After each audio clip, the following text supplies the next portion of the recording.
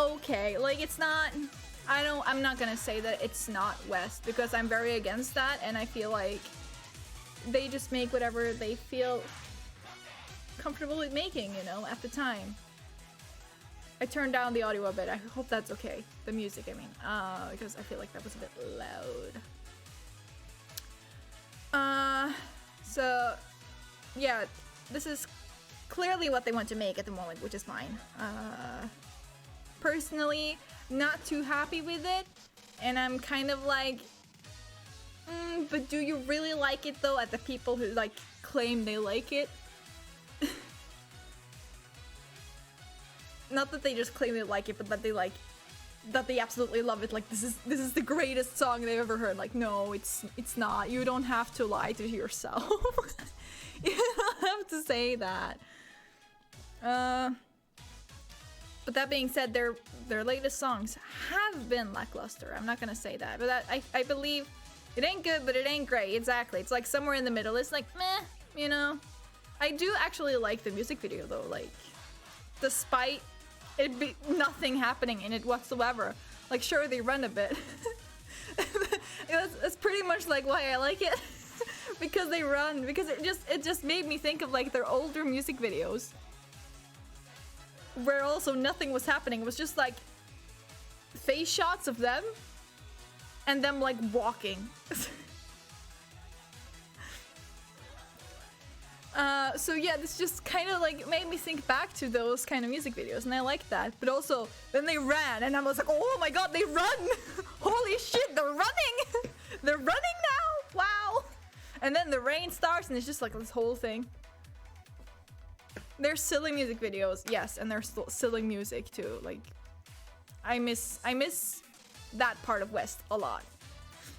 But I have this theory that they started with this change like a bit before, technically, but like I feel like it really hit when Johnny's like started like pushing for a more Western audience. So I believe that right now it feels like most of the groups, though to be fair, I haven't really looked so much at their music videos and stuff, but just from what I've seen from like thumbnails and stuff, it seems like pretty aesthetic, first of all.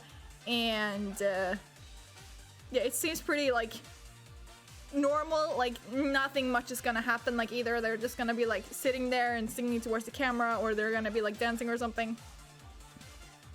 Nothing like spectacular. Like, this song has like one of the greatest, if not it's westernizing, literally. That was literally a joke that someone made in the Discord server I'm in earlier today. I'm not kidding. It's like Johnny's Far West.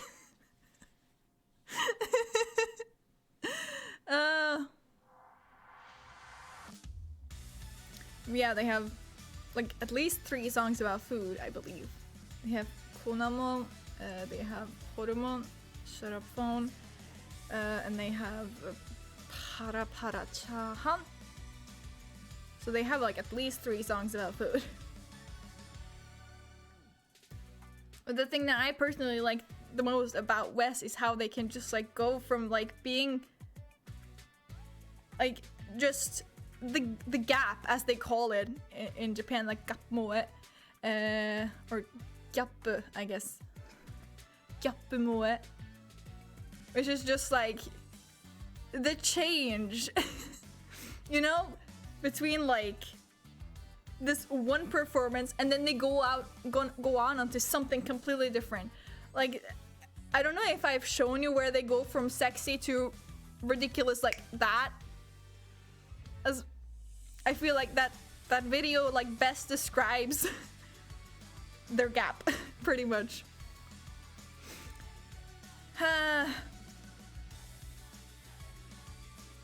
And they have more sexy than the BDSM lion tamer. It's not BDSM. Like, I will put up the fucking. No, I can't actually. I can't do that. But I could. No, I'm not gonna do that now. I can do that later.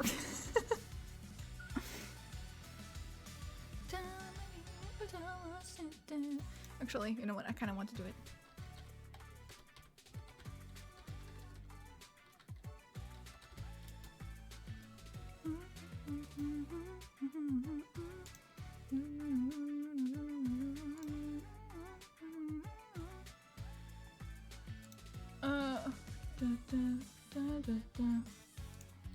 Okay. God damn it! Can I type? No, I cannot.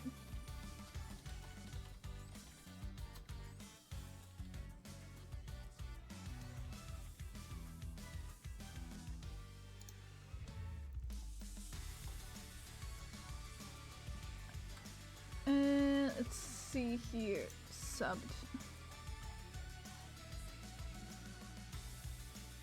Okay, this is gonna be a bit hard to look at. Hold on. Let me drag it over to this screen. Maybe I can see it a bit better. Radio shows.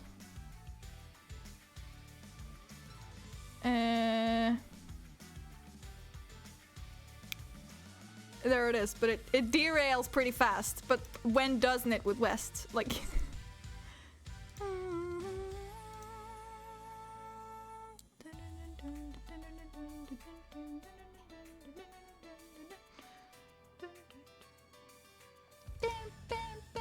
Let me just add my face cam real quick.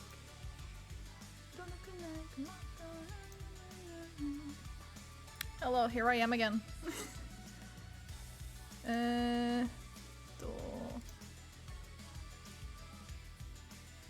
Put me down here for now. Why is it doing that? I don't know. Whatever, it's fine. Okay, that's kind of strange.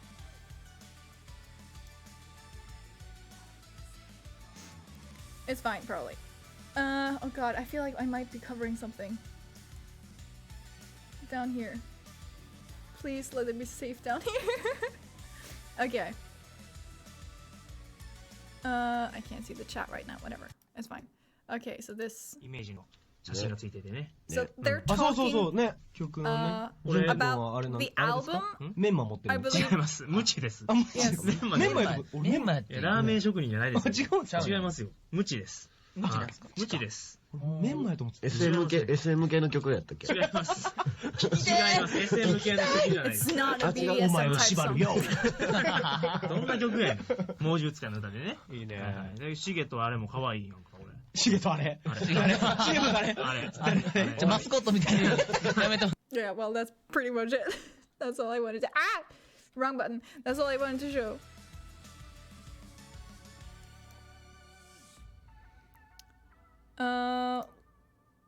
So, yeah. Oh! To the charity? Hold on, let me just... I believe it's this one? Yes! Thank you so much for wanting to contribute early. I really appreciate it. Thank you, sis. People have no idea about the performers are going to be so very confused. Yeah, true. True. But yeah. I love how even the members have decided it's BDSM. Yeah, I know. And just no. It's about a wild animal tamer, of course. It's kind of... Well, like, who am I to, like, not believe what he says, you know? Like, he is the one who wrote the song. Oh yeah, did I mention that he wrote the song?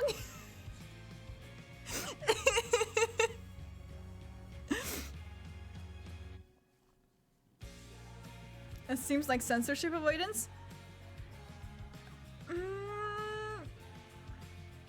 I don't know. I mean... Sure, it was on radio, but they've literally made dick jokes on radio before. And he sounded like dead serious, like, no, this is about a wild animal tamer. What do you mean?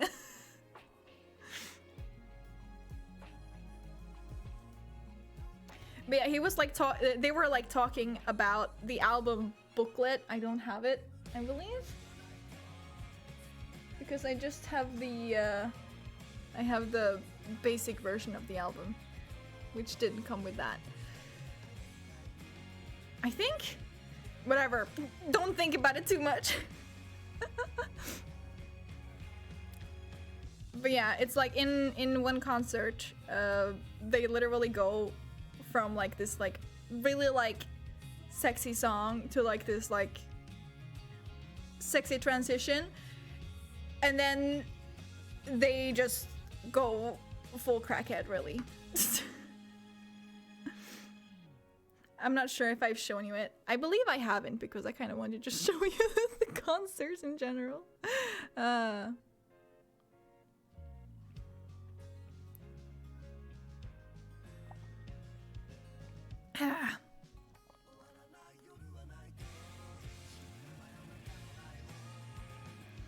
Yeah, I have this theory too, that one day, West are gonna not grow tired, but they're gonna try to just like dip their toes into getting more crackheady again, you know? And they're gonna post a music video, and it's gonna go fucking viral. If it's good, you know, of course. If it fucking sucks, then of course it won't. But if it's a good one, and they're gonna be like, I guess even our more Western fans enjoy this kind of content. Because it just seems like everything's been more like Westernized, you know. I want to say they still make those kind of songs, but they haven't really. Not in the same way anyways. They had this song from the latest album, I want to say, which just... It was crackhead, but it was just a bit too much, you know? Like, it's not a song that I really can listen to a lot. Though I will say it does go hard, but it's just like... a bit much. Even for West, how is that even possible? What? How much is too much? Anyways, enough rambling on my end. Let me just fix something first.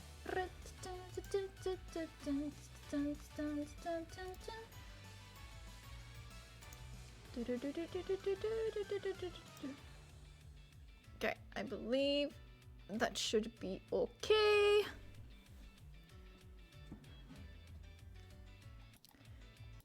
And yes. Alright. Ha! No, hold on, wait, select adventure. That's where I was gonna go. Yes, here. And over here. And then... farewell. No. Oh no, where am I? Wait. Dance of deduction. Crime scene. Eva Susado's departure. Pre-trial. Trial start. Eyewitness testimony. Recess. Here?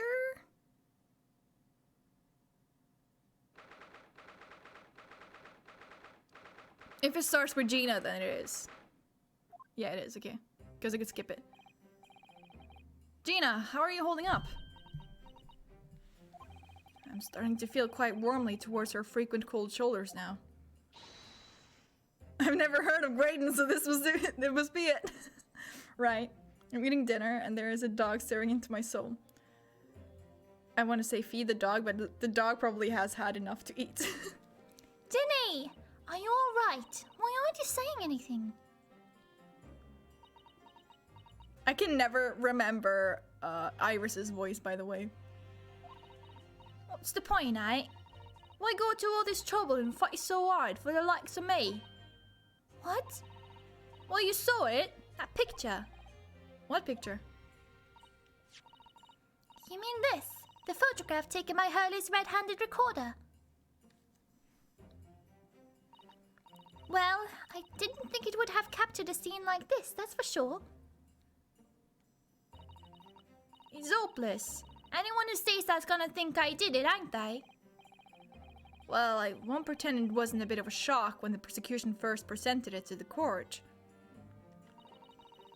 Surely you gotta have your doubts about me now. I can't still think I'm innocent. Of course I can.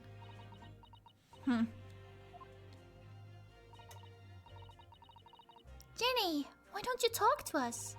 Tell us what really happened that night. Bruno's cleverly managed to piece together lots of new information, but still, we'd really like to hear it from you. Alright then. It was after we'd had that dinner together at your place, right, Iris? Why was I gonna make her... I almost made her fucking Iris? Irish! Not Iris, Irish! And we all had a chat up in your office, didn't we? Yes, I remember.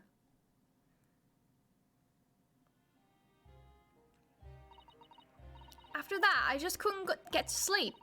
So slipped out and went down the street to the 221.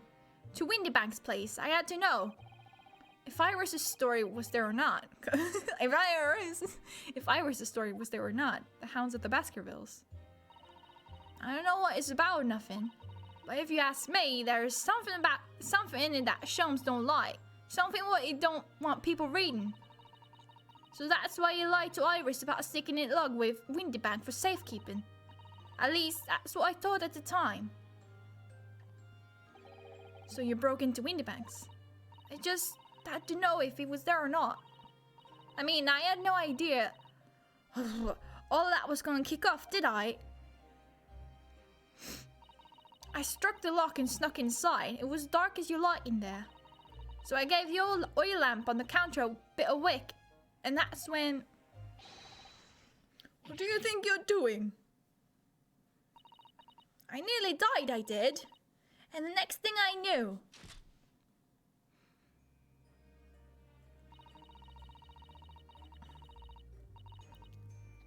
I grabbed the gun off the counter and was waving it in the air like... I don't know what. Ah. You're the girl who was in here this afternoon. I didn't think pickpockets went in for armed robbery. The manuscript. Have you got it here? Did Sholmes leave a load of papers with you? A story? I beg your pardon? A hound of the something or other. If it's here, I want to see it. I'm sorry, young lady, but I'd sooner die than relinquish an article belonging to one of my customers. I don't want it. What would I do with it anyway? I just want to see it's there, that's all. I'm struggling. Oh, you want to see it, do you? I want to know if Sholmes really pawned it here or not. Please, just let me see it and I'll go. Oh, very well then. But for pity's sake, stop waving my gun around, would you?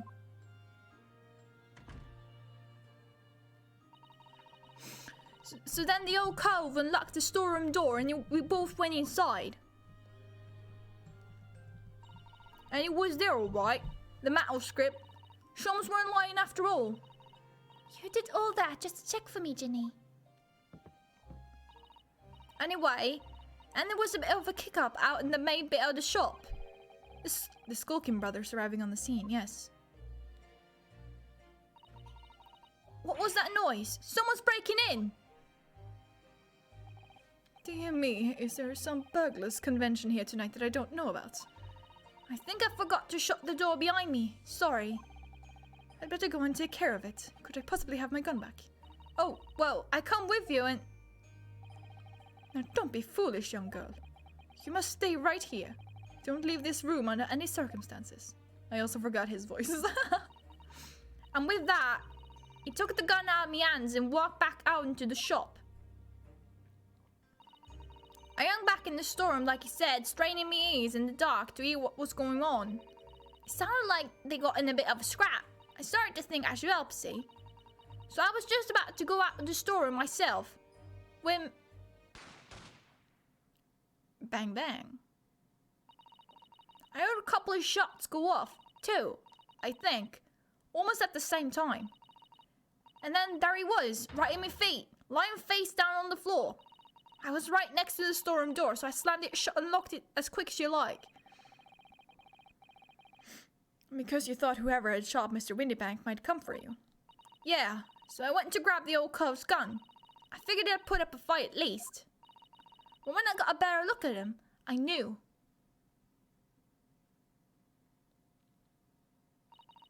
Windy Bank was a goner. Hugh O'Connor?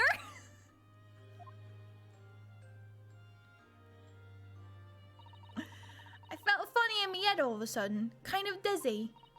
And after that, I don't remember nothing. I just fell asleep.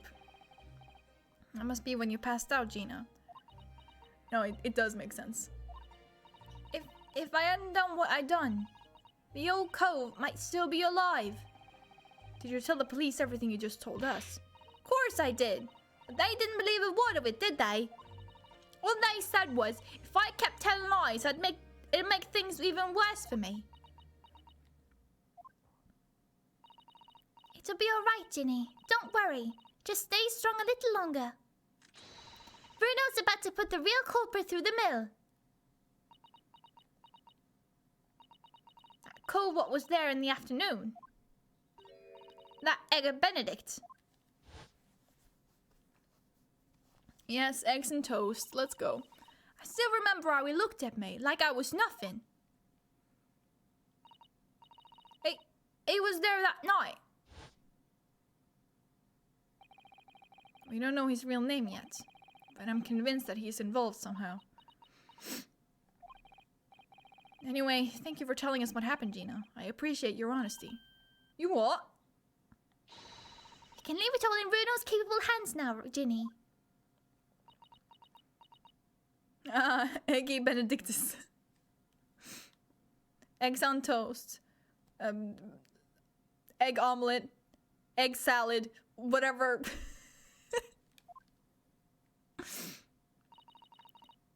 Mr. Naruto.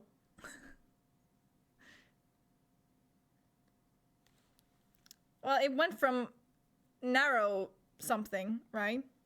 To Naruto. Yes? How come you trust me? I don't get it. I mean, have you forgotten what happened here before?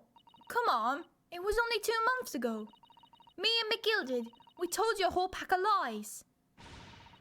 And you got the bug trough off with him. Even though he was the killer. No, I could never forget that. Oh.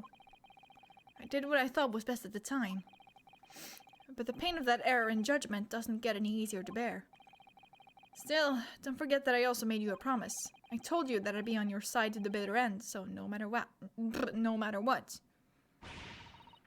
what if I'm lying? You could be working to get another killer off the hook for all you know. Come on, Gina, repeat after me. Lying does not equal murder.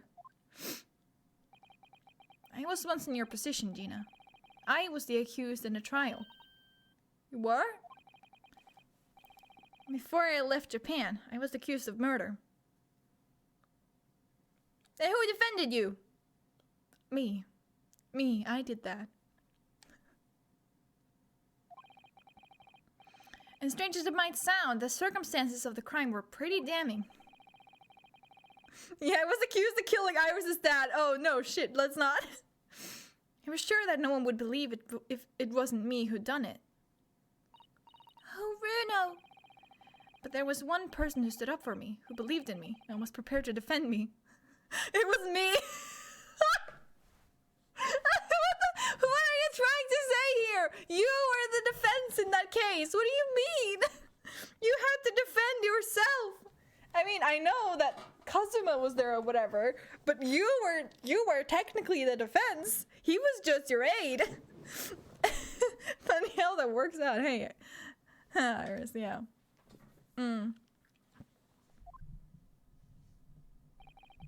My best friend.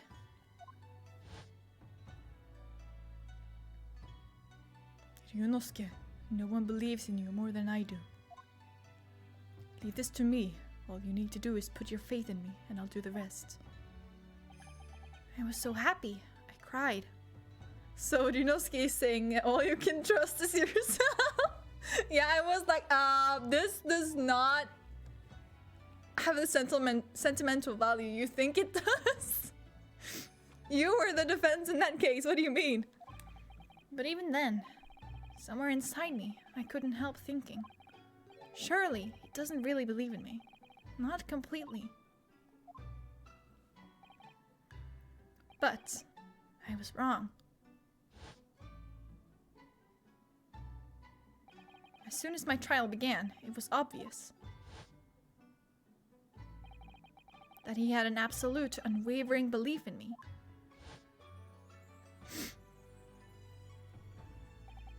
And in turn, I developed an absolute, unwavering belief in him.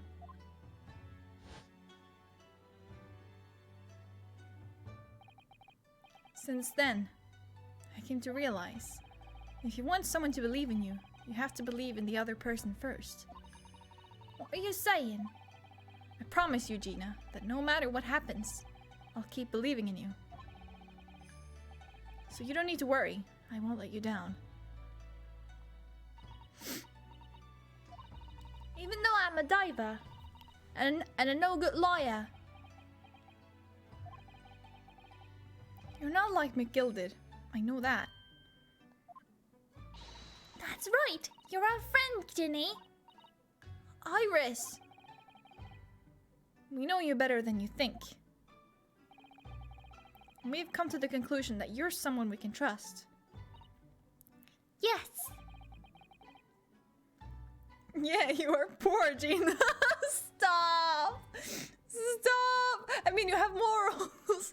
Yes. That's really all we need to know. Exactly. Mr. Naruto,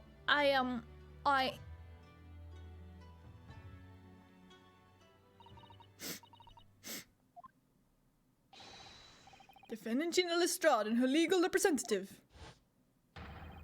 Court proceedings are about to resume. Please head into the courtroom immediately. Yes, of course. Thank you.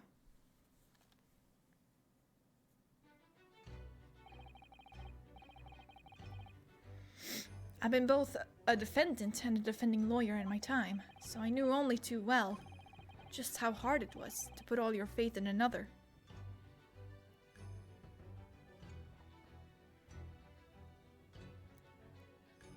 I mean... Sure. And I also knew just how hard it was to bear the burden of another, putting all their faith in you. This is it at last. The final chapter. The final battle. Is that right? We have the bullet.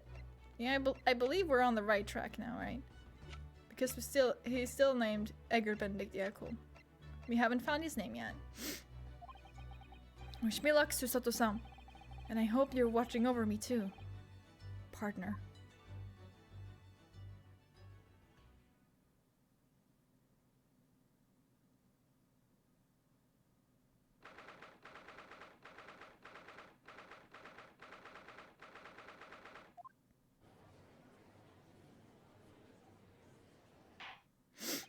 I hereby call this court to order as we resume the trial of Miss Gina Lestrade.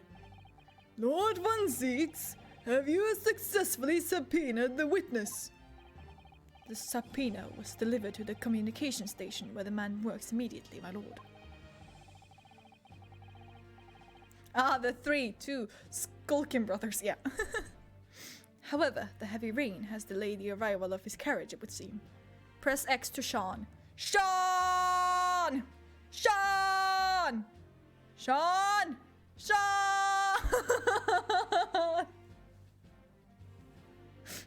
Sorry, I had to. He said heavy rain.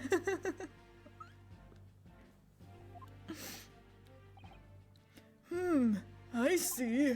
Then let us turn our attention to the Inspector Gregson's precis of the case heard by the court this morning. The glaring omission of the 3rd bullet in your report is a serious blunder, Inspector. Yes, I can only apologize, my lord. And although the defense's chemical analysis of the blood at the scene makes for a compelling argument, I cannot permit such untried methods to be used as evidence in my courtroom. It's a big mistake to cross Hurley and me. A very big mistake. My lord, The subpoenaed witness has just arrived in the building. Thank you, officer. Show him to the stand without delay. How is that Gregson's fault? Van Siegs had all that evidence in possession. They said I pretend I do not hear it. I didn't expect to be crossing paths with him again so soon. Eggert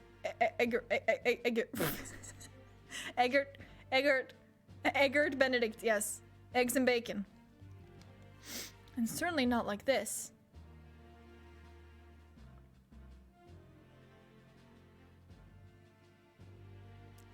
Poor Gregson. Thank you for complying with the court subpoena at such short notice, sir. But of course, my lord. As an upstanding member of London society, it is my pleasure to oblige. Now, kindly state your name and occupation for the record. Ashley Graydon, Communications Officer. Mr. Graydon and I both work at London Central Communication Station. Now, perhaps somebody would kindly explain what all this is about? There he is, egg with burn eggs.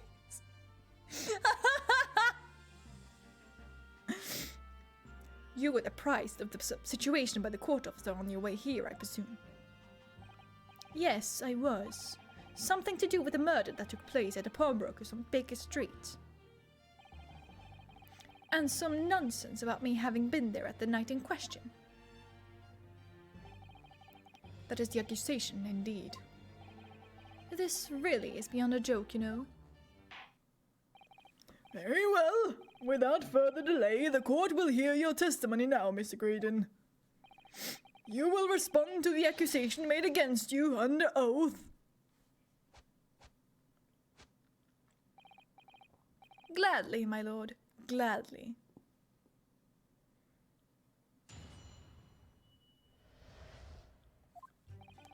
Naturally, I have occasion to make use of pawnbroking services from time to time, but are you seriously suggesting I colluded with these thugs to break into the place on the night of the murder? I have no intention of admitting to such an outrageous accusation, even if certain parties here present claim that my blood was found at the scene. Some Scaramouche detective's homebrewed tincture can hardly be taken as serious evidence. Okay, eggs and bacon. So you deny the accusation completely, do you? I must say, I am dismayed. For the highest court in the land to be swayed by this self-professed detective's toy. It was the will of the jury, and our great British justice system demands that the jury's will is upheld. Then it would seem we have the misfortune of a most inept assembly of jurors today. By golly! How long am I expected to be detained here?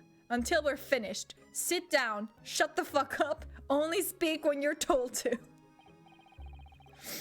If, following the defense's cross-examination, your involvement in this matter has not been established, you will be free to leave immediately. Good. Then I shall be away in time for afternoon tea. Some small consolation at least.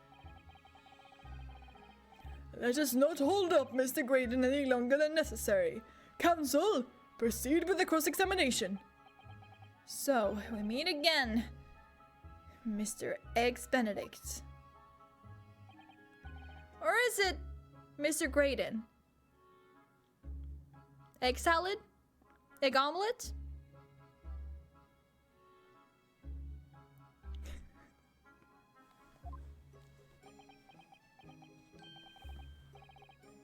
I feel betrayed that Eggert Benedict is not his real name.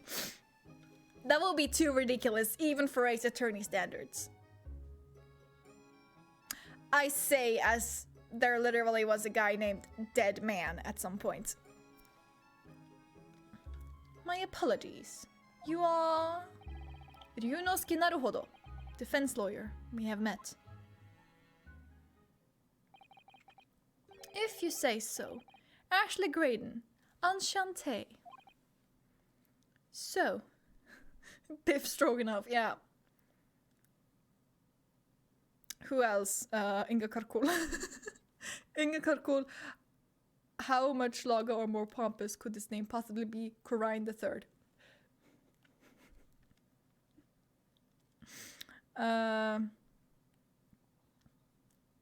Who else has a ridiculous name?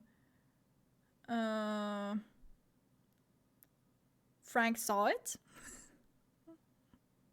Or saw it? So many to choose from. So little time. Ah! Who does he think he is Super Mario or something? That's not Cappy, my guy. Ah, yeah, the Justice Minister, yeah. I trust we can conclude this quickly. But I'm not holding your flashy hat while we do. Believe in me. Trust in me. Peace, love, and understanding. That's a rebel. I'll be your guide. So many, yeah. Great minds think alike.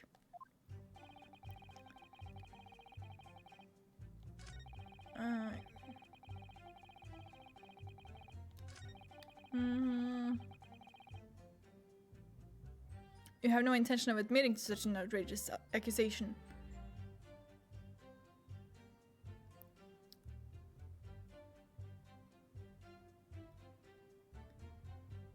Why would you say it like that?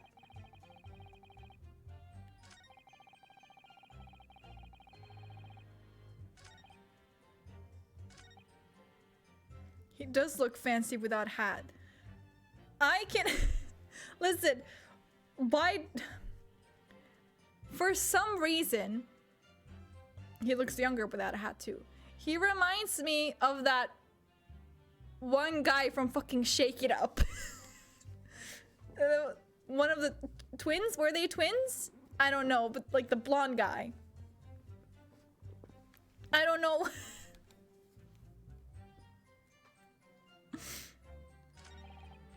Actually, I want to try and press this and see what it says. Where were you at around 1 in the morning on the night in question, sir? Scaramouche, Scaramouche, when they do the fandango.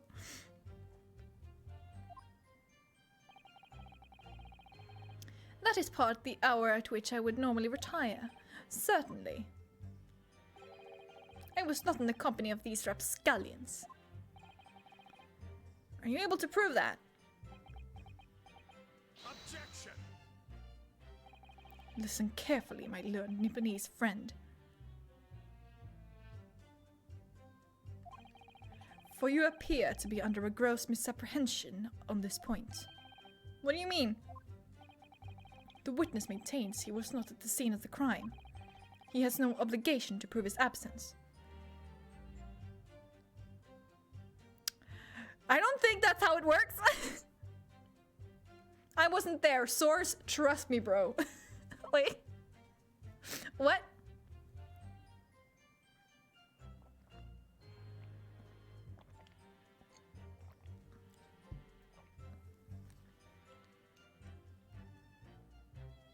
Like, surely you would get some kind of alibi, right? Just so that they can, like, completely exclude the blood. I think the defense needs to show solid evidence to show that they were there. Ah, yes. If your accusation is that the witness was present at the scene, the obligation lies with you to prove your assertion. You will fulfill that obligation before putting any more unreasonable questions to the witness. Oh, and then the witness can show an alibi. Okay, yeah, you're right. He really is the guy from Shake It Up. A silent victory wiggle. Thanks.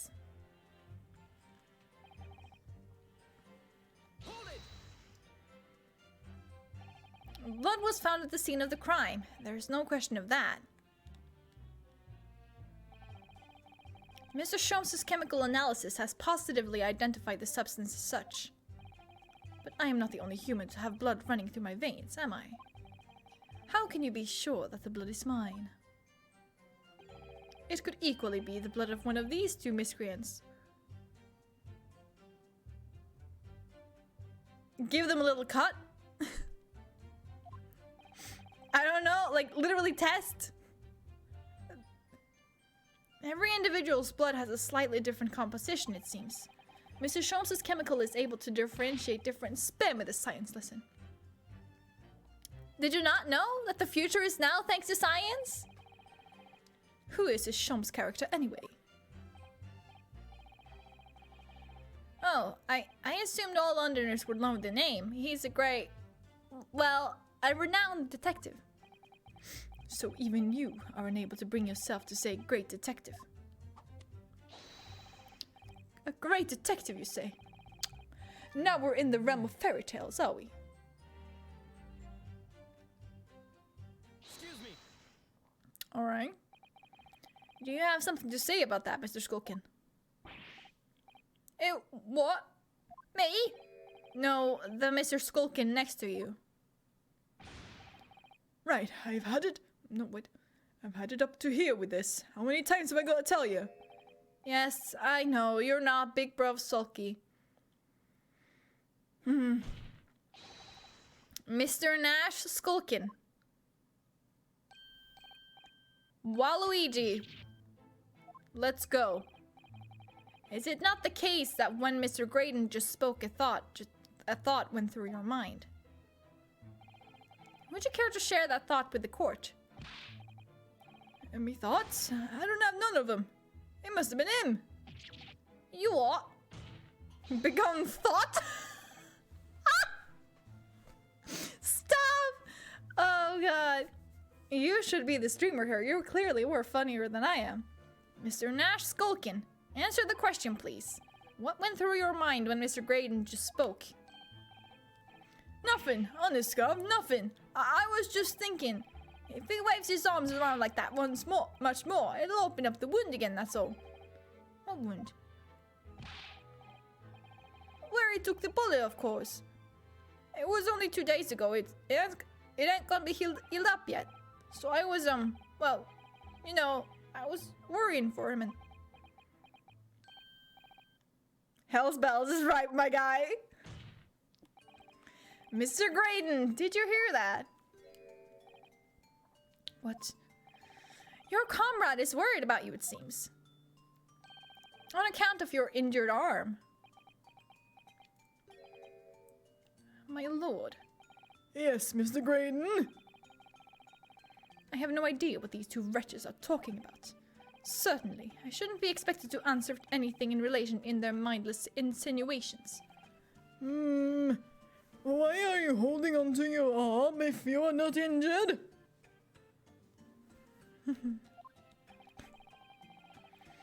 We know that someone other than the victim was hit by a bullet at the scene of the crime two nights ago.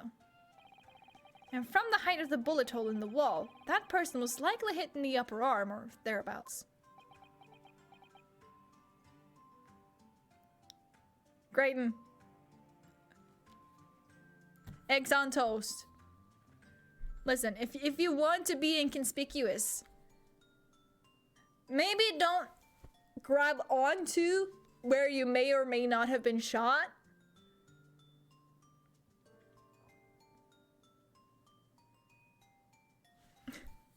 Like, hello? Perhaps you'd allow a court official to examine your arm, sir. The left arm that you're currently clasping with your right hand, as if in pain. No, I refuse. You have shown no evidence whatsoever that links me to these common thieves. Okay. I have not been shot in this arm that I am grasping in pain. Accordingly, I am not obliged to permit any such invasion of my privacy. As I've already said, I'm completely uninvolved in all this. I've never had anything to do with the pawnbrokery where this fellow was killed whatsoever. I take offense at the insinuation that I was in any way involved. But you were in the pawnbrokery, though. We saw you. You claim to have had nothing whatsoever to do with Mr. Windybank's pawnbrokery. My lord, the defense would like that last statement to be added to Mr. Graydon's formal testimony. I know exactly which one this is going to be. Very well, counsel. Continue with your testimony, Mr. Graydon.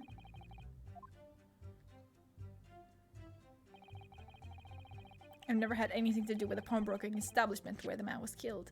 How do you now?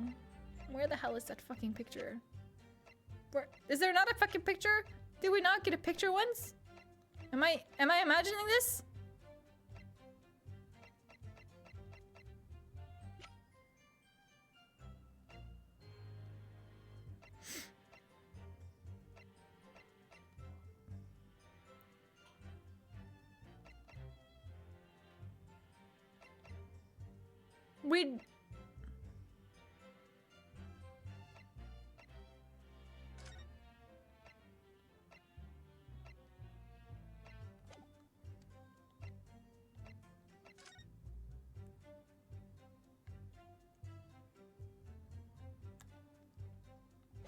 The ticket for the coat?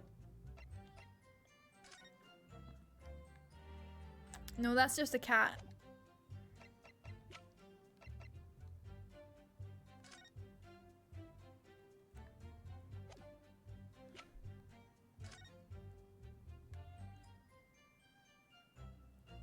But we literally showed it to that lady last time, didn't we?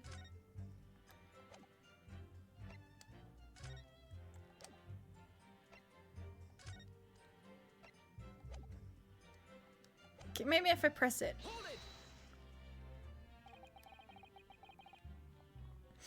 Never had anything to do with it. He did try to claim an article there earlier. We literally got him on camera, caught in 4K.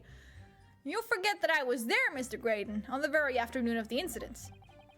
Obviously, I'm not a complete stranger to the pawnbrokers. I'm currently on the lookout for an armchair to furnish my study. No, you were there to redeem an article.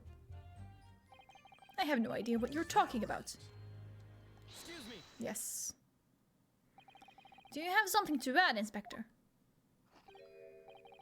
Come again, Sunshine. You were there too, in fact, weren't you, Inspector? That afternoon. Well, yes, I do remember meeting yourself in the pawnbrokers that afternoon. You, your young Japanese assistant, and the accused were all present, as I recall. And at that time, this witness, Mr. Graydon, was trying to acquire a particular article. Well now. I'm afraid I don't remember too clearly. What? But you must. I'm not going to lie and pretend I remember something I don't. What's going on here? Grexy showed us a picture before, didn't he? You know, from the cameras that Hurley installed in Windybanks. Yes, of course. Indeed, and the gentleman pictured bears a striking resemblance to the witness, I must say. There it is. Exactly. Which proves that Mr. Graydon was in the shop on the afternoon in question. Or just some random 11 a.m. Some random day at 11 a.m. At no point have I denied that fact. I merely entered the shop to peruse the article on sale and have a word with the broker. Nothing more. This makes no sense. I understand why Mr. Graydon might be trying to cover his tracks. But why would Gregson be trying to avoid giving testimony about what happened? That's all he's going to say on the matter, is it? What do you think, Bruno? I think he has no intention of telling us anything. He's well aware that the less he says, the less chance he has of giving himself away. The complete opposite of Hurley, then. He seems to think that the more he says, the better. Well, at least I managed to prise a little more information from these witnesses' lips. All thanks to the Skulking brothers. Yes, they were the key to it after all. Or maybe show him the disc on the nothing to do with the pawnbroker. Perhaps. So he says he had nothing to do with Windybags. Well, we know that's not true. Perhaps now would be a good time to have a proper look through the court record. Good idea. You never know what tiny scrap of information could become a valuable weapon.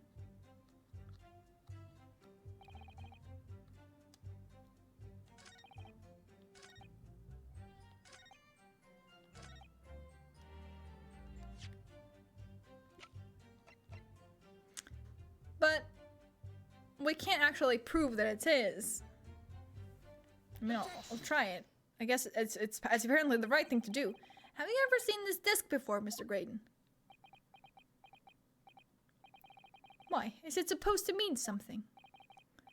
This disc was, until the day of his murder, in pawn in Mr. Windibank's shop. It was redeemed by the defendant, Miss Gina Lestrade, that afternoon. However, somebody mysteriously appeared to try to take it from her. And that somebody was you, of course, wasn't it, Mr. Graydon? As I have reiterated numerous times now, you are mistaken. That was not me. I have never seen that disc before in my life. It may have escaped your notice, but there is a small sphere of blood on the disc. Ah, yes. Resulting from an abrasion of the thumb, perhaps? That's right. The surface of the disc is covered in hundreds of tiny metal bumps. On the skirmish to acquire the disc, the thumb of the person who tried to take it suffered minor lacerations. Oh yeah, of course, we can look at his thumb. Dumb.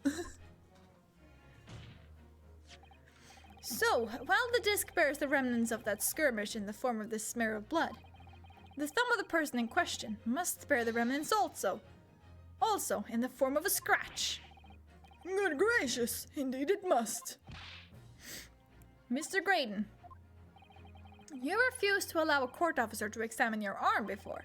Are you now going to refuse to allow us to examine your thumb? Because I have no doubt that it bears a small scratch consistent with the smear of blood on this disc. Well. It would seem I underestimated you. What is the meaning of this? So you admit it now. You admit you have a scratch on your thumb from when you attempted to take this disc from the defendant.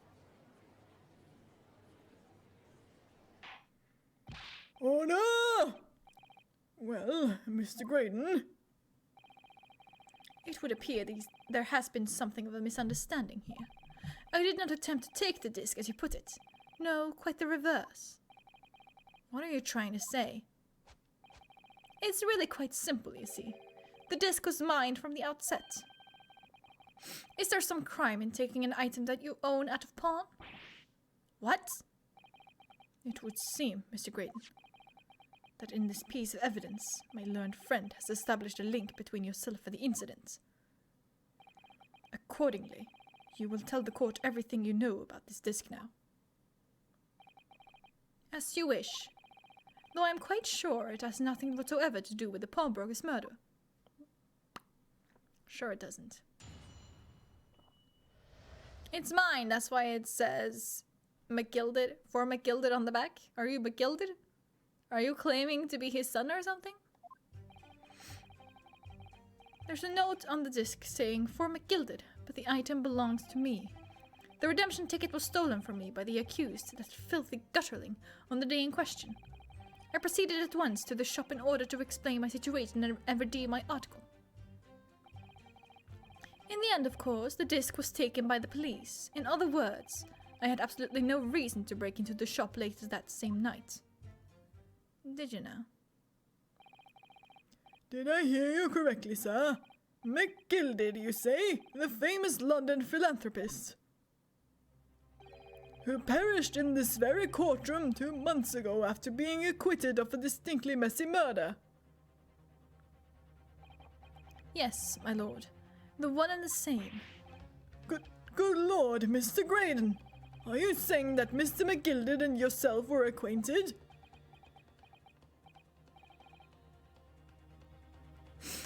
Oh, but McCrispy have deposited another... McCrispy!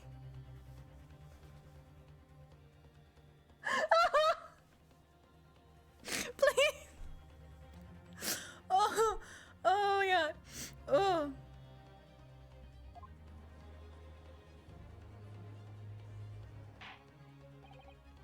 Order! Well, I certainly didn't expect to hear that name uttered here in my courtroom again. According to what Gina told us, this disc was placed in pawn on that fateful night 2 months ago. McGilded himself gave instructions to deposit it at Windybanks. It's funny that Mr. Graydon here is claiming the disc belongs to him then, isn't it? In all likelihood, he's lying. So he appeared that afternoon at Windybanks in order to get his hands on McGilded's disc for some reason. Counsel, you will commence your cross-examination, please. God, I can't get over how you called him Max Crispy. Hello. Alright.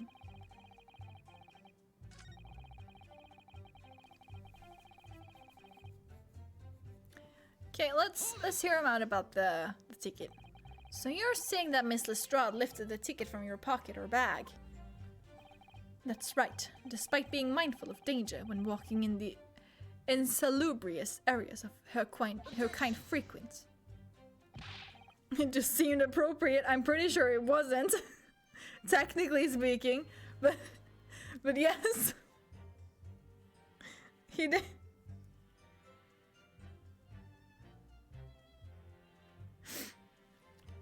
Miss Lestrade did no such thing. Well, technically, you're not wrong. Like, I'm not saying you're wrong. Man's fucking died and you're just like, McCrispy. like he is a McDonald's meal or something. Well, of course you would take that stance, but the girl is a regular offender. You came to the pawnbrokery that day prepared with all the information you needed to identify the defendant. You were looking for her. That's what brought you to Windybanks. McFlame Grilled? If it was Burger King? I think...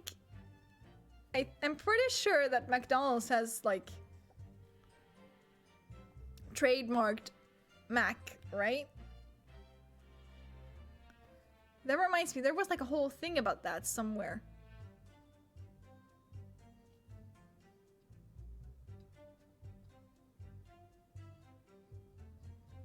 I don't remember exactly what it was, but it was something like that.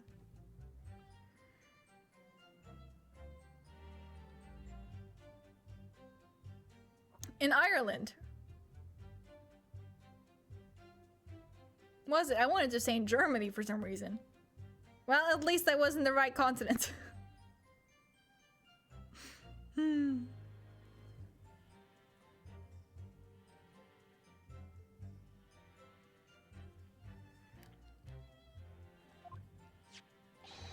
get your hands on Mr. McGilded's disc. My learned friend is a veritable font of nonsense. Nonsense? I concur with the prosecution. Counsel, you will refrain from conjecturing in this way. Is that clear? Yes, my lord. Then I will continue with my testimony. For what possible use can it be? The chain's Max or something was sued by McDonald's for calling their burgers Mac whatever, even though their chain had existed long before McDonald's.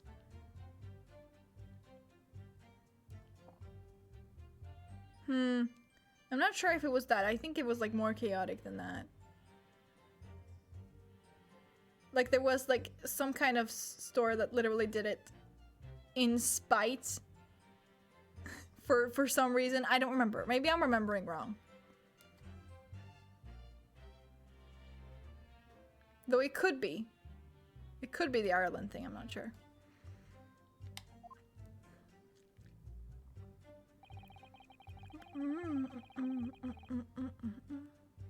Hold it! Had you ever been to Windybanks before? Only once for the purposes of pawning something. But like many, I enjoy browsing in such establishments. So when you noticed that the pickpocket had taken your ticket, you chased after her, is that correct? Yes, that's right. I didn't notice at first, of course. Such is the art of the pick purse. But when I did, I headed to the pawnbrokery at once, in order to reclaim my coat before the thief could. It was merely trying to recover what was rightfully mine in the first place.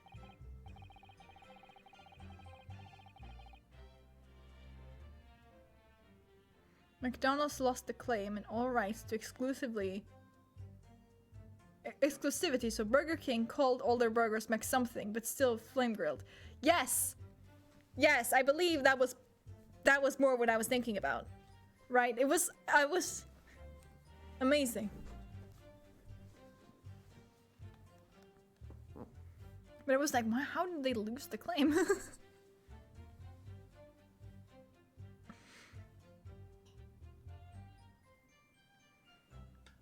But yes, it was petty. Cool. He can say what he likes because he knows we have no evidence to contradict him on this. I see, so we need to get some evidence for that.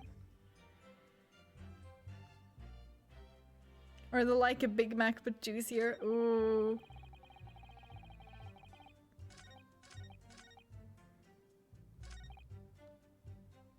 Hold it! Would you care to explain how this belongs to you? As you will observe, a communications officer such as myself commands a fine salary. He was certainly exquisitely dressed, sir. Burger Big Mac wished it was. Burger Big Mac wished it was. Like a Big Mac, but actually big. And Big Mac-ish, but flame grill, of course. Amazing. So you see, I have little need to make use of the services provided by the pawnbrokery trade. However, I did once find myself in difficulties, having misplaced my purse whilst on an errand, which is why I pawned my fine black overcoat to the broker in question. Fine black overcoat, you say? Wasn't it falling apart at the seams? Also, sir, did you know it's covered in blood? You claimed that was your overcoat. Obviously, and in my haste, I clean forgot that the music box disc was in its pocket. And yet, there is a note on it that reads, "For McGilded." I am a collector of rare and unusual music box music. I first met Mr. McGilded at the Gentleman's Club in the city, and was interested to discover that he shared my penchant in that area. So the disc in question? It's a pre-production sample.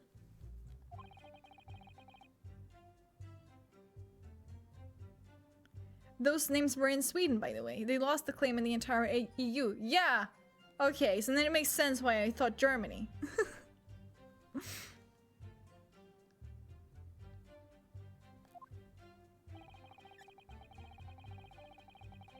But then you forgot that it was in the pocket of the overcoat you were forced to pawn. Yes, exactly. Gina didn't mention any of that in her testimony 2 months ago, did she? No, because McGilded had threatened her to keep her mouth shut. Which means that if we dig too deeply here, it's going to expose Gina's perjury. Oh dear, this is complicated, isn't it? Let's leave it alone for the time being. Can we not be like, hey, did you know that coat is covered in blood?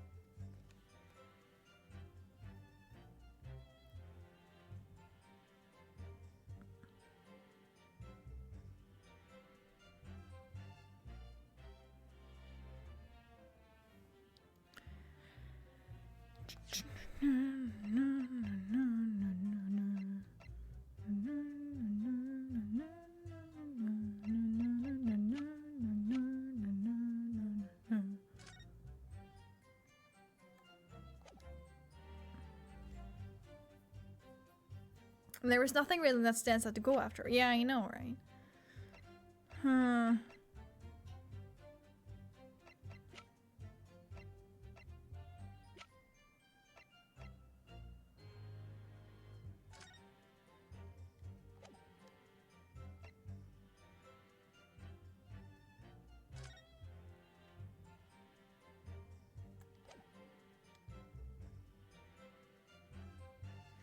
The ticket with the blood, is that the coat or the box?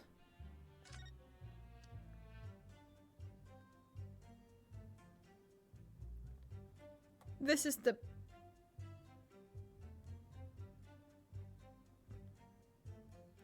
This is the coat.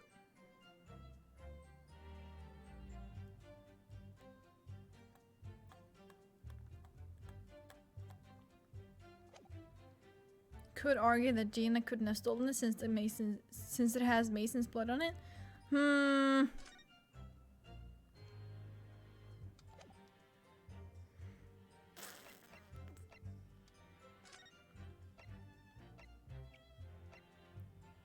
Why don't we get a picture of the coat in here? That's dumb.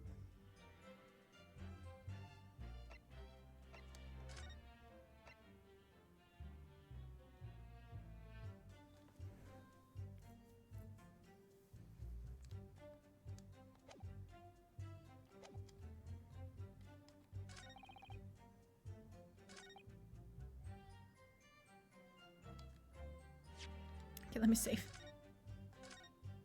No.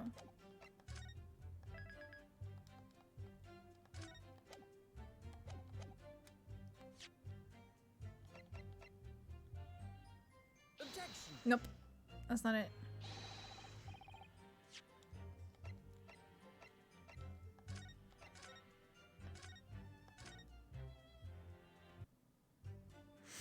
Hmm.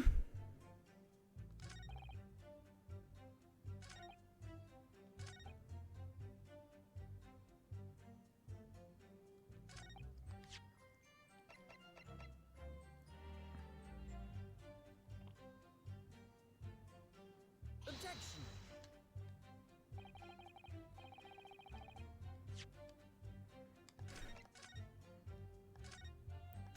It's just faster to do this than sit through the fucking thing.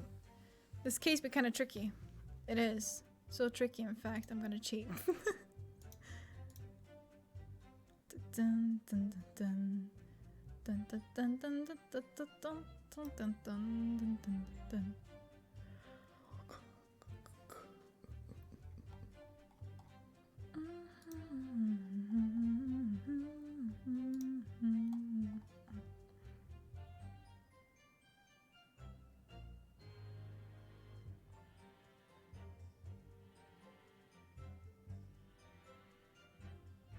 Ah.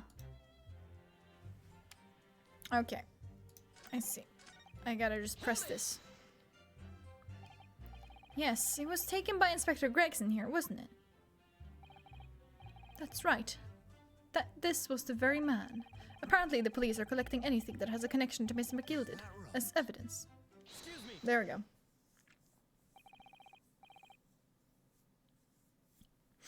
Is something wrong, Inspector? Well, what do you mean? The last remark Mr. Grayton made in his testimony seemed to trouble you in some way. No, it didn't. It's nothing. Leave it alone. Let me ask you this, Inspector. Why is Scotland Yard gathering Mr. McGilded's possessions? Can't tell you something like that, Sunshine. What is it, Inspector? Investigative secrets. Yes, exactly. You should know all about that. Magnus McGilded, who died so unexpectedly after his trial 2 months ago. A man renowned throughout the capital for his great contributions to public life. Yet he had a dark side too. Where are you going with this, Van Zieks? I suppose the police are dealing with the aftermath of his nefarious activities, are they? That's enough. Cops like me have duties to carry out that we're not at liberty to talk about. That's all you need to know.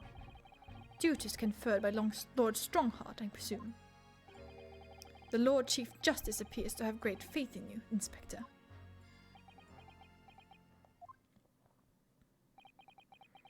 Online is, if you want to get more out of me, you're gonna need Lord Strongheart's paw print first. What's all this about? It's like there's something going on between Gregson and Lord Von Zieks here. Well, it would appear that the inspector has revealed all he is at liberty to reveal. Mr. Graydon, let us return to your testimony.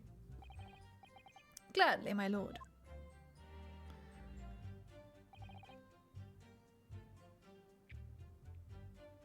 Now what?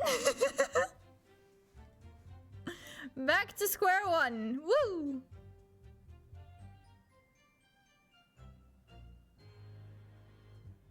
Okay, ticket box. That's it.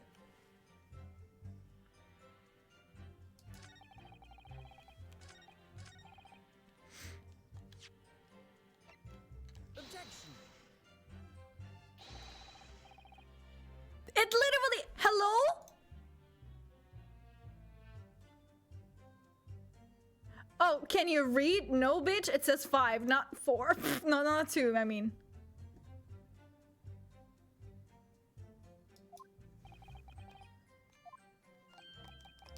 Yeah, whatever. Oh, cool, I can actually skip it because I've been through that same dialogue before. Cool. I guess these glasses don't help as much as I think.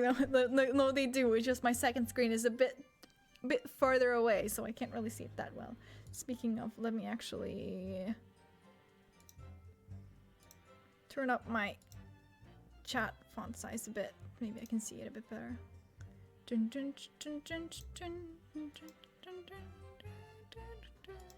Oh yeah, that's way better. Oh, I can actually read it now. Ooh. I could already read it, but it was just like a bit harder, you know.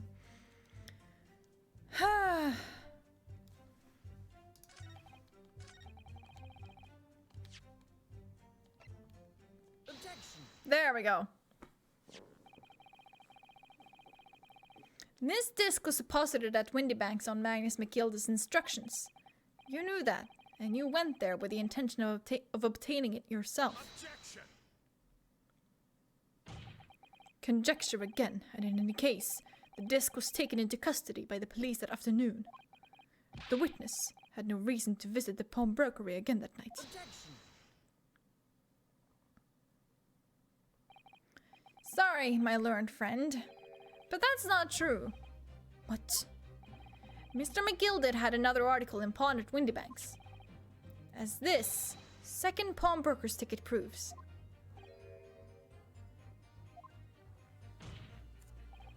There were 2 articles belonging to Mr. McGilded in Windybanks pawnbrokery, and the reason you broke into the shop that night was to recover the second one. Together with your 2 accomplices, the Skulkin brothers. Did Eggy not say something about a second disc? He did, yeah. He did. You're not wrong. He absolutely did. This is the second ticket, is it? What had the man deposited? The article description reads, 1 small box. A rather vague description, it seems to me. Are you suggesting that I broke into the pawnbrokery with these clowns in order to steal some trinket box? Yes, we are. I believe there are adequate grounds to suspect that you did. This is absurd. Why on earth would I do such a thing? Once the article had been forfeited, I could simply walk into the shop and purchase it. There would be absolutely no need for me to resort to theft. That's a good point. The witness makes a solid argument. So that means that for some reason, this Graydon fellow needed the small box that very night, does it? Objection. It's time to put an end to this nonsense, my lord. Could you be a little less cryptic, Lord Von Zieks? I do hate to ruin my learned friend's argument, but the truth is quite incontrovertible. On the night in question, no small box was taken from Windybank's pawnbrokery. And rest assured, the prosecution can prove it. Okay, good for you, I guess. What? Good gracious! Inspector, show the photographic prints to the court, if you please. Yes, sir. What prints? These prints were taken from one of the detective's security cameras. Hurley's red-handed recorders again. As previously explained using this plan of the shop layout. The victim's establishment was furnished with automatic cameras in 2 locations. One was set to capture the counter where Mr. Windybank received his customers, and the other was set to capture the shelves on which articles were placed for sale once forfeited. According to the information on this ticket, the gilded small box had been forfeited already, 2 days before the incident at 9 PM on the 13th of April to be precise. Which means it would have been on the shelves of forfeited items in the shop front. Now what I have here is a small print taken by one of the cameras about 2 hours before the incident. That's at 11 PM on 15th April. The victim certainly had a very full shop, it would appear. Oh my god, are we gonna do it again? Are we gonna do the stereographs again? Yes, Cyrus, tell us how it works.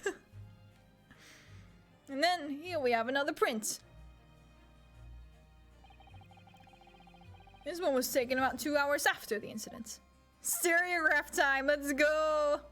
I see. So we have 2 pictures to compare. Though I must say that placing them side by side leaves me cold. You already see the difference? Fuck me, I wasn't paying attention.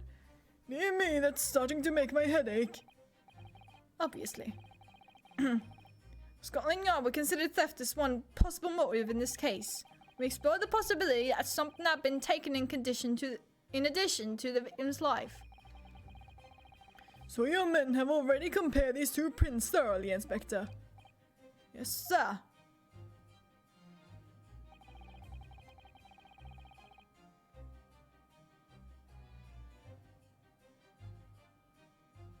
How do you already see it?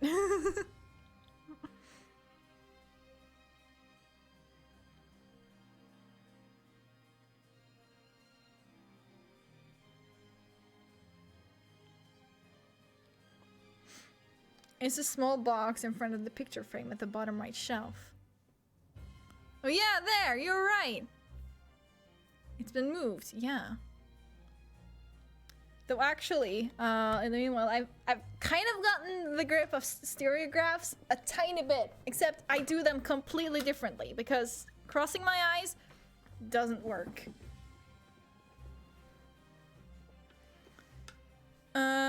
But I can definitely tell that my left eye is the most dominant one. So like what my right eye sees is not as clear. So it's really hard to like get them to overlap properly. But basically I do not cross my eyes at all.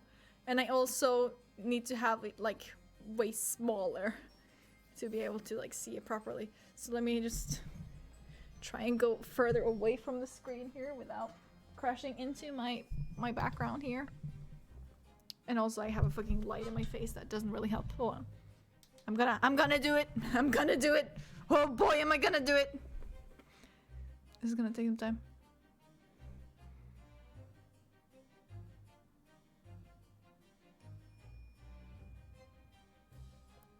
I just want to be able to do it. That's my thing. Okay, I can at least see like 3 pictures now. Oh my god. I don't have as much control with it as I believe you would if you do it the proper way, but like my eyes literally can't do that.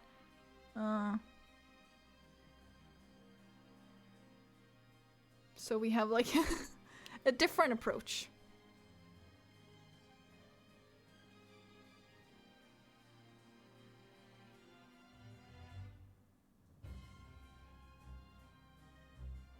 But they don't really. I can do it, but they don't really layer that way. I cannot go cross-eyed and look at the picture. Yeah, it's something like that. It's not really. I believe it's like you're supposed to look at the right picture with your left eye and the left picture with your right eye. I believe that's like what you're supposed to do. Because that's just what makes sense if you have to look at it freaking cross-eyed, right? But I can't do it. But at least I could split. I could like. That would make sense, yeah. So basically, what I can do is I can just like defocus my eyes, I guess, and just kind of like eventually split the pictures. But really, it's just like the right side that just gets duplicated more than anything else.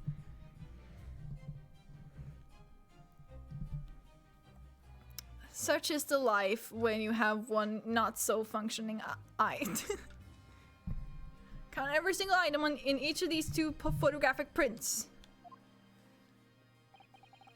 And the odd's conclusion is that exactly the same number are present in both. Have you checked inside of the boxes? In other words, nothing was taken from the pawnbrokery on the night in question. And my learned friend's assertion is nothing more than a hopeful fantasy. Shut up. I don't believe it. If I could have just shown that he'd stolen McGilded's pawned box, I might have been able to break him down at last. If I take off my glasses and unfocus my eyes, it kind of works. Interesting.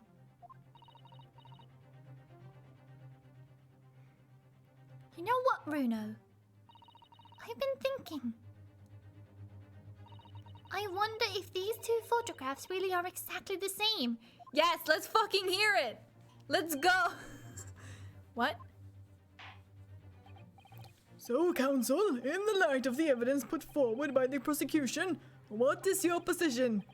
It seems that in fact, on the night in question, nothing was stolen from the victim's establishment. Do you accept the prosecution's assertion? I don't know. Could there be some hidden discrepancy in these two photographic prints somewhere? There is. Point out. Use this piece of evidence. Point out. I wasn't sure at first, but there's a clear discrepancy between these two prints. What? He's like, what? Hello? You must identify the location in question for the court, counsel. Indicate the precise location of the discrepancy of which you speak.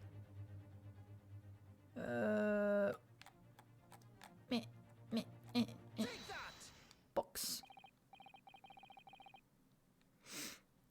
Granted, these two prints are almost identical. However, there is one minor discrepancy between them. What? When you view the two pictures stereoscopically,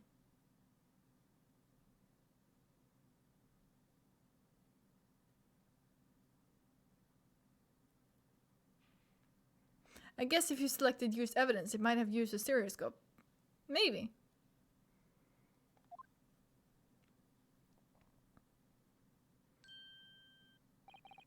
A single area stands out as being different. The location of this small box. Wait. Unbelievable.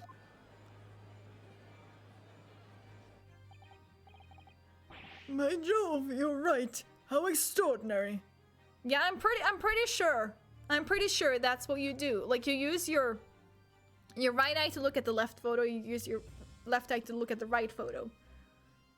And then in your mind, you just kind of like combine the two images.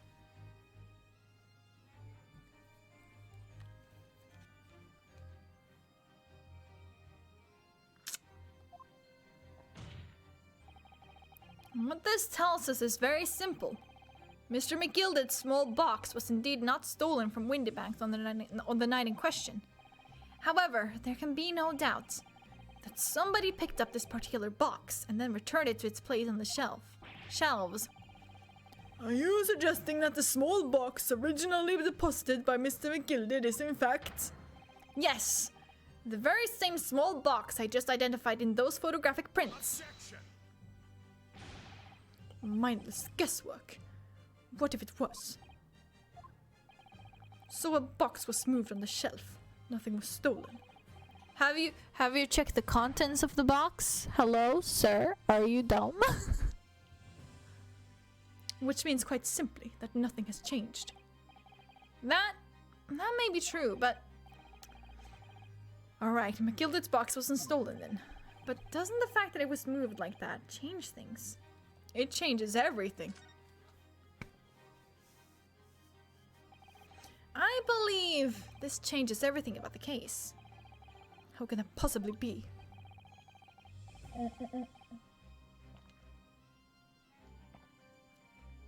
The crucial point is the fact that what was moved was a small box.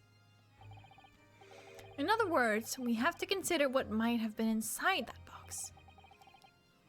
What are you insinuating?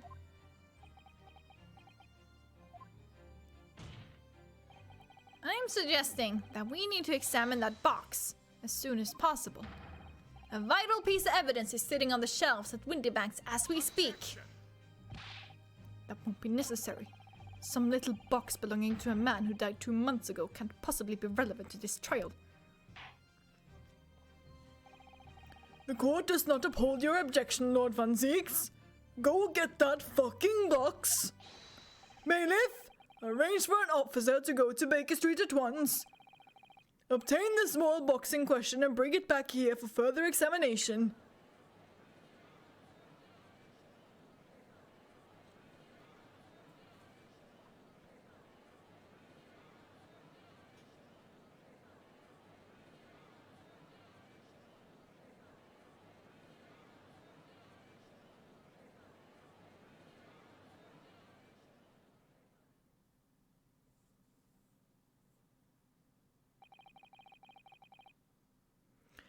We should have a report within half an hour. I think perhaps we should recess for a short while until the evidence is brought forth. To be hoodwinked by such a farce. Disappointing. I beg your pardon, Lord Van Zieks. This is nothing but a smokescreen, a Nipponese specialty, it would seem. What are you trying to say? My learned friend has persisted with the same line of reasoning from the very beginning. That this witness's intent was to steal an article belonging to Mr. McGilded from the pawnbrokery. Yet common sense tells us that none of the articles have value enough to be worth stealing in the first place. Exactly! It would be beyond absurd to break into the place for the purpose of stealing such commonplace property.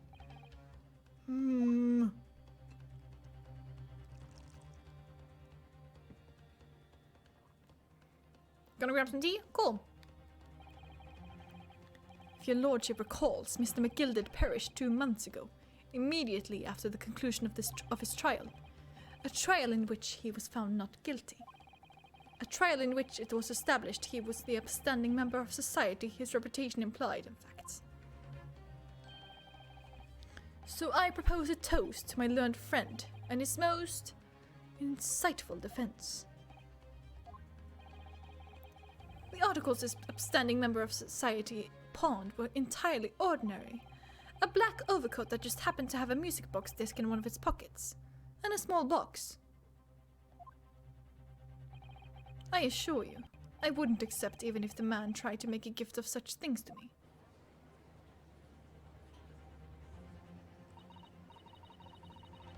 It does make rather a lot of sense. It's not as if it was gold or jewels, though. Goodness, no, as Mr. McGilded was rich enough. But you can't deposit cash at pawnbrokery. I'm quite certain of that. The prosecution's argument is undeniably compelling. It is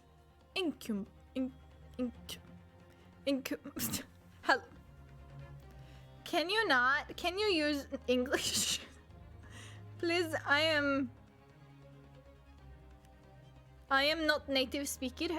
Please let me see.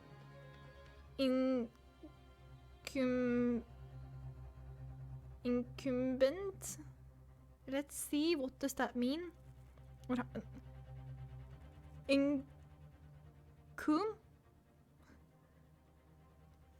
On.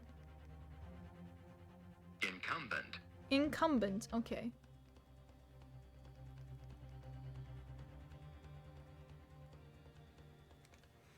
It is incumbent on the defense now to bolster its argument. Oh, by the way, what it means. Let me just... holding an indicated position, role, office, etc. Obligatory or... resting on something.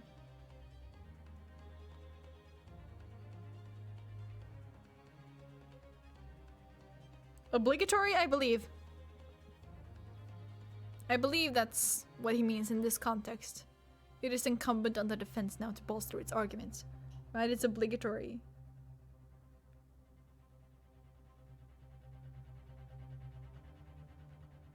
Often followed by honor upon, so yeah.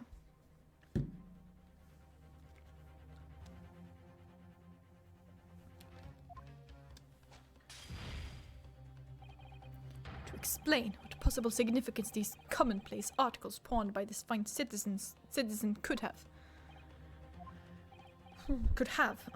Well, counsel, is your argument in fact demonstrable? Are you able to show proof that the disc or the box are in any tangible way related to this case? Well, What's the matter, Bruno? We know that they're related, don't we? They're both vital pieces of evidence. yes, of course. You and I both know that. We know McGilded's true character. And we know the disc is significant, even if we don't know why. But if we explain all that to the court at this point, we'll have to acknowledge that McGilded's acquittal 2 months ago was a mistake. That the defense's argument was flawed, based on false information. Oh no! And that would mean admitting that Gina committed perjury. But Jenny... Could it be the Fonseeks knows? Is that why he's doing this now?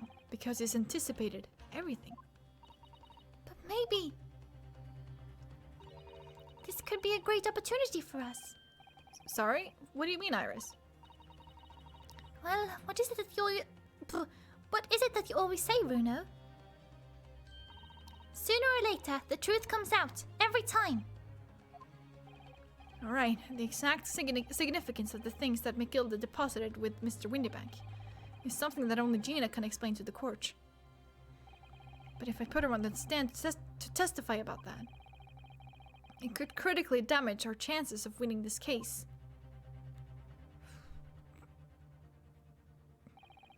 What's the right thing to do here? Oh!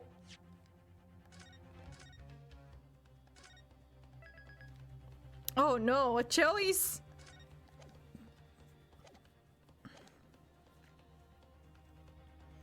Have Gina testify or leave it? I feel like it probably is to have Gina testify. Let me just try leave it. No, I can't get Gina to testify about this. If I did, she'd be forced to admit that she is guilty of a serious offense already. And for a pickpocket like her, that would surely be the nail in the coffin as far as this trial is concerned. So you're not going to call Ginny then? Well, to be honest, I was on the verge of deciding not to. But we have to uncover the truth here. And in order to do that, we might have to suffer a few consequences along the way. Bruno! In other words, there's only one course of action for us to take here. My lord, the defense would like to make a proposal. Oh, what proposal, counsel? While the court awaits the arrival of Mr. McGilded's small box, I would like to call the defendant, Miss Gina Lestrade, to the witness stand. The defendant? to attend. It's to do with the various articles deposited at Windybanks by Mr. McGilded, my lord. Miss Lestrade has information relating to them.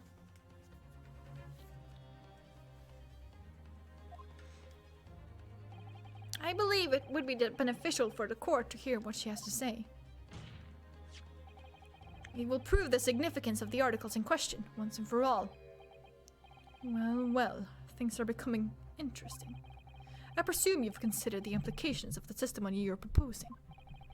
In particular, the impact it will have on the accused's standing, and indeed, your own. I have.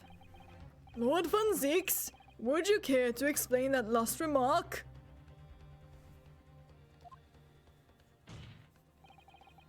The prosecution accepts the defense's proposal. I move to interrupt the cross-examination of the current witness and hear from the accused herself. Very well, if you have no objection.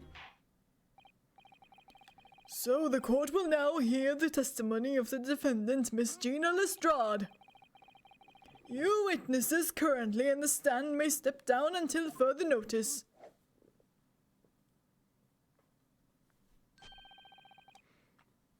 Then I shall bid you good day.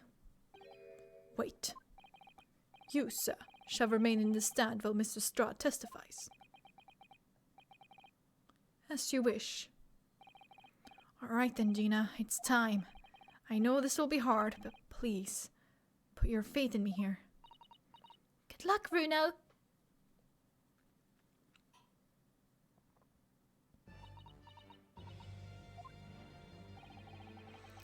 The articles that Mr. McGilded had deposited in Windybank's pawnbrokery are intimately related with the omnibus case, the trial of which was heard in this courtroom 2 months ago. Yes, and I remember this young lady being brought before me in that trial as well. That's right, my lord. Her testimony helped to establish the innocence of the defendant, Mr. McGilded. The omnibus case was intriguing, to say the least. And now, here we all are again. The same players in that trial, facing each other once more. And also, eggs and bacon. A twist of fate, perhaps, my Nipponese friend. Allow me to recap the events of 2 months ago. An old brickmaker was stabbed to death in an omnibus, running along London's winter streets. Apart from the victim, there was only one other person in the carriage, Mr. McGilded. Naturally, he was the prime suspect for the murder. But as the trial progressed, another possibility emerged. That the murder in fact took place above the defendant's head on the roof deck, with the body then being dropped through the skylight into the carriage below. It was Miss Lestrade whose testimony brought that possibility to light.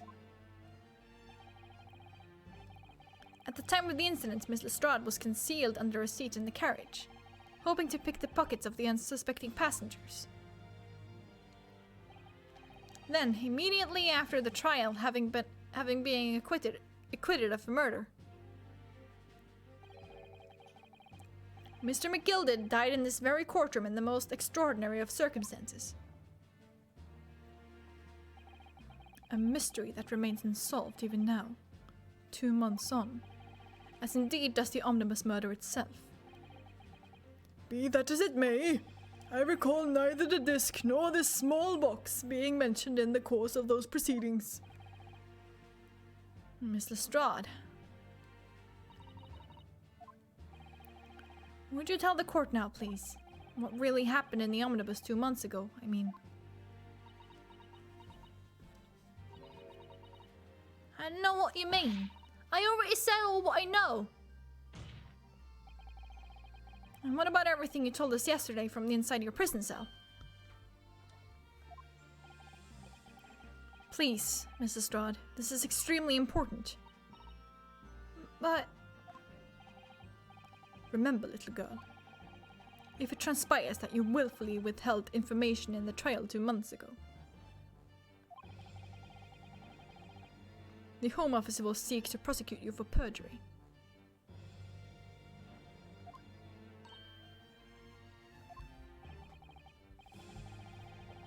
And naturally, you will lose all credibility as a witness. Although, let's face facts, you have little credibility to lose. Jenny, don't listen to him. Please, you have to trust Runo now. Iris, we're on your side.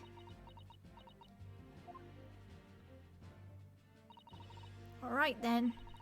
I'll talk. It's the right choice, Gina. Well, it would seem that my learned friend... Dude, every witness here has committed perjury. You're not wrong. You're not wrong. Is hellbent on bringing the entire courtroom down about his ears.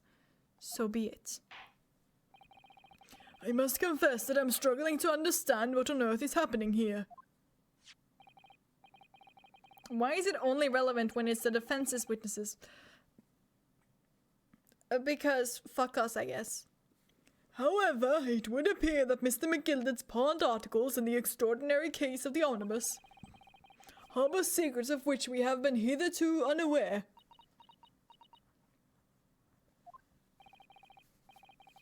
So, Miss Lestrade, you will now give your testimony before the court about the events of 2 months ago. You will reveal the truth, a commodity sorely lacking in your original statements. This is it then. Everything's going to come out. Like Van Ziek said. This could bring the whole courtroom down about my ears. But as a lawyer, I'm prepared to take that risk.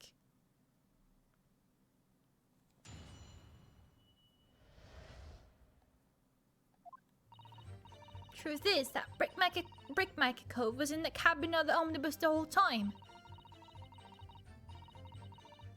When the Irishman dragged me out from under the seat, I saw that disc on the floor. All of a sudden, I heard a scream from over me head, and that pair on the roof deck went off to call the slops. That's when McGilded slipped the driver some tin to do a run to the pawn shop roundabout. He threatened me not to snitch, not to say nothing to no one about what I'd seen or heard. Good grief! This is outrageous!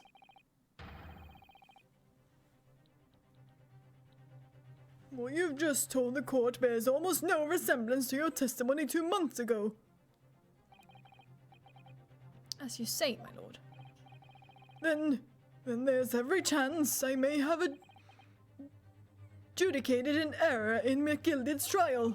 It sounds very much to me as if the man deliberately deceived this court in an effort to cover up the most wicked of schemes. Without doubt, your lordship is correct. Great injustice was done in this courtroom 2 months ago. The actions of the accused in that trial, of this witness, and of my learned friend are entirely inexcusable. I don't believe it. The whole trial was a farce. It was all lies. That McGilled fellow was rotten to the core, just like that pickpocket. Don't forget that lawyer from the east. They were all on it together. You're wrong, the lawyer. Mr. Narodo, the lawyer there, he didn't know nothing about it. Humbug! I don't think so. Are we really expected to believe that? He really stitched everyone up, didn't he? What an operation. To get the man off scot-free. Unforgivable, stop. The lies have to stop. Although I am pretty sure that lying in court is forgivable if the witness was threatened. This is ex-attorney, nothing makes sense here. Yes, the defense made a terrible error of judgment. I intend to take full responsibility and suffer whatever consequences that are deemed appropriate. However, it's imperative that the court allows the witness to elaborate on her testimony. It's like, yada yada yada, I get it, I fucked up, my fault, okay, we get it, let's move on.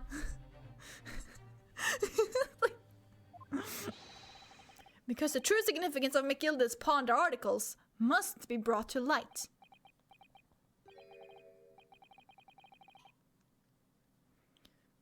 Very well, my learned student friend. Given the depths of calamity you have just plunged yourself into, this may well be worth hearing. Words fail me. The situation is utterly deplorable. Mr. Naruhodo, Yes, my lord. I will decide upon your fate allowing the conclusion of this trial. Of course, my lord. Blimey, Mr. Naruhodo. Now, counsel, proceed with the cross-examination.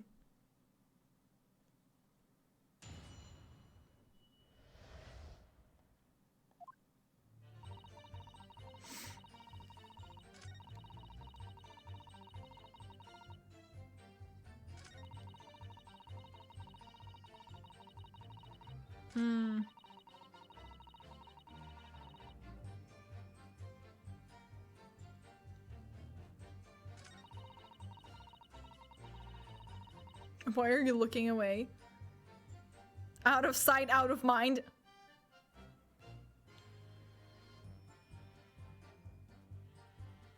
Hold it! Threatened you? How exactly? Told me I'd only be able to stop her if I did exactly what he said. Which included giving false testimony in court 2 months ago. Yeah, that's it. And there was one other thing he said. Which was? He told me I'd have to hang on to the ticket from the pawn shop and make sure not to lose it. The ticket? Well, I never... Said that if it didn't show up to get the ticket off me before 2 months passed, I had to go to the pawn shop and pay the money to keep it in lug, to stop it being forfeited. I can't look at Graydon now. Interesting. What are you whispering about? What is going on here? He left me with some brass to pay for it. But really, Bitch, you what? why on earth would Mr. McGilded have done such a thing? Depositing his overcoat with a pawnbroker before the arrival of the police. It makes no sense at all. There would seem to be only one logical explanation, my lord. What McGilded had the driver deposit at Windybanks was something he didn't want the police to see. Something very important that he needed to hide at all costs. Anyway, after that he let me go, so I legged it before the coppers showed up. Well done, Gina. It can't have been easy to tell the truth like that. Can you pursue people even without an exclamation mark? I think so? Jenny's really put her faith in you, Bruno. Yes, and to thank her, she'll have to face a charge of perjury once this trial is over. So I need to use the time we have now to get as much information out of her as possible. It's time to really go for it. Press her on every statement. I suppose I should. Thank you, Iris. Oh, and another thing. What's that? Take a look at those two. Isn't it strange that they've been whispering to each other the entire time? Yes, that is strange. It looks like they're having a secret discussion about something. I'm not sure I'm completely comfortable with that. I wonder if there's anything I can do about it.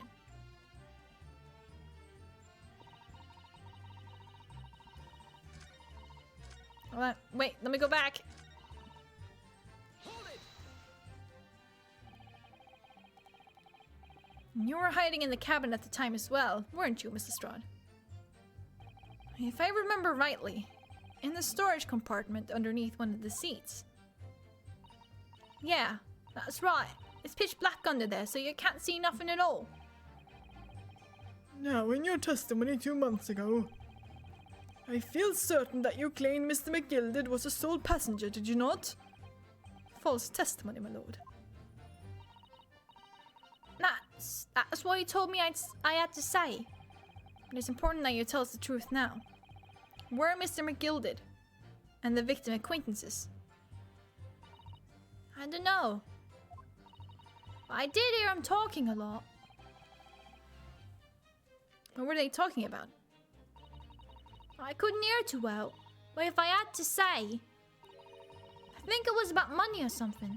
They kept talking about buying and not buying. Perhaps business dealings of some kind. Well, anyway, they got louder and louder and started to sound like a proper fight. But I was pretty scared by then. I hardly dared to breathe, and then all of a sudden, I heard a noise like someone keeling over the floor. Over on the floor. It was blooming loud and all. And I believe you let out an involuntary scream. Yeah, that's what gave me away.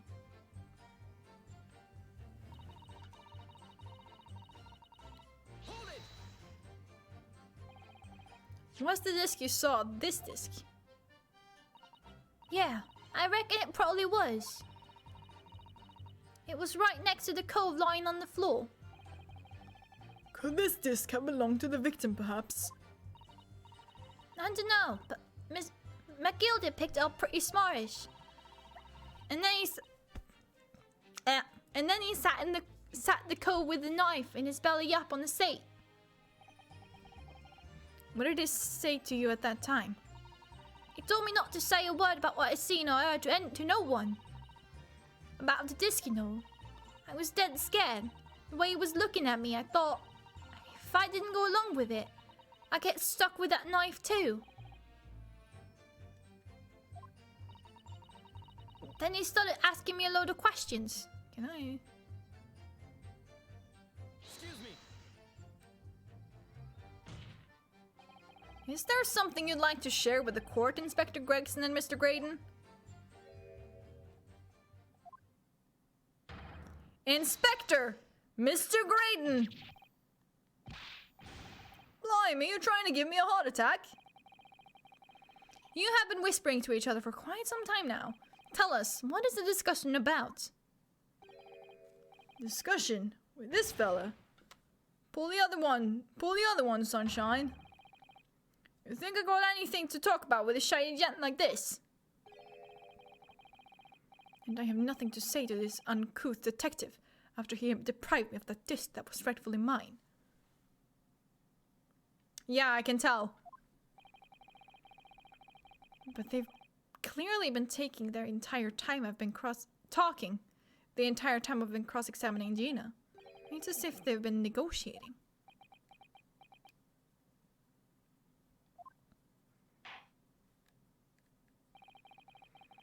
You will kindly refrain from talking amongst yourself while the witness is giving testimony. Yes, I'm sorry, my lord.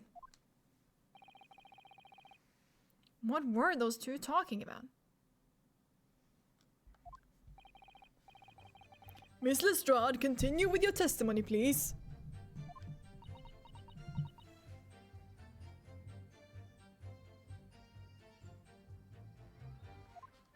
Okay.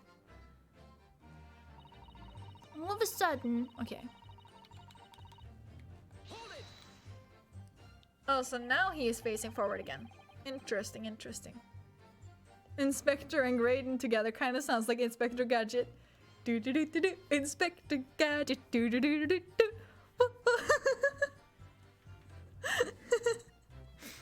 There were two gentlemen occupying the seats on the roof deck, I believe. that's right. They must have looked down through the skylight and noticed the cove with the knife in his guts. When they screamed, the driver pulled up the horses and McGilda got me out of sight. Kind of sneaky of the game. Yeah, I guess so, but if you get through it, like, Iris if you get through all of the statements, Iris literally tells you that, hey, they've been whispering all this time. And he's like, I wonder if there's anything I can do about that. Out of sight? Where? Back under the seat where I started off. Once the carriage came to an halt, the two coves from the roof ran off to fetch the slops. If they immediately left to fetch the police, it would appear they were entirely unrelated to the incident. So that left McGilda the driver and you still at the scene. Yeah, only the driver didn't know I was there because I was under the seat. I heard the cabin door open and a voice come from outside.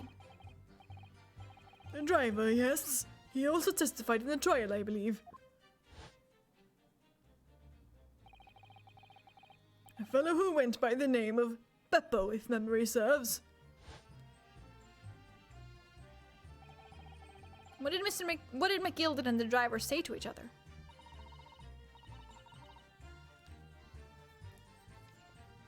I know what happened and stuff like that mainly. Hold it!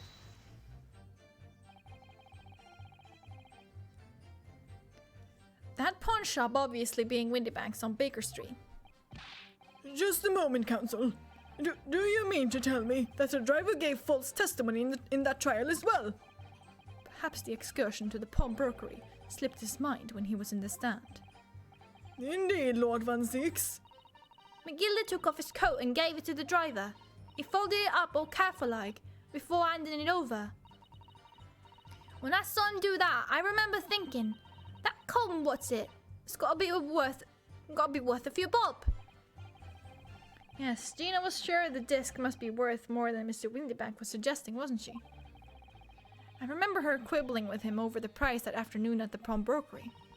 The driver looked pretty happy when McGilded flashed some brass in his face. He went running off at a lick. When the bog trotter called to me and told me to come out from the drag's cabin.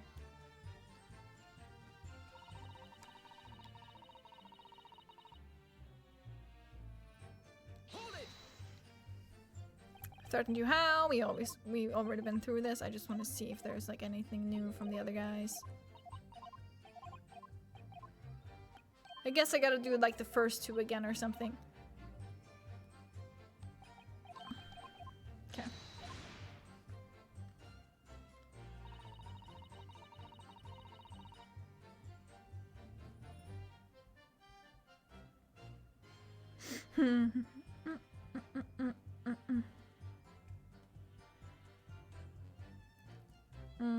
Or just type something real quick. There we go.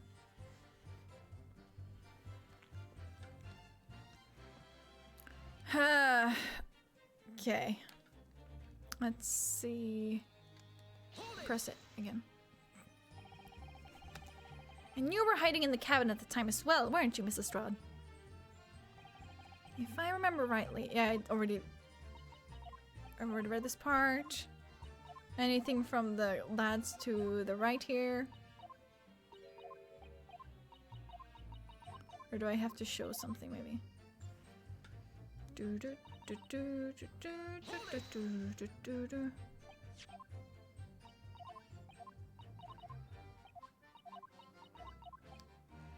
What did the sneaky lads have to say?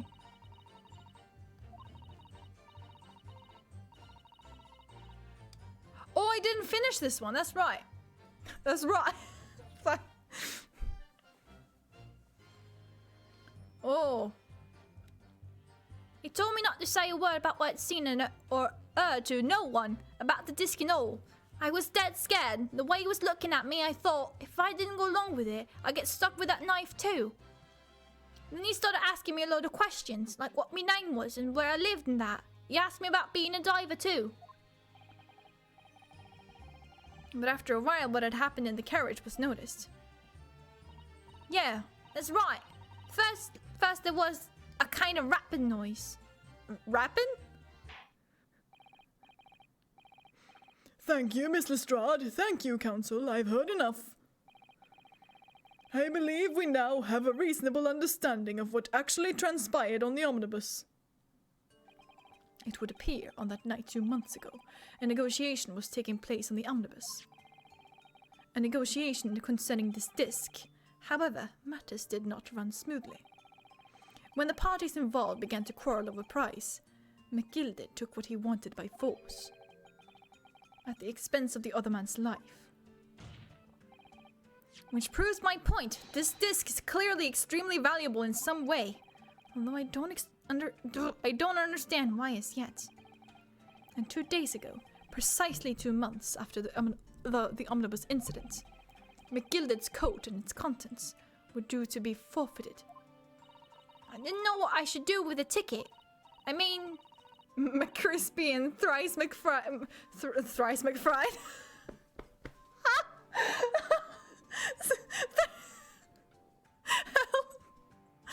I'm a crispy and thrice fired Mason. We're going to drop the hottest rap album of the year. Yeah, of course. The rapping noises. I mean, the cove died right after his trial. I knew that. So you decided you would try to claim the articles as your own. Well, why not, eh? They were only gonna be forfeited. Why shouldn't I have got them? Anyway, you can't blame me for thinking about it. Thinking ain't no crime. 1 McCrispy and medium 3 fries. Thrice fries.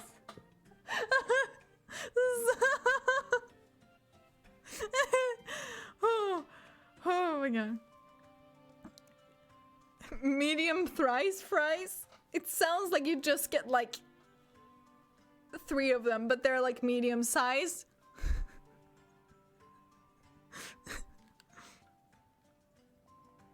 Like you only get 3 fries.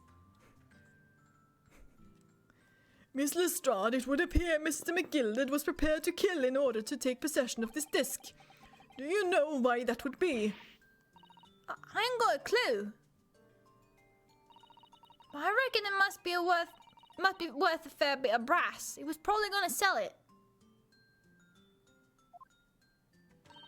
Pog. And you can't blame me for thinking that. Thinking ain't no crime. Also, hi, Erin. Thank you for joining me. My lord. The evidence your lordship requested has been located. It is ready for the court's inspection, sir.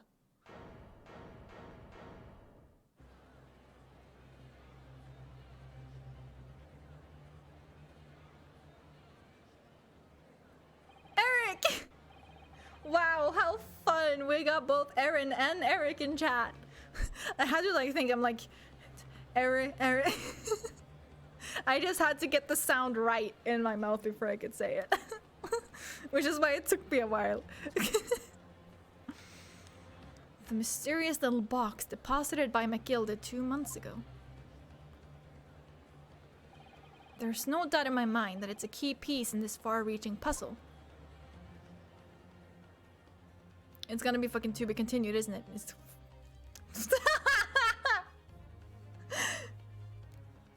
damn, but I heard that this last part is really long, so I might as well just fucking get started on it, right?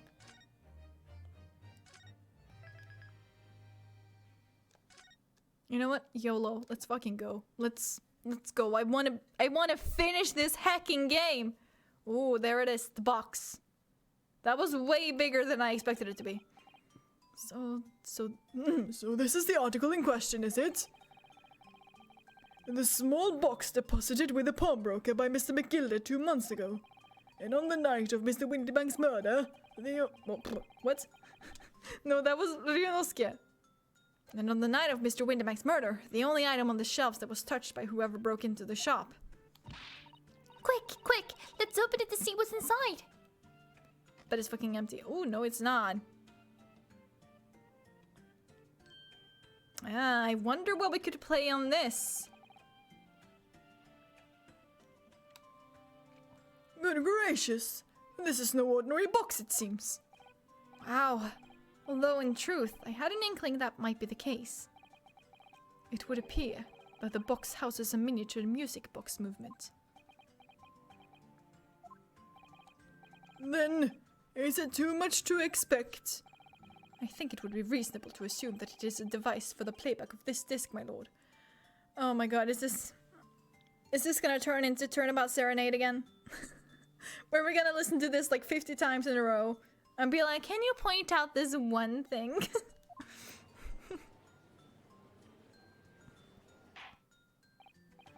So, here we have the means to play back Mr. McGilded's disc deposited at Windybanks at much the same time.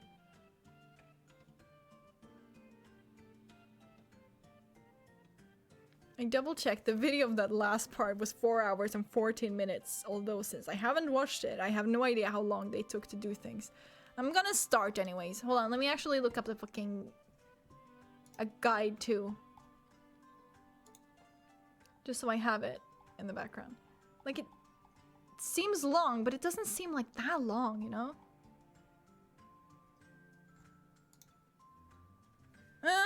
I'll get started anyway. See, if I finish it, I finish it.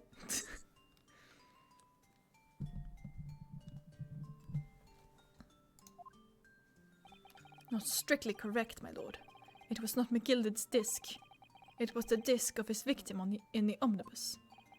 But why, for heaven's sake? Are we to understand that the brickmaker was trying to sell this music box disc to Mr. McGilded?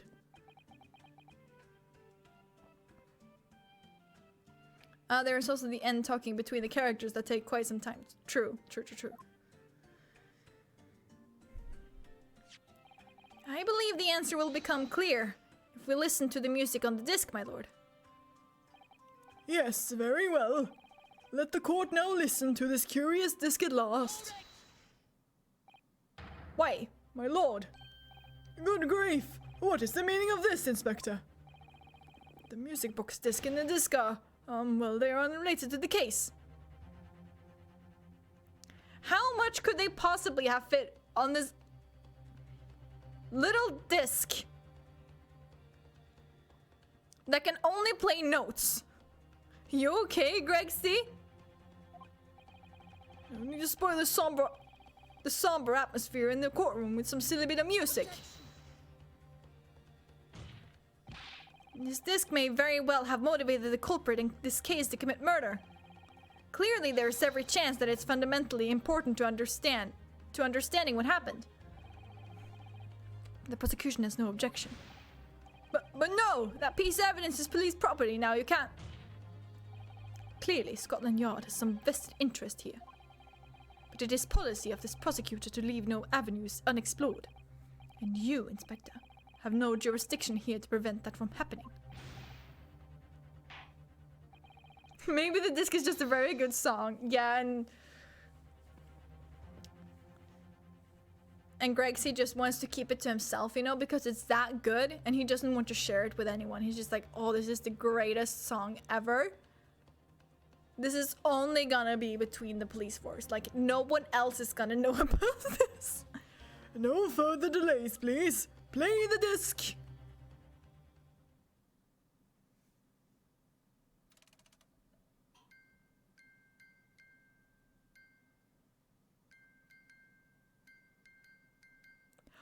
Oh. You know, I didn't think of that. Where's this recording of Greg singing in the shower?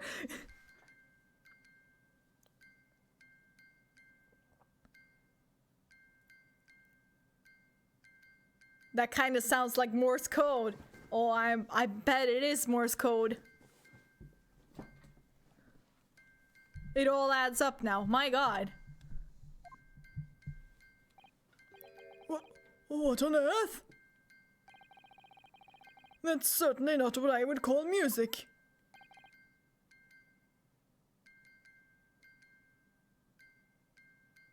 No, I think there are DAs as well as dits. No.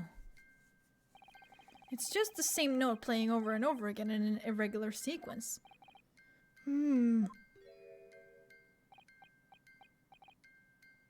He's just like, ha ha ha, you idiots don't get it, it's Morse code! Wait, no, fuck, no!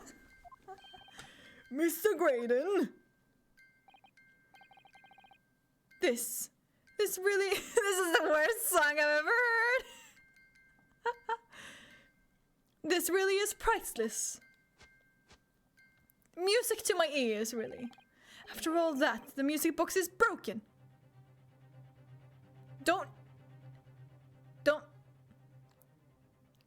Don't you work with Morse code for a living? And you're a ringtone? What do you mean? This is a bop. Broken? It can't be, can it? Well, obviously. In fact, I wouldn't be surprised if the officer sent to fetch it didn't drop it on the way back to the courtroom. Well, with much regret, I feel the court must accept that this music box offers little in no way of clues. Are they dumb? Can they... Are you ready to move on, Council? Come on. Yes, alright. It does sound as though it's completely broken, but is it? Could this music emanating from the music box possibly be a new clue? It could be a clue! It is a clue! I believe that it could be relevant, my lord. Good lord, but how can it be? Can we ask jury member number 5? It's an abomination, Council. Mere noise. I fail to see how it can have any meaning whatsoever. It does sound strange, I agree. But there is one thing bothering me. While Graydon stands there chortling victoriously, the inspector beside him has a rather telling expression on his face. It's as if Gregson recognizes the sound, as if he's familiar with it somehow. And that's making him appear extremely on edge. If that's the stance of the defense, my Nipponese friend, answer me this. Oh!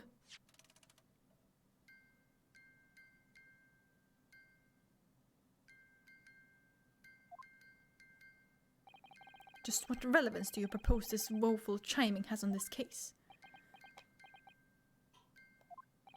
It's the defense's belief that the sound emanating from this music box is an unusual genre of music, not supposed to be music. Just because this is a music box, it doesn't necessarily mean the sounds we're hearing are music. Look at that! The smile vanished from Graydon's lips as soon as I said it. I'm on the right lines here. I must be. Making deductions based on how people react to what you say. You're acting just like Hurley, Bruno. The sounds we're hearing aren't necessarily music. Well, now that you've told us what they are not. It's the latest in music, Von Ziegs. You wouldn't get it being 1,000 years old. I'm sure the court would like to hear what they are. Do enlighten us, my Nipponese friend. Well, surely you have an idea in mind. Because if not, it will be the death of your ill-formed argument. Exactly. The music box is clearly broken. Refusing to accept that fact is pure foolishness. They've got me. I don't know what the answer is, yet. Bruno. I've just examined the music box very thoroughly. And I'm fairly certain that it is not broken at all. Really? Really, the way it's been made, it can only produce a single note anyway. Thank you, Virus.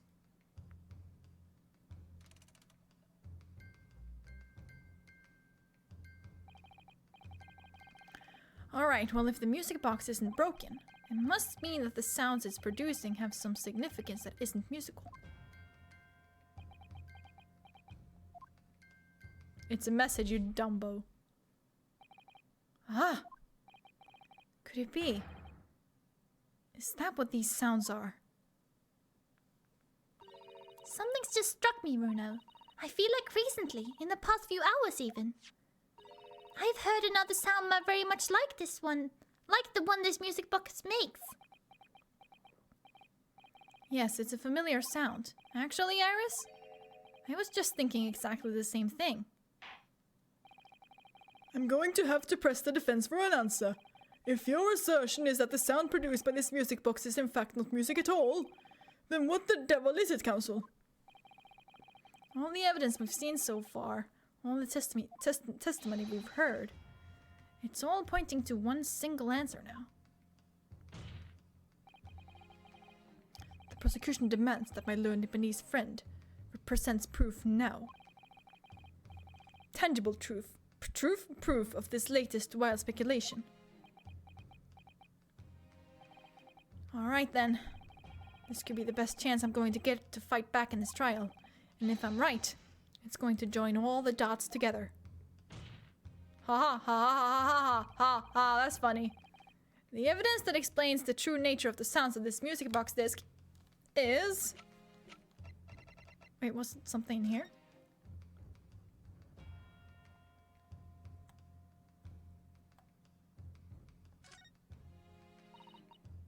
Is this Leaked overseas. Secret communications between Great Britain and its allies. Apparently they're being intercepted by hostile nations. I've come up with 3 different possible methods so far. Are you looking for a new career? Of course not. I wonder... Perhaps this is what Lord Strongheart was talking about yesterday. And it could explain why he has Gregsy running from pillar to post at the moment.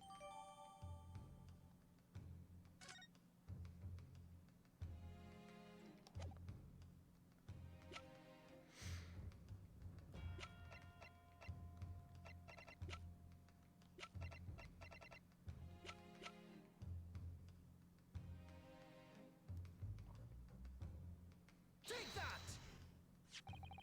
Today's paper, Council. Morse codes are communications? Yes? Question mark?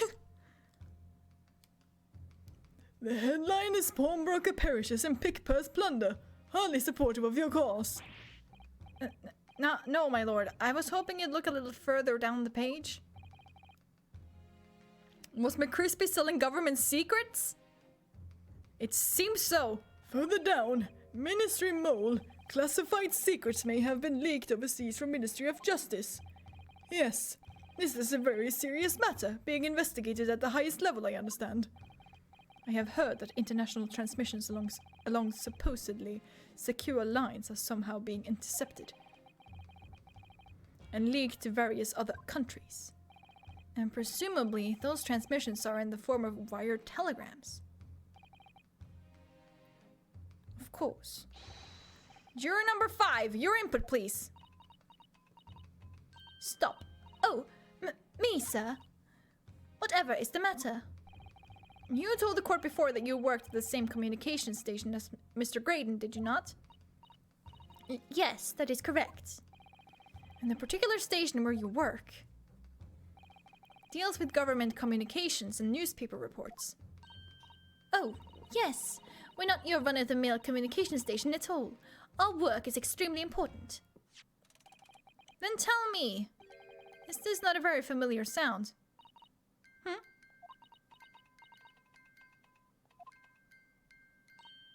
You don't mean to say, is it? That's right, madam. It bears more than a passing resemblance to the sound made by your telegraph machine as you tap it. I believe it's called Morse code. I don't believe it. Now correct me if I'm wrong, but when it comes to leaking telegrams from government departments, there could be nobody more perfectly placed than a highly skilled communications officer. Are you suggesting that the music box disc contains stolen government secrets in Morse code?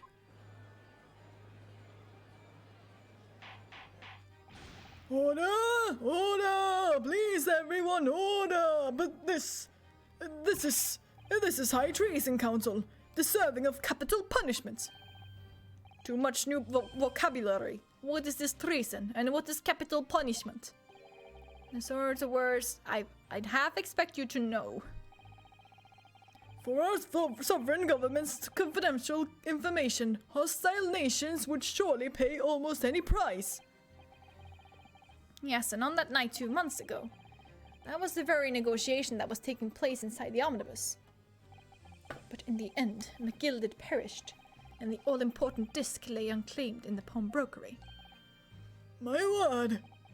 In which case, whoever stole that information in the first place must surely have been beside himself with worry.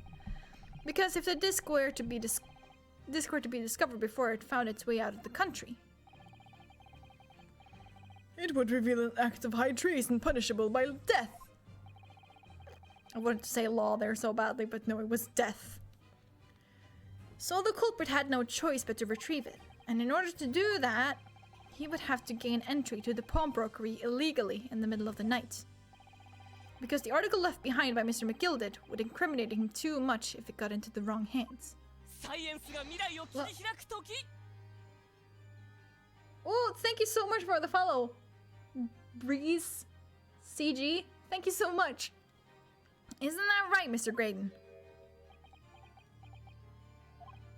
You think I've been stealing government secrets?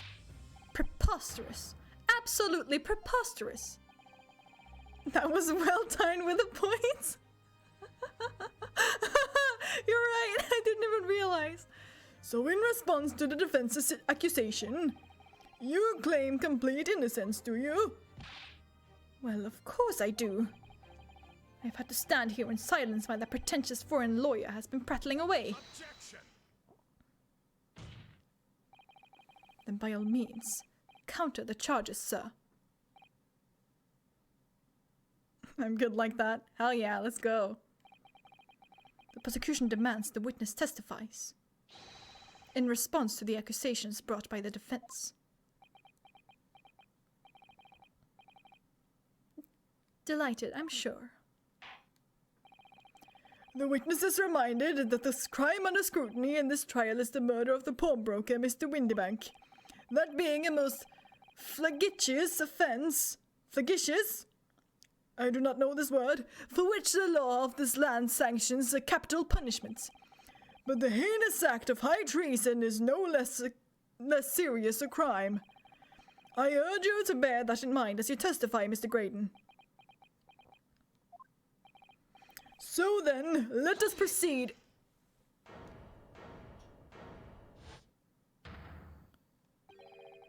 Gotta let us have a rapping and pork here, Governor.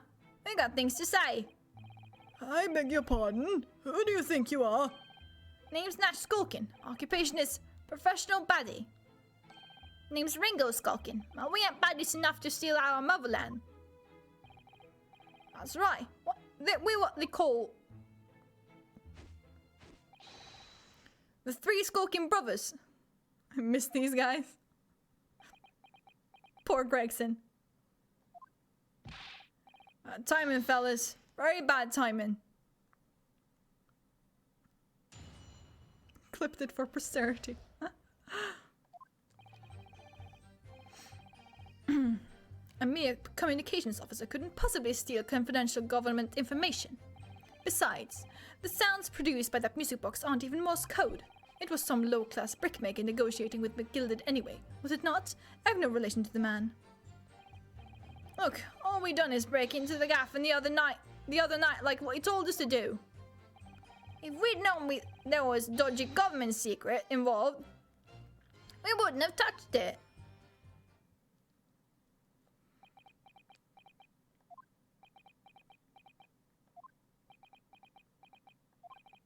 Mr. and Mr. Skulkin. One Mr.'ll do, Governor. What's up? Do I take it that you now admit to the crime? That on the night in question you did indeed gain entry to the premises illegally? And moreover, you did so as a party of three, in collaboration with Mr. Graydon here.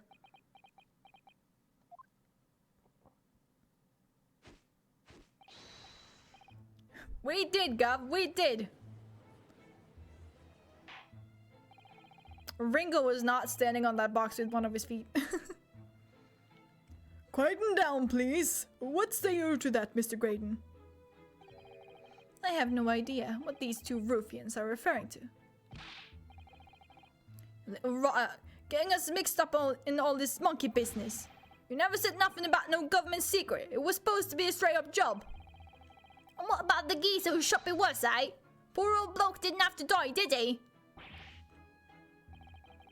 Nice to know who your friends are. Whatever these men say, I deny the accusations. Indeed. Well, I certainly wasn't expecting this little music box to become so significant in the proceedings. However, as it has, I will admit it into the court record as evidence.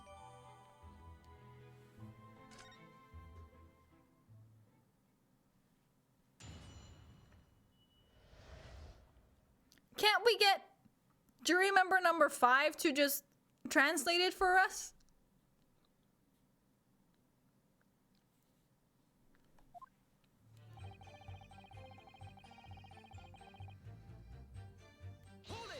I'm gonna press everything, I don't care. So is this newspaper headline accurate? Government communications are being intercepted. How could I possibly know? What do you mean by that? Any important government communications are handled by high-level officers, by specialists. General members of the staff in the station where I work would never be entrusted with sensitive information. Oh no, stop. Must say something, stop. Let me guess. Juror number 5. We regular station officers aren't as lowly as you're being led to believe. A team of us are responsible for setting up and testing the telegraphs used by the ministry. And Mr. Graydon is the team leader. That's fascinating. Graydon is highly skilled operator, stop. Currently in presence of idol, stop. So you had access to the equipment used for these confidential communications, Mr. Graydon. Well, what of it? The transmissions are always made behind closed doors so they can't be heard. And in any case, all messages are sent in ciphered. Normal employees couldn't possibly understand them. Oh no, stop. Must say something, stop. Mr. Graydon regularly attends meetings with ministry technicians and the ministry communications team. He assists them in ensuring that there are no errors in important international communications. And he's received the top prize at the cipher cracking convention 5 years in a row now. That's fascinating. Great, now why are you trying to lie now? Like, my guy, can you just give up? Graydon is highly skilled operator, stop. Currently in presence of idol, stop. Well, your idol would appreciate it if you'd keep your mouth shut. She should really pick her idols more carefully. I tell you, this lawyer's accusations are completely unfounded.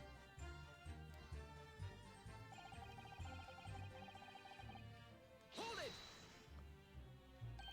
They're not.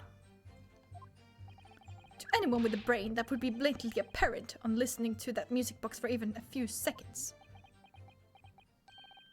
Of course. Surely it can't be that my learned friend is unfamiliar with Morse code. Ouch, he looks genuinely as shocked at my ignorance. I will be more than happy to demonstrate the basics for you, sir. A lesson here in court?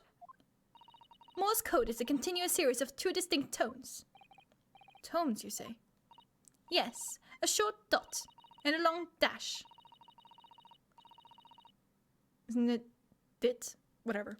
By combining those in different ways, you construct letters. I see. For example, this is A. And this is B. But when you listen to the sound produced by this music box, you only hear one tone, don't you? But it sounds so similar. The rhythm of it is the same in everything. But there's no discernible meaning to this apparently random sequence of sounds. I love how this dude could get off scot-free if it weren't for the idiocy of the people around him. Yeah, he really knows how to pick them, huh? So your assertion is fundamentally flawed. This is not Morse code. No! Really, you shouldn't be so surprised. What did I tell you? That music box is nothing but a worthless piece of scrap. Perhaps you might consider studying your subject matter before casting aspersions in future. Stop. Nothing to say, but stop. Oh, it's so frustrating, isn't it? Iris? I mean, if the government secrets were somehow being leaked using the music box, so many other things would slot into place so nicely. Could there still be something I haven't considered? Would it really be impossible to use this music box somehow to play back Morse code? Give it a try! There's still every possibility that this music box was instrumental in the leaking of governmental secrets. And that's the belief of the defense, at least. Objection! Does it please you in some way, my Nipponese friend, to repeat the same line of argument ad infinitum? It's already been established that to be Morse code, 2 tones are required, dots and dashes. Yes, I'm well aware of that. Then what? Well, it would appear the defense has a hypothesis to put forward. Have we inspected the box? You know what? I keep forgetting I can do this.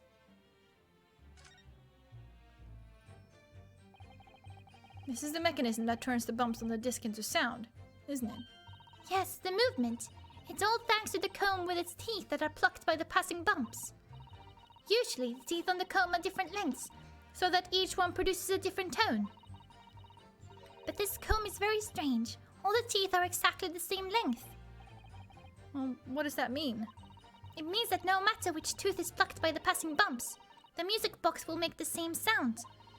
I've never seen a music box like it before. Yes, it is strange. A music box that can only play a single note. There has to be some significance to that, surely.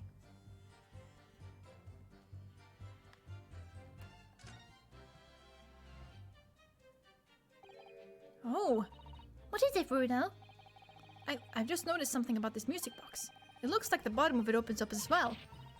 You're right. Well, come on then. What are you waiting for? Let's open it. Alright then, here goes. Look at that. There's another movement on the underside. So, does that mean you can set another disc to play back on this side? Yes, I think so. And it looks like the two movements are linked together. They're linked.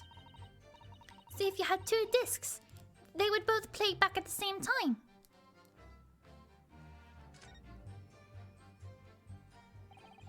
Who would have thought there would be a second movement on the other side of the box?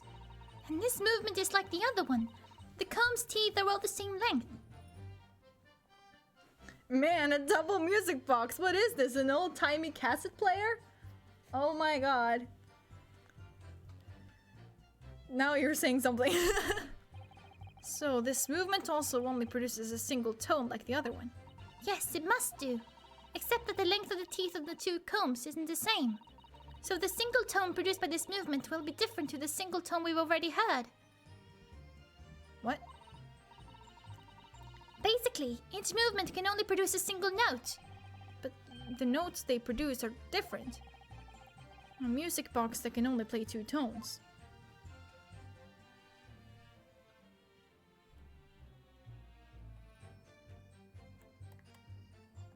That's why he wanted a second disc.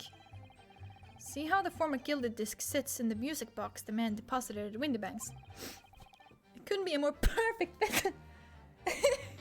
What kind of sneeze was that? So there's no question then. The disc was designed to be played in this music box. Yet despite that, the sounds it produces are neither musical, nor do they appear to have any meaning. It just doesn't make any sense. I wonder...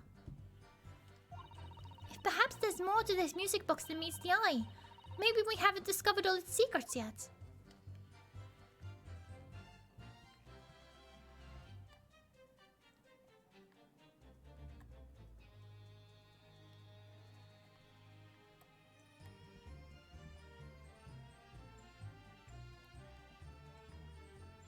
I don't like that it doesn't show me what I haven't looked at.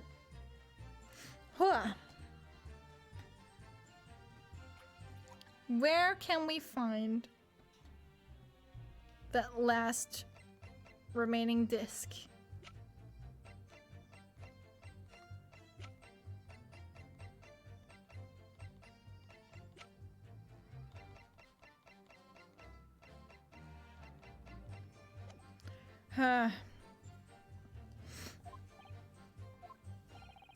You had better present your idea at once, Council.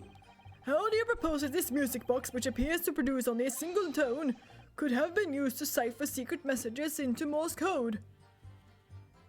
Let's do this again. Let's go. Oh. I just noticed. I already went through this. Bottom of it opens up as well. We know.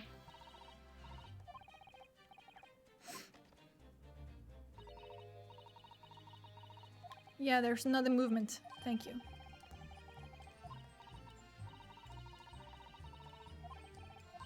They're linked. Two discs, they would both play back at the same time. Yes. Percent. There we go. Good gracious, what am I looking at here? Another movement on the other side of the music box. What? It appears, my lord, that the two movements are linked together. Maybe Eggsy took the disc that night. Ooh, perhaps. In other words, you can put 2 discs in this music box, and the sounds of both will play back at the same time. Good heavens! As the court has heard, Morse code comprises of 2 tones, a short dot and a long dash. With the second disc in place, this music box could be used to generate Morse code and convey a message. Like, I've heard it had like several names, or at least like 2. There are dots and dashes, and then we have dits and daws. Are they both correct? I have no idea. I mean, I assume they are, but like... This is beyond a joke. I'm sorry? This poor excuse for a lawyer has absolutely no evidence to support his claims. Though, of course, if my learned friend were able to present the court with the second disc, that would be another matter. Well? I can't, at the moment. And may I remind the court that, as the witness has pointed out, he was not the one in the omnibus with McGilded 2 months ago striking a deal over the discs. Indeed, that was Mr. Mason, the brickmaker. Exactly, I had nothing whatsoever to do with it. Though it has holes, I must admit the argument presented by the defense has much promise. I believe the cross-examination should continue. The link between Graydon and the victim of the omnibus case must be there somewhere, but I haven't found it yet. Oh dear, it looks like you need to give your argument more strength, Bruno. You will reiterate your testimony if you please, Mr. Graydon. If I must, though I maintain exactly what I did at the start of this pointless cross-examination.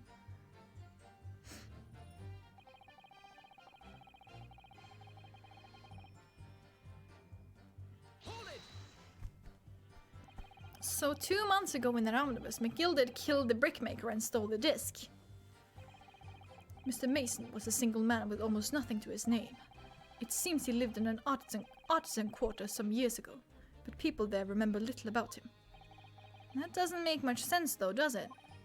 How would a humble brickmaker come to acquire secret government information? How indeed? There must have been somebody else involved behind the scenes in all of this. Somebody who acquired the disc and gave it to Mr. Mason, in order to take it to the meeting with McGilded and negotiate a deal. Dear me. You may have it in for me, sir, but I assure you, I have far more class than that. It may help to say the sequence out loud, but instead of saying dot and dash, say dit and da. Since that more closely represents what you'll hear over a receiver. For example, the sequence for answer written out is dit dit dit, yes. So they're called dots and dashes, but you say dit and da. Makes sense. Thank you for googling that for me. An old brickmaker from an artisan quarter and his well-to-do communications officer. If only I could find some evidence to link the 2 of them together. If you have nothing more to add on that note, let us return to the witness testimony.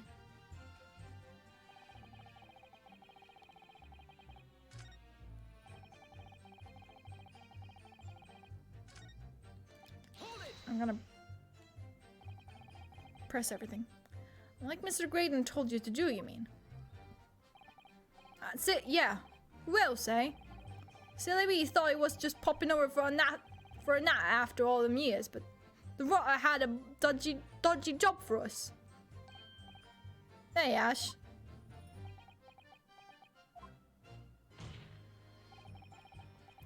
Let me stop you there, Mr. Skulkin. After all them years, you say. Do you mean to tell me that Mr. Graydon is an acquaintance of yours? We're the sociable kind of baddies, you know. Sure, let's say Graydon's in old China.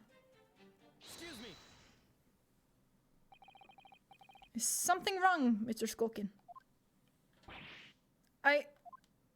No, the other Mr. Skulkin. Is it gonna go to Gregsy again? Alright, what? Who, me? When your brother was testifying just now, he said something that seemed to cause you to react.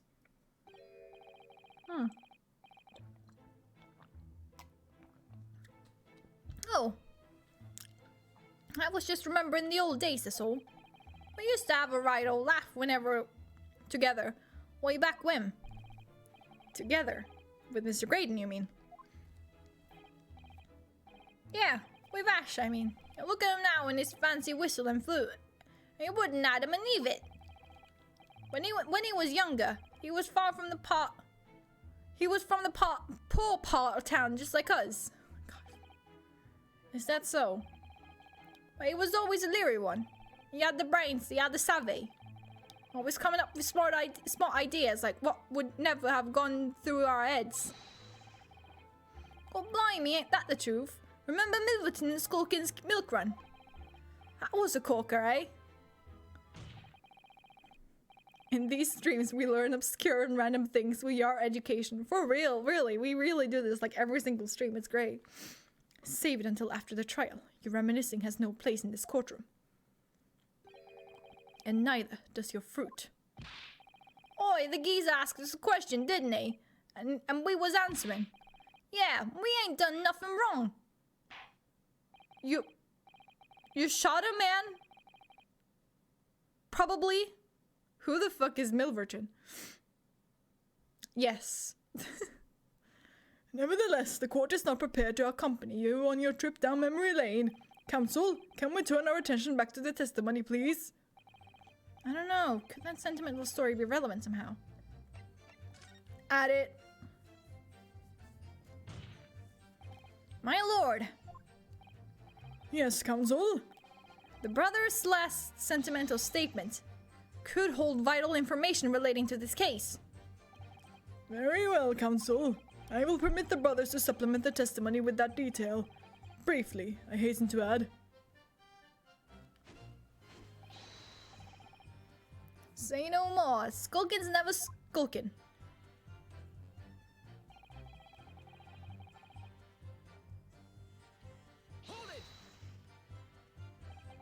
I'm sure I'm going to regret asking, but what exactly was that?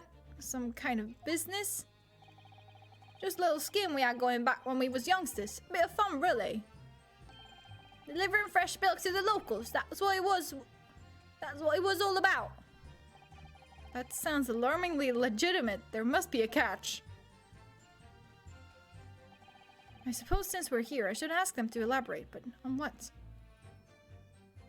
The business model. The business name. So this business was just a bit of fun, you say? And it was just yourselves and Mr. Graydon involved.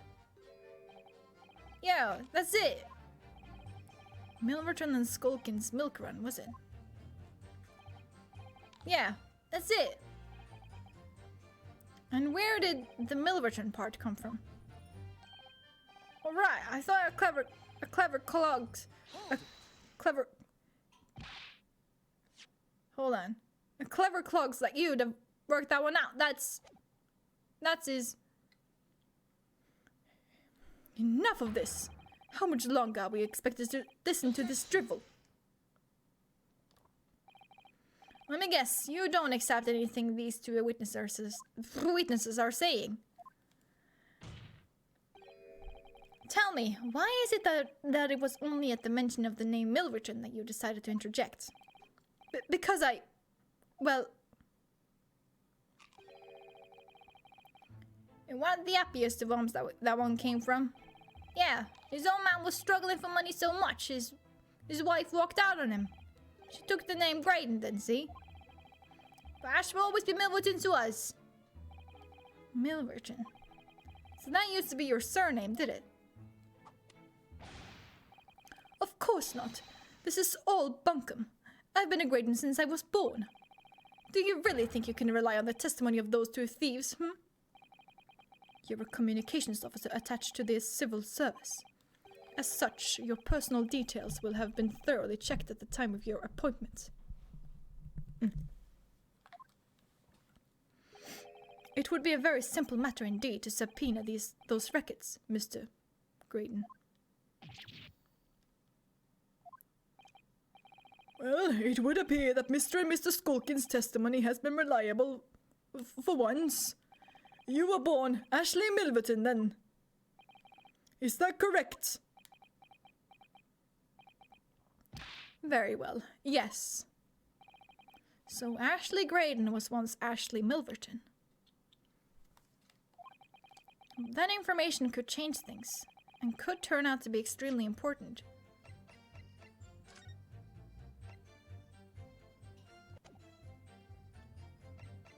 Wasn't there...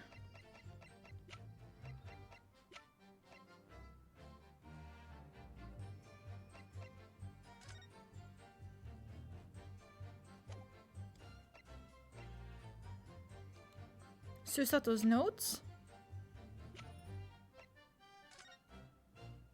Yes! I knew I saw his name. Mason Milverton. Ah.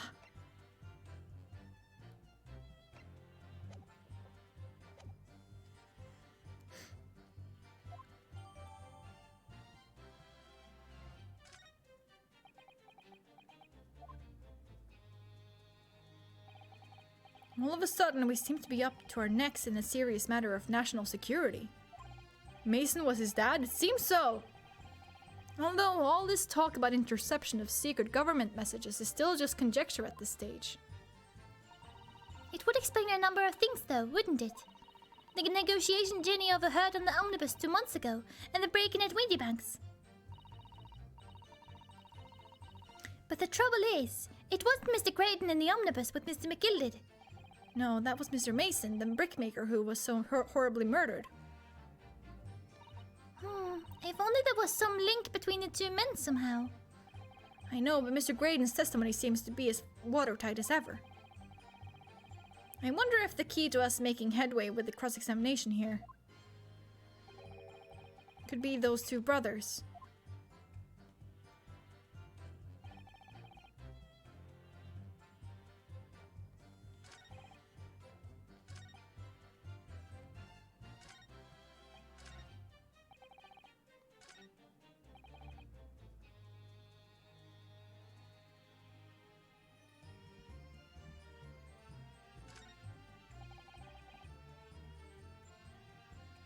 Do I have to go back and add it?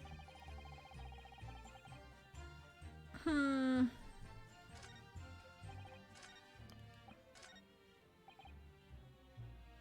I have no relation there. Pfft, dumbass.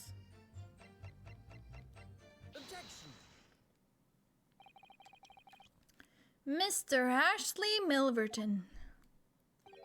Tell me, why did you try to hide your former name from the court?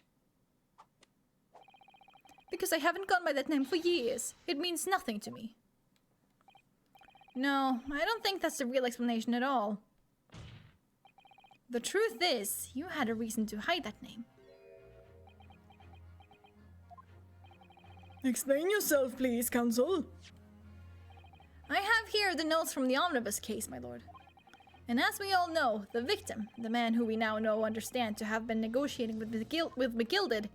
Yes, Mr. Mason, the brickmaker. That's right, only Mason wasn't his surname at all. It was his given name. His full name was Mason Milverton. Milverton? Do you mean to say Saint's alive? Mr. Ashley Milverton, is it not the case that the brickmaker, Mr. Mason Milverton, was your father? I don't...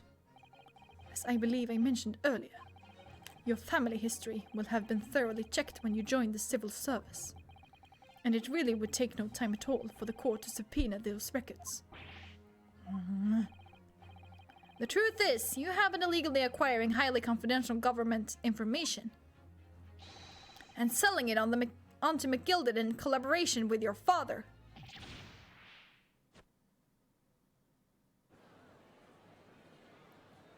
Get wrecked. The new facts and evidence unveiled by the cross-examination of this witness all come together to reveal the truth. The truth, you say? That you collaborated with your father, Mr. Mason Milverton, in illegal dealings with Magnus McGilded. By dint of this music box, you mean, Counsel? Yes, stealing information being sent in secret government communications and selling it on to McGilded. Mr. Graydon concocted this elaborate scheme of using 2 music box discs to encode the information. As presumably a safety measure against the information falling into the wrong hands. And a very effective one. I shouldn't have given the scheme any credence whatsoever. But the deal with McGilded went sour, and the brickmaker met his end.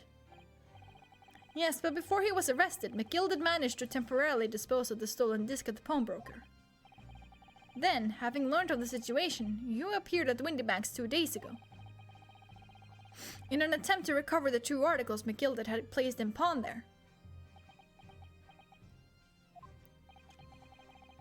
But that attempt failed.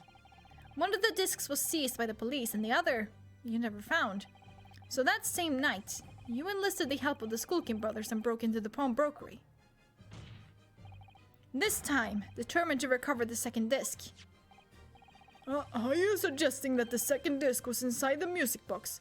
See, one thing that I do not understand is like, how do you know where to start? Where is the starting point?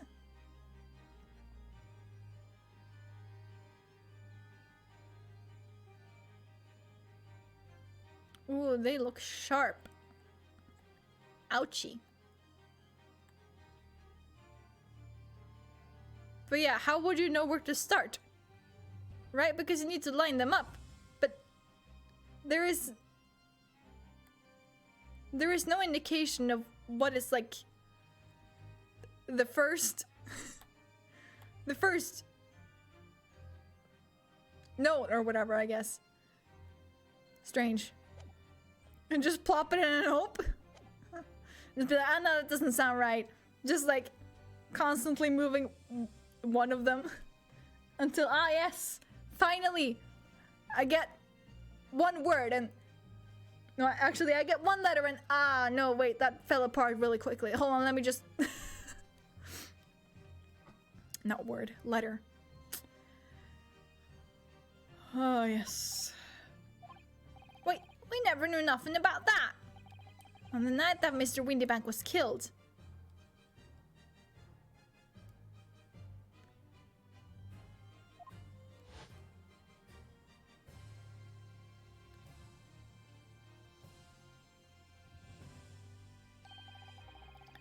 The intruder to the pawnbrokery touched one item and one item alone, the music box.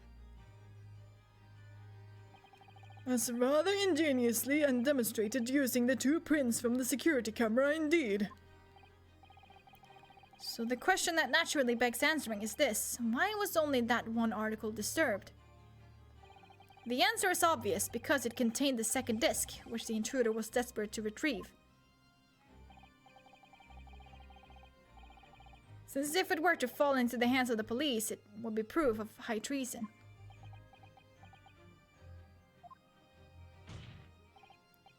Well, Mr. Graydon, do you deny that all of this actually began on that fateful night 2 months ago?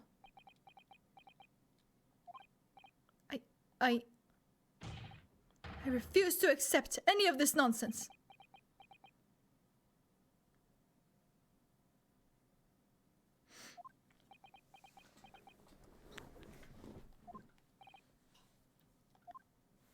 Sir, there appears to be blood seeping through the sleeve of your jacket. What? Huh. 2 nights ago. We know that 3 shots were fired at the scene of the crime in Windybank's pawnbrokery. One took the life of the pawnbroker himself. One struck the pouch around Mr. Sholmes' waist. And the final bullet struck the calendar on the wall of the shop, having first pierced the arm of one of the intruders. Mr. Graydon, that wound on your arm that you seem to be trying to hide, it's a bullet wound, isn't it?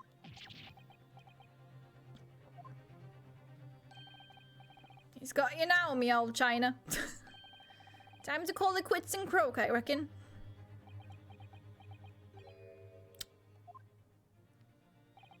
Don't acknowledge my presence under any circumstances whatsoever. Those were my terms, remember? And I paid you handsomely to comply. Clearly, I was a fool to think that I could trust some common back slum thieves. God. Sir, you're bleeding. Fine, I admit it. I was there in Windybanks that night. I paid this pair 10 guineas to accompany me. And as you've noticed, I sustained an injury in the course of my adventures. But that is all. I admit to nothing more. Stealing government secrets, negotiating with Mr. McGilded. As God is my witness, I am sure I recall nothing of the sort. He's not going to go down without a fight. Not until I can show hard evidence, I suppose. Nevertheless, the defense has now established a crucial fact. Which is... Well, we know that one bullet was fired from each of the 2 firearms we have in evidence. The bullet from the Skulkin brothers' gun hit the pouch around Mr. Sholmes' waist. And the bullet from Mr. Windybank's gun clearly must have been the one that caught Mr. Graydon on the arm. So they did not even check to see if it was matching rifling marks. Man! Indeed it must. We can rule out the possibility that the man shot himself. And that leads us to only one conclusion. Mr. Windybank was shot by a 3rd gun, which can only have been fired by the 3rd intruder. Goodness. Oh yeah, that's right, they didn't. The thieves didn't shoot. They said that earlier. When they said that they didn't do anything wrong. And I said that they broke into the establishment and shot the man, but they weren't the ones who shot him. That's right, Mr. Graydon. The only person who could possibly have shot Mr. Windybank that night is you.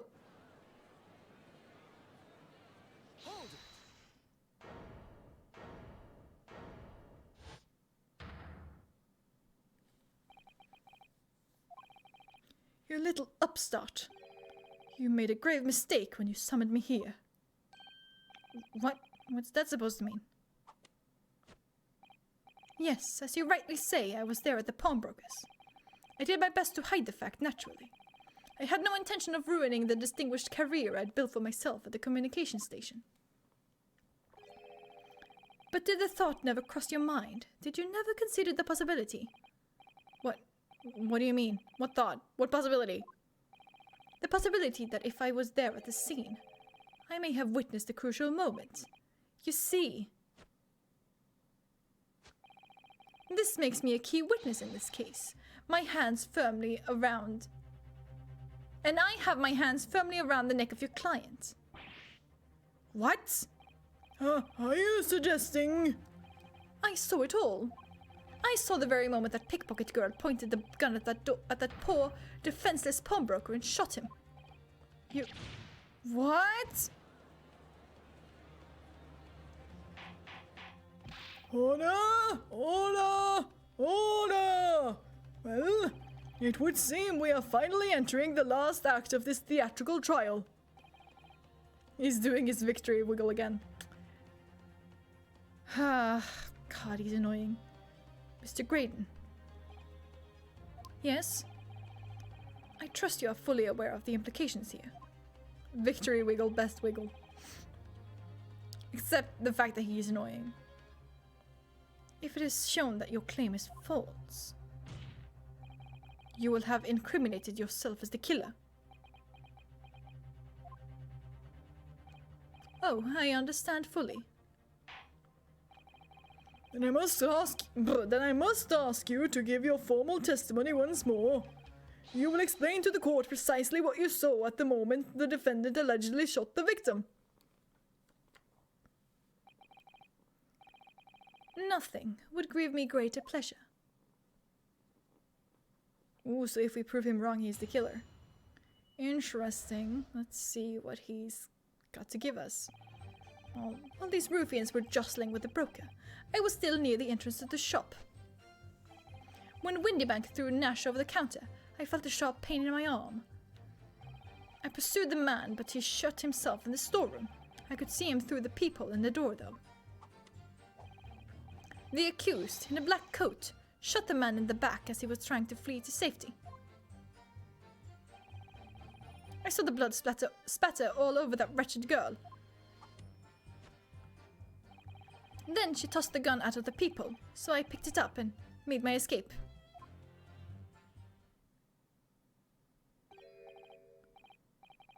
Good gracious, this is quite extraordinary testimony.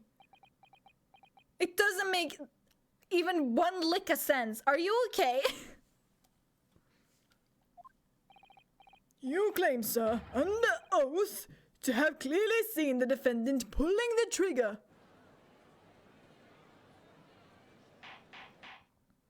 Order! It wasn't my intention to testify in this way. But neither is it my intention to be found guilty of a murder I didn't commit. So you see, my hand has been forced. I tell the truth now as an act of self-preservation. The truth. Until now, the prosecution was completely unaware of these details.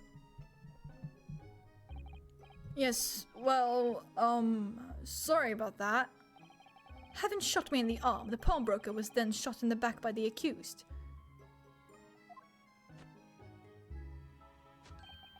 And as I said, she was showered in his blood. You say the blood spattered all over the accused's coat. Are you sure on that point? Oh yes, quite sure. All over the black overcoat that pickpocket girl was wearing at the time.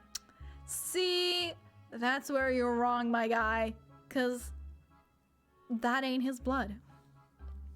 Yeah, I believe him. He seems like a trustworthy guy. Yes. Really? If her coat could somehow be shown to harbor vestiges of blood, that would be conclusive evidence here. How does he know of the blood? Such an investigation is entirely possible, my lord. What? Only very recently, a German scientist has developed a technique to identify human blood. So here's the true science, not some amateurist detective's dubious foray into the world of chemistry. There's nothing dubious about Hurley's work. His ideas are all sound. Ideas are no use to us here. In science, as in law, theories must be proven before they stand. In Germany, the technique has already been employed in the courtroom as the basis of evidence. Scotland Yard has a small quantity of the chemical reagent used. With your lordship's permission, we could shatter all vestiges of doubt within minutes. This doesn't look good, Bruno. Why not? Well, we know, don't we, that there's blood all over the front of Ginny's coat. If they test it with their chemicals... Oh, help! You're right! I was forgetting what happened yesterday. Don't move, Ginny. I'm going to shoot. It's still really funny.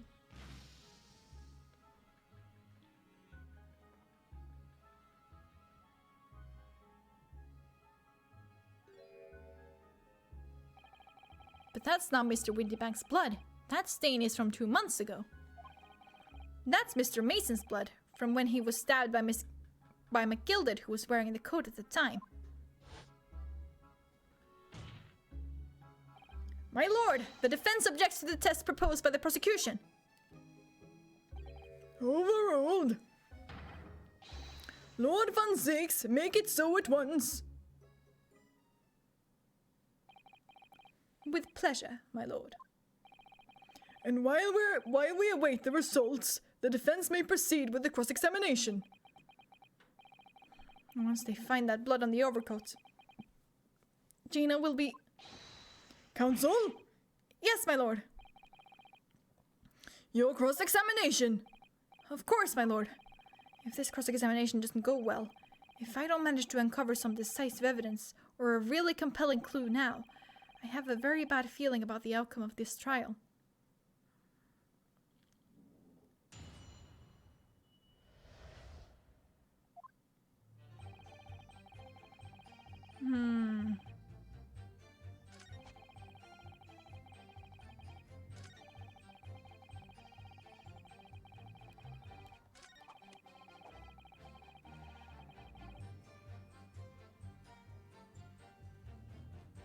But where would she get the gun?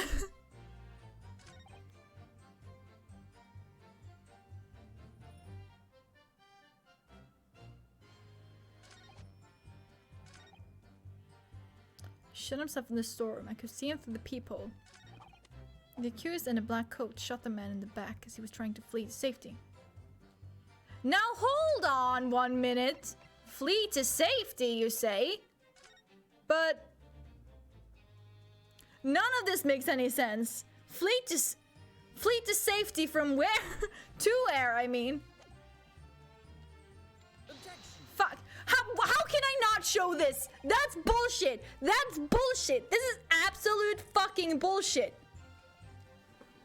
She was already in the storeroom? Yeah, no, this doesn't make sense. Whatever. Give me the fucking penalty. See if I care. See if I care. That really should have been possible.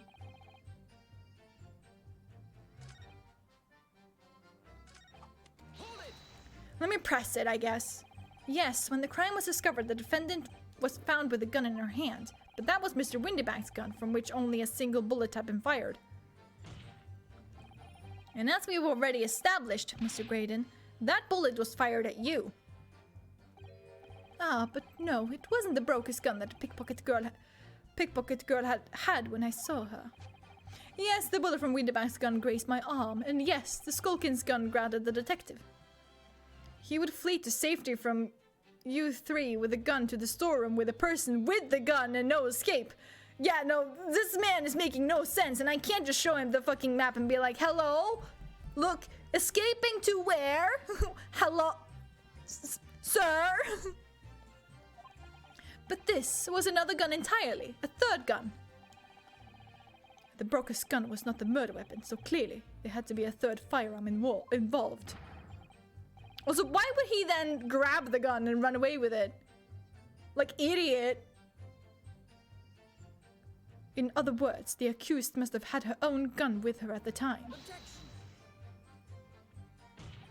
But no other gun was found at the scene. Because I took and hit it. I mean... What? Calm yourself, counsel. Sorry? You must consider the events in order. You must consider the events in order. My god, you don't know what the fuck happened, do you? But if she had her own gun, why did she take Windybank's gun at first? Listen, none of what he says is making any sense. At first... Okay, we're back here now. Oh no, actually we're not. I saw the Broker and the girl glaring at each other. But then, all of a sudden, how did you see them glaring at each other? The Broker turned to run. And it was at that moment that the little gutter rat shot him in the back. A chilling image, I must say.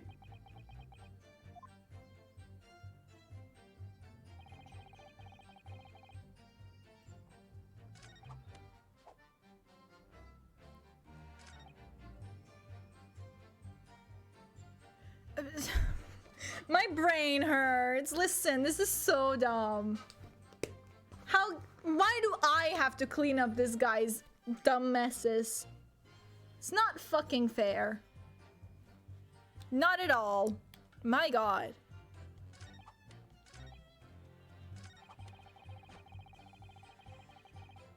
So I picked it up. Why the fuck would you pick it up, you idiot? Did I hear you correctly? She threw the gun out of the room.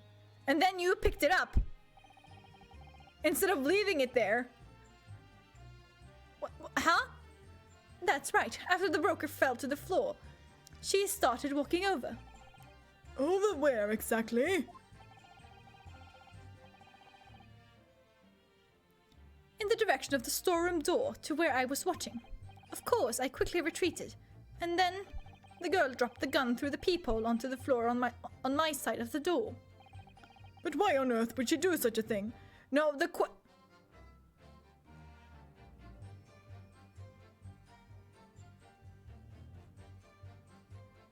You know what? You got a point. I couldn't tell you. Perhaps she was hoping to distance herself from the murder weapon, and I helped her by taking it with me. But, hello? Without thinking, I went and picked it up. Of course, without thinking. I suppose I was worried about just leaving it there, in case any more tragedies took place. Sure you did.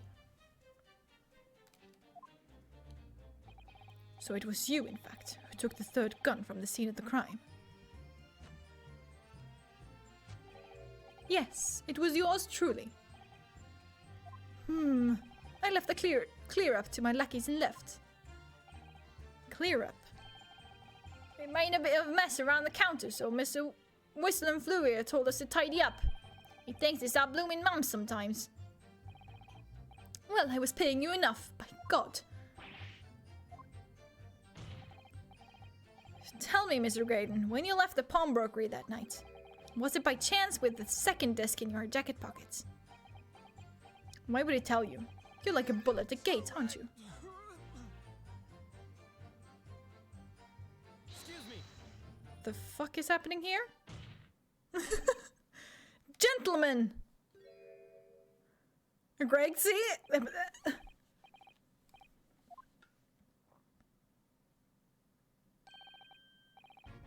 Something wrong, Sunshine. That should be my line. You do realize you were just violently shaking Mr. Skulkin. I mean, this D's a bit of an hooligan, ain't he? What was going on just now? I saw him. He grabbed me whistle. Why the blazes, he said. Didn't you mention the third gun when you got down to the station? And why didn't you?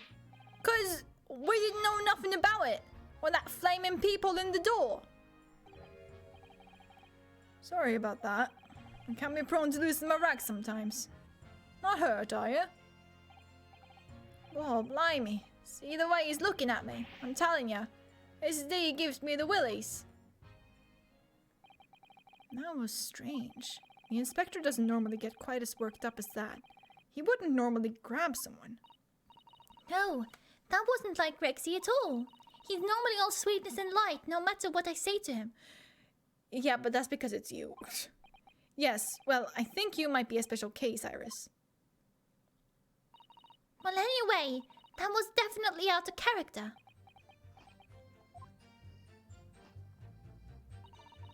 What you feeling, Bruno? As much as I hate to admit it, I don't see any obvious holes in his testimony at the moment. But you have to find a way to break this man. And quickly too, because once they discover the blood on the overcoat Gina was wearing... It's a bit strange that he's so sure of himself without seeing the blood spatter over Gina's coat. It doesn't strike me as the sort of thing you'd claim if you hadn't genuinely seen it happen. But we know that Gina didn't shoot Mr. Windybank, so what's going on? Well, I know that it's very unfair. Why should some German scientist's test be acceptable as evidence when mine and Hurley's wasn't? Detectives can use test tubes too. Never mind that. I have to find a really stark inconsistency in this testimony somewhere. Then I have to find it before the prosecution discovers the bloodstain on Gina's coat.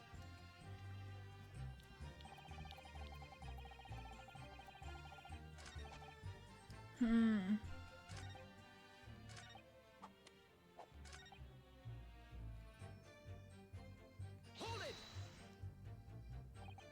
All over her. Yes. Through the peephole I saw it clearly. Did you know? Of course, the stains are invisible now, what with the coat being such a dark color. But I assure you, that garment is sullied with the victim's blood. Well, it is sullied with blood, that's for sure. But it's not Mr. Windybank's blood, is it? No, that's right. It's Mr. Mason Milverton's blood from when McGilded stabbed him 2 months ago. It's so annoying. If they'd only accept Hurley's chemical analysis, we could prove that. But they won't, so unfortunately we can't use it as evidence to support our case. Bother.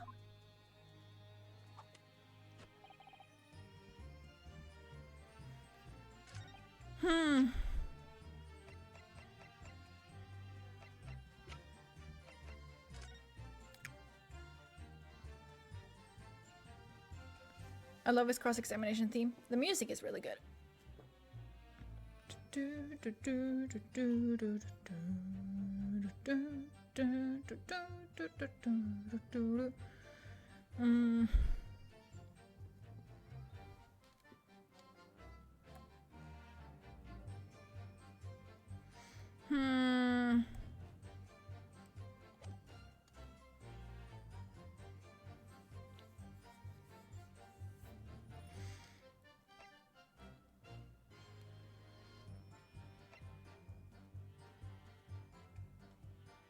Maybe press the statement that got interrupted by Grexy. Okay.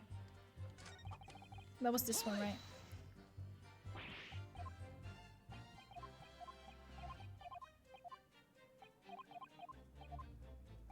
I'm gonna just fast forward through it as fast as I can go anyways.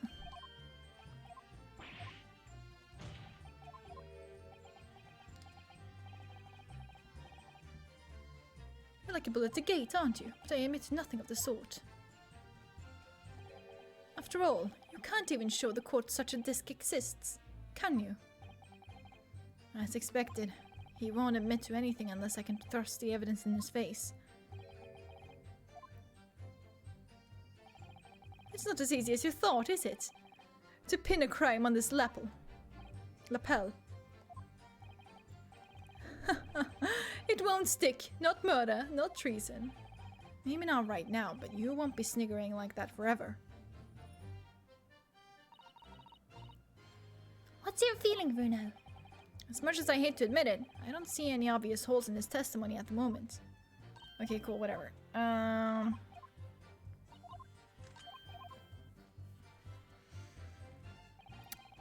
So I guess there was nothing there.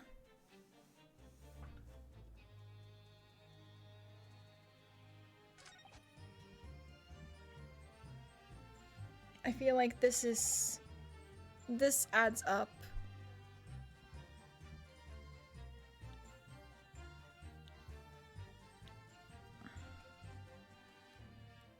Did I press this? I forget. I did not. You mean you chased after him? I don't recall the reason why, but I ran after him to the back of the shop. And what about this peephole in the door you mentioned? Well, unsurprisingly, the storeroom's door is a solid job, made of stout wood. But there's a small opening in it about head height that lets you see what's what in there from the outside. Actually, I should know that, shouldn't I? I looked through it myself that night.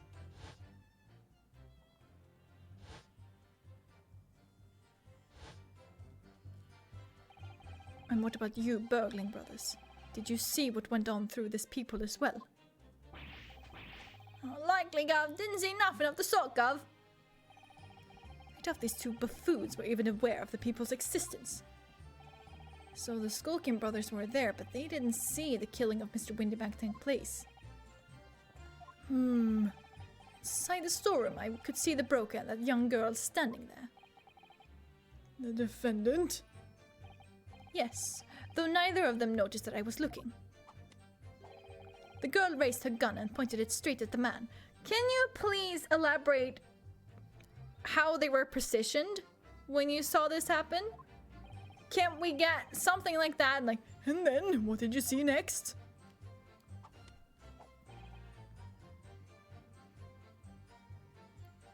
Trying to flee to safety. Where? I'm cheating. I don't fucking care.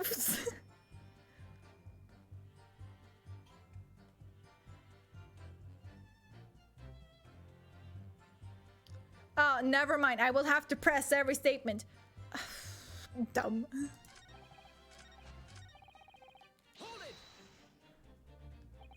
Mr. Windybank emerged from the storeroom, I believe. Ringo and Nash were scouring the counter when he suddenly appeared and flew at them. He already had the revolver in his hand. Fortunately, I wasn't too close. Ah, of course, we're gonna like... He was gonna like tell us like how the gun moved, I guess, something like that. I don't fucking know. Never been so scared in all my life. Yeah, we were just irregular mild-mannered burglars, that's all. We don't like violence. Says the pair who carry a gun. What do you mean when you say you were near the entrance to the shop? I was in the doorway, running my eyes over the shelves of forfeited items.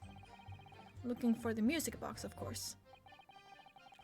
The broker went for Nash in the first place. Then Ringo joined in, making it 2 against 1, so I assumed they could handle the situation. We don't like violence. Viola gang, rise up! Sorry. But I was wrong. I was trying to help me little bruv, but the old geezer chucked me over the blooming counter. So I pulled my gun on the old fella, and that soon made him scupper. Maybe it was their viola. Maybe it was their viola. Maybe it was. You know what? We're getting onto it.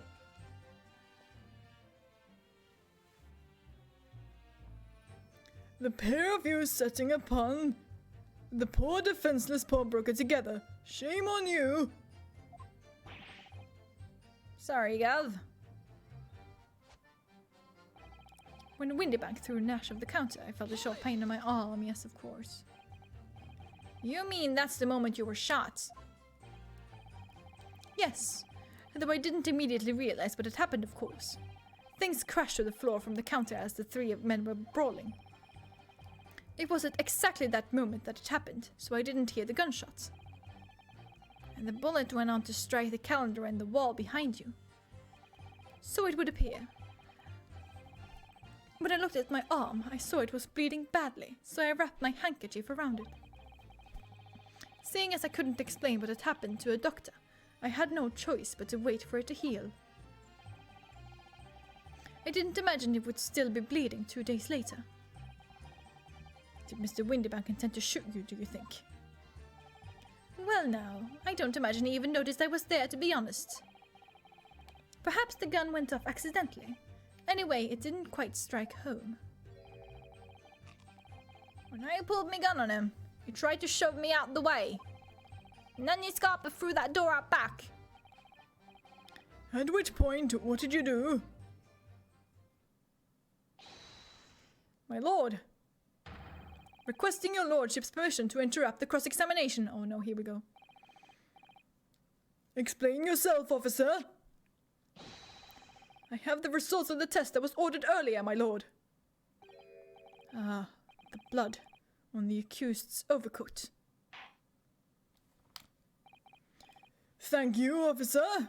Very well. The cross-examination is hereby temporarily suspended. I presume you have no objection, counsel.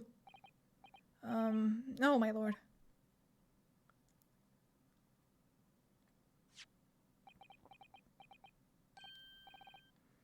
Well, there you have it. The report, please, Inspector. Yes, sir. Traces of human blood were found on the overcoat of the defendant, Miss Gina Lestrade. From the extent of the stains, it would appear that they were the result of a spattering following a gunshot wound. End of report. Goodness me!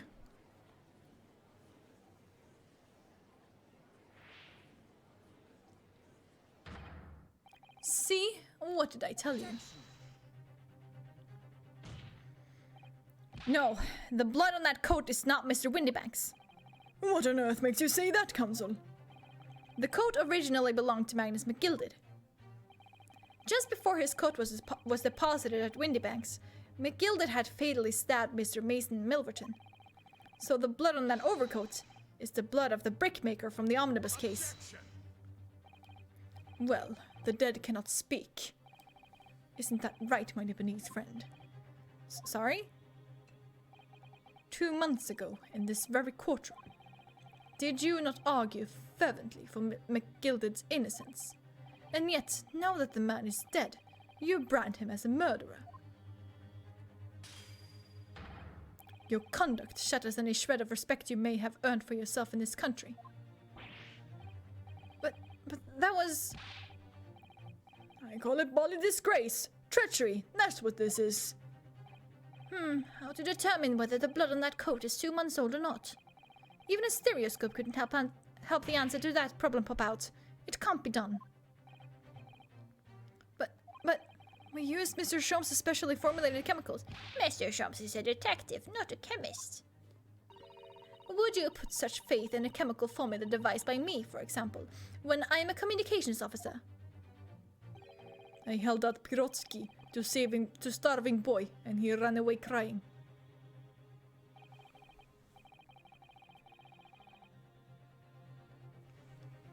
Herlock Sholmes is barely more than a figment of the public's imagination.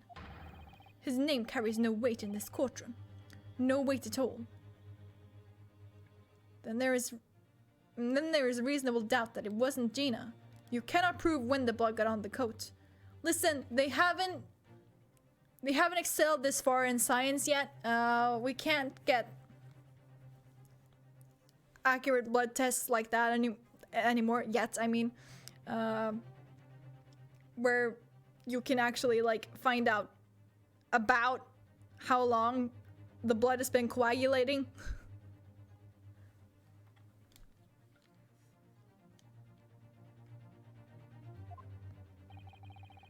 How could you say that? Victory is sweet indeed. This proves that my testimony is the whole truth from start to finish. No, it's a whole bunch of lies. Shut up. I hate you. How do you arrive at such a conclusion, sir? As the witness said, the accused's coat was spattered with the blood of the victim. The only way Mr. Graydon could possibly have known that fact is if he saw it happen.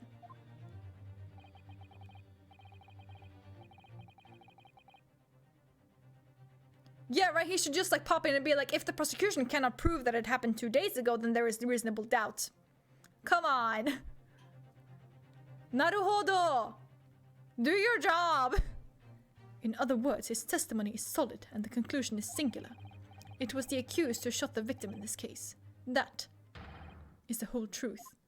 No, it's not.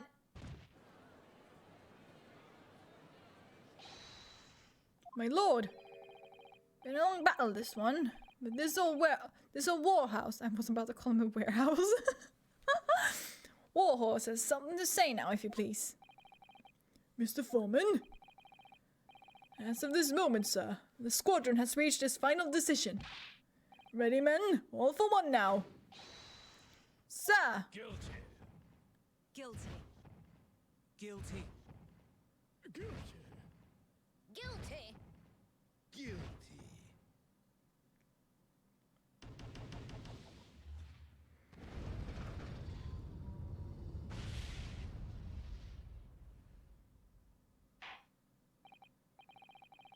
Well, it would appear the ladies and gentlemen of the jury have reached a unanimous verdict.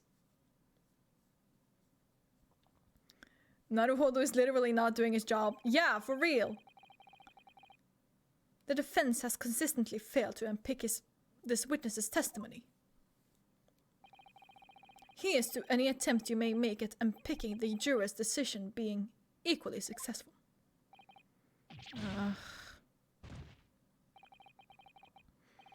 I don't believe it, after I've come so far. How is it all unraveling on me so fast?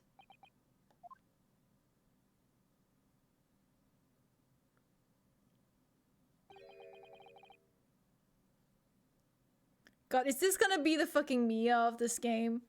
Is it gonna be Kazuma? Is it gonna be Kazuma? Very distressing to be held in such low esteem. Or is it gonna be Susato? Sholmes? Wouldn't you agree, Mr. Naruhodo? What? Officer? You've delivered the report now. That will be all, thank you.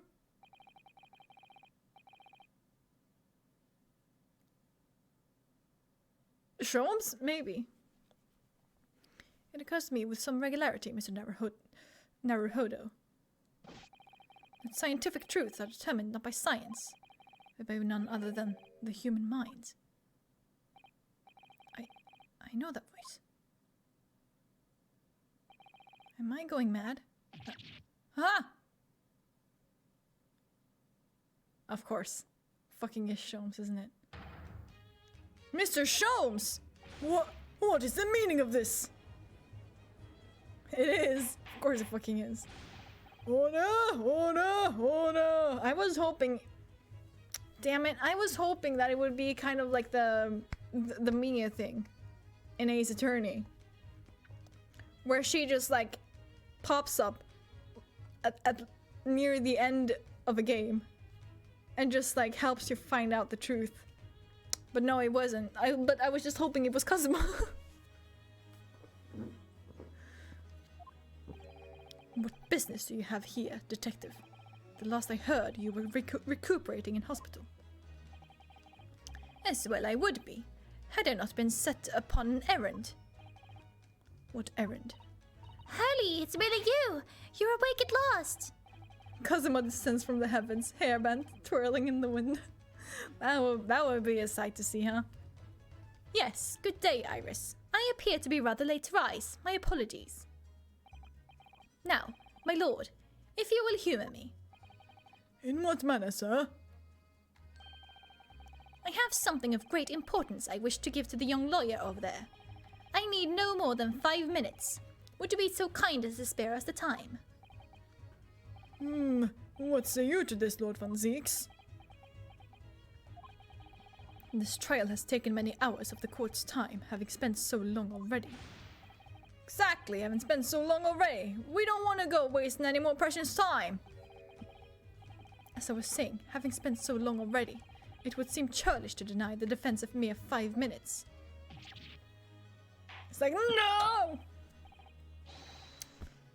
Very well then, counsel, you have 5 minutes. My dear fellow, I apologize for my tardy arrival. Mr. Sholmes, are you alright now? Ah! Alright. I'm all wrong. Sorry? I've only just managed to summon the strength to stand, man. I asked the judge for 5 minutes. But I fear even that may prove too much for me. Pray forgive me should I pass out. Let's make this discussion as short as possible. Hurley, this place is full of idiots. None of them can see how wonderful your chemical blood analysis is. Ah, well, that concoction of mine was really just a bit of sport to assist me in my investigations. I never took the trouble to refine it for appraisal by the scientific community, an oversight on my part. Right. Modesty? Surely not. But enough of that. I'm here to give you this, my dear fellow. What's that? A lavender Vroshki wrapping. A leaving present from Miss Susato. From Miss Susato. If possible, matters were to be settled without me giving you this. Those were her instructions when she asked me to do her this favor. I don't understand.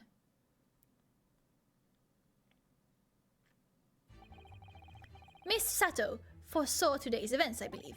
She knew that the culprit would attempt to escape justice by means both devious and underhand. Ah, I see, so she is the Mia in this game. And that you, Mr. Naruhodo, fighting fairly as you are wont to do, would find yourself in considerable peril. At that very moment of crisis, you were to be given this small parcel. Those were the dear lady's instructions. A leaving present from Susato-san. Whatever could it be? What is this? Oh, it's the machine I made. Ah. How is that gonna help us?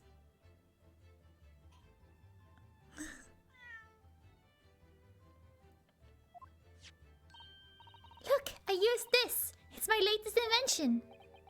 What is that? I call it the cat flappomat. It can make a cat flap for a little furry friend like Waggy in seconds.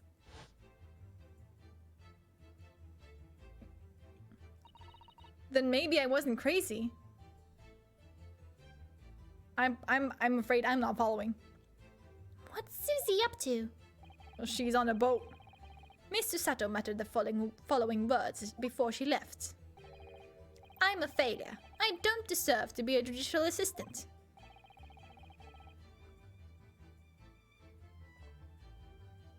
Look at the picture which shows Windybanks and Eggsy. Do I even have that? I still don't have that.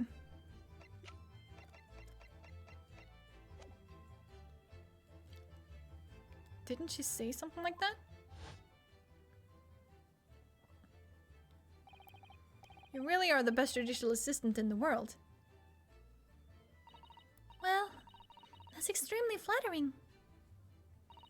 But I'm sorry to say that I've been a complete failure. Whatever did you mean by that, Mr. Sholmes? Do you have another picture that is of the counter before the crime?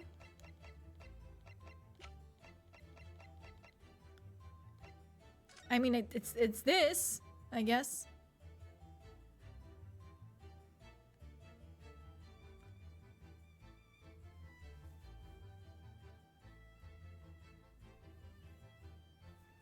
Look at the door.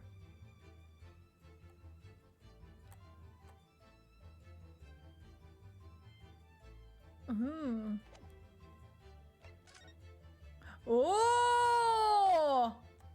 Oh!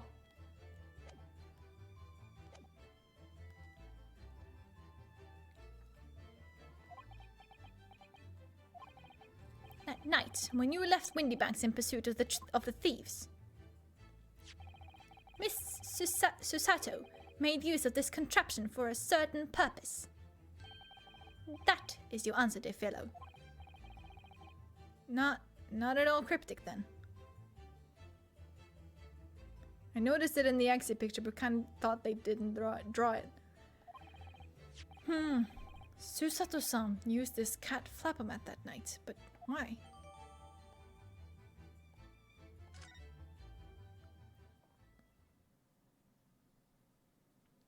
I think you just saved me like 10 minutes with that. Your 5 minutes is over. We're out of time already?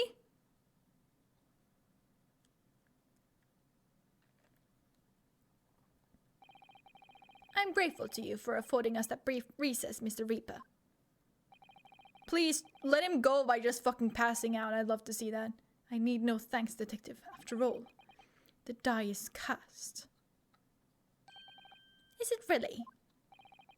The jurors are unanimous in their leanings. No doubt my learned friend will consider a summation examination. But any attempt to alter the verdict now would be utterly futile. I wonder. Mr. Naruhodo. Yes? The rest is down to you, dear fellow. What is your plan? The rest is down to me. I need to be careful here. If I make a wrong move, the trial will end badly. My lord, the defense requests...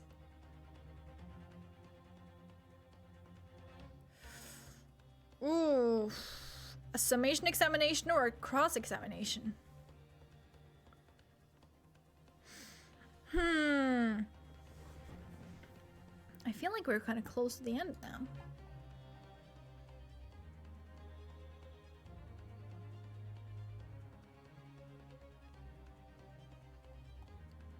Oh, that being said, there is a lot of text left.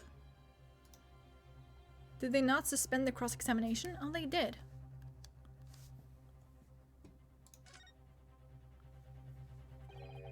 Further cross-examination. The jurors have spoken. Protocol dictates that you may not cross-examine a new witness now. The defense is not asking for the cross-examination of a new witness, rather to continue with one of an existing witness.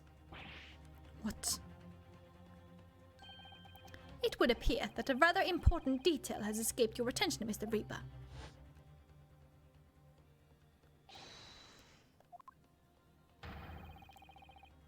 to interrupt the cross-examination.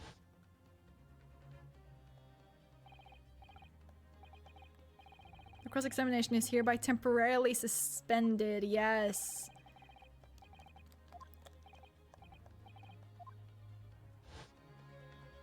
Okay, cool. So nobody can say anything then. If Bruno asks to resume his cross-examination of Mr. Graydon, the court is obliged to allow it. This is absurd.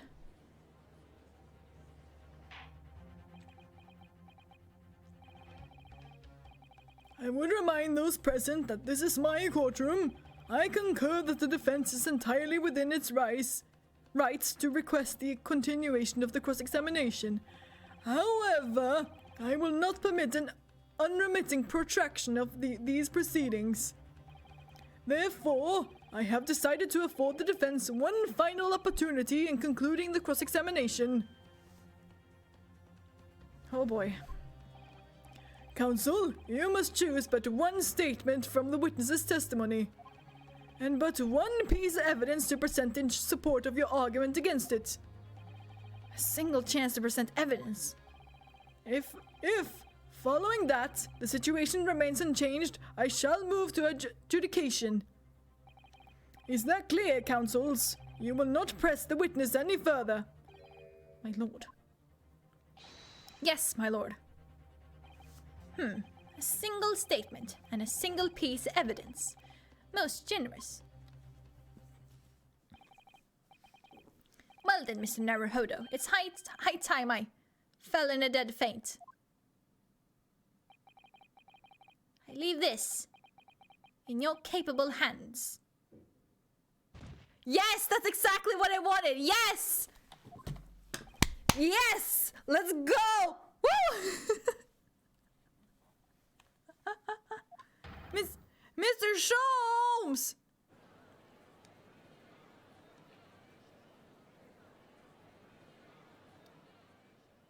There isn't even a sprite for that, really, or not a sprite, a model for that. To stand so in... Can we not with these words? Can we not with these words I do not know? Is it insouciantly? If it is, I'm gonna be upset. It fucking is insouciant. To stand so insouciantly before the court in a state of such high fever, either the man has extraordinary strength of mind or an extraordinary lack of feeling. I imagine he's feeling very little now. The detective is sleeping soundly in one of the antechambers. Strike a man when he's down, why don't you? Well then, counsel, are you fully prepared? Yes. One statement, one piece of evidence. You won't let I won't let Mr. Sholmes down, or Iris. And I won't waste this final chance that Susato-san has given me. This is going to decide the entire outcome of the trial. Very well then, under the terms I have outlined, you may resume the cross-examination. Okay. So, it must be... Can I skip this? We've already been through this. God damn it, wrong button. Can I can't skip annoying, whatever.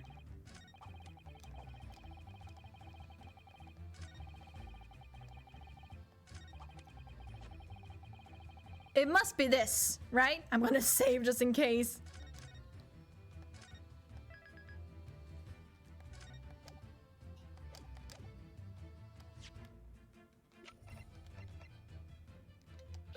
Yes, let's go.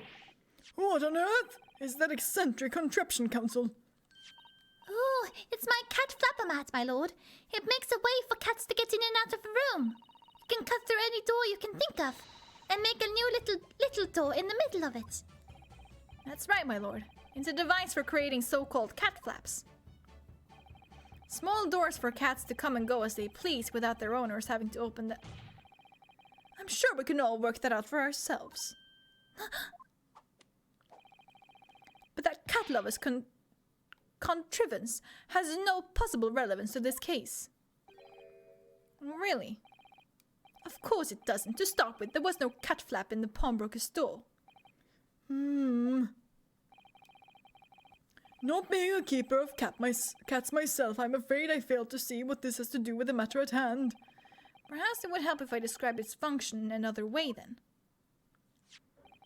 This contraption is able to create a peephole in any door you can imagine in practically no time at all.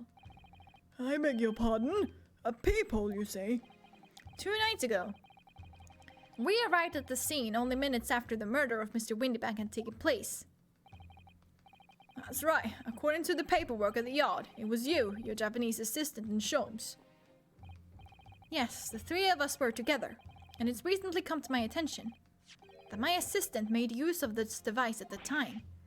Your assistant did what? There was a peephole in the storeroom door, I can attest to that. Because I looked through the peephole myself in order to see inside the locked storeroom. This is ludicrous. What are you trying to say? Of course there was a peephole in the door. I said as much in my testimony. Reddit is psychic? What now? What have you looked up now? Oops, I forgot to read. How else could I have witnessed the crime, for pity's sake? POV, you're the murderer? Like, what do you want from me? Yes, how could you? What? Counsel, kindly say what you mean. Alright, it's time. Time to strike the final blow. What I mean is this, my lord. My assistant made the peephole in the storeroom door, and until such time as she did, the door had no hole in it to look through. What? No. Objection. This is a farce. Are you really suggesting that the peephole in the door was... Yes, it was created only after the incident had taken place by my judicial assistant using this device. Listen, one thing I really find fascinating about that device is that, is it just like a flap?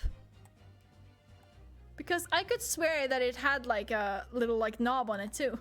Because if it did, that's fascinating.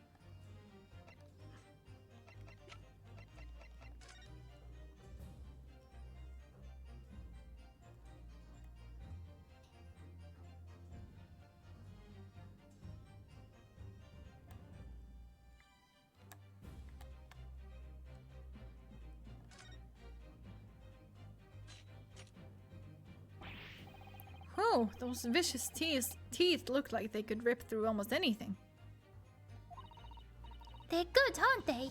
They're made of a special alloy I developed just for this job. I opened my phone to check the time. Reddit was open, so it loaded new posts. The first loaded post was a shitty meme about how...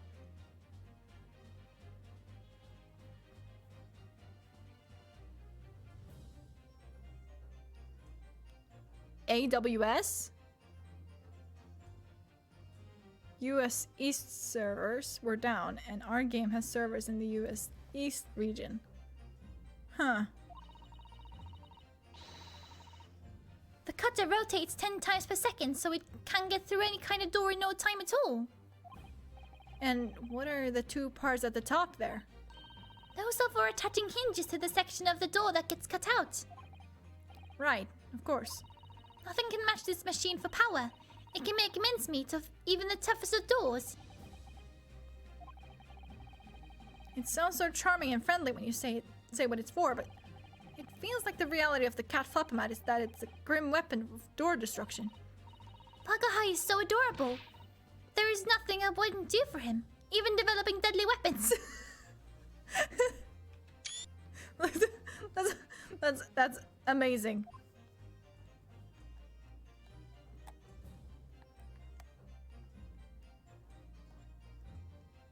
Fascinating.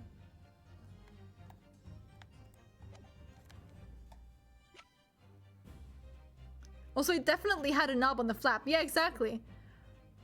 Oh, Amazon Web Service acronym. Finding out the servers that are down by Meeps is quite something. Huh, interesting. Okay. Yes. Your assistant tampered with the crime scene whilst being fully aware of the gravity of her actions. That is a most serious act of vandalism. For which I humbly apologize, my lord. To be fair, we did not actually know that there was... I mean, it was still a crime scene, but was it? Crime certainly went down there. We didn't know at the time that there had been a murder. It wasn't a few minutes that I left the scene in order to pursue the Skulkin brothers and alert the police. Nevertheless, in the light of this new information, it becomes apparent that Mr. Graydon's testimony is riddled with holes. Riddled with? Explain yourself, counsel. The majority of Mr. Graydon's testimony that appears to incriminate the defendant is based upon what he witnessed through the peephole in the storeroom door. Yes, that filthy girl shooting the man in the back. However, if at the time of the incident, that peephole did not yet exist in the door, there's no possible way that you could have seen what you claim to have seen. In short, your entire testimony is a pack of lies. Get wrecked, blondie boy. Order! Is there any credence in this revelation? None whatsoever, as my learned friend must surely realize. Exactly. This is just some cheap trick designed to discredit me. I'm afraid not, sir. Of course it is. Do you seriously expect people to believe that that plaything can cut through a solid wooden door? Oh yes, I designed it to be very powerful. It can cut through even the toughest of doors. That's absurd. I don't believe it for a second. Should we give it a try then? I had a feeling you'd say that. What? Buggy, Cooey, time for dinner.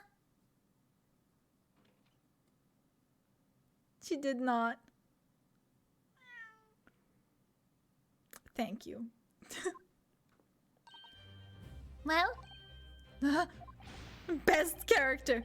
Young lady, this is the Old Bailey. One does not make cat flaps in the oak paneling at the Old Bailey.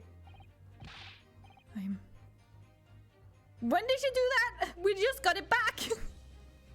Look at Waggy. Hello. Hello, Kiko Pollen. I hope you're doing well. I'm not done here. Done yet, don't worry. This doesn't mean that the peephole in the storeroom door at the Windy Banks was made by your machine. And there's no way you can prove that it was. No, but it's easy. What? The cat flaps, my cat flappermat creates a roll of all of a fixed size. I request to use this as a background for my project to help my concentration. Go ahead. Since this is pain without hearing anything. I appreciate you. Out of all of the streams that are on this godforsaken site, that you chose mine in particular. Really appreciated it. Thank you.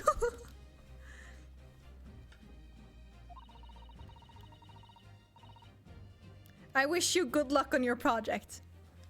And the dimensions of the peephole at the Windy Banks are an exact match.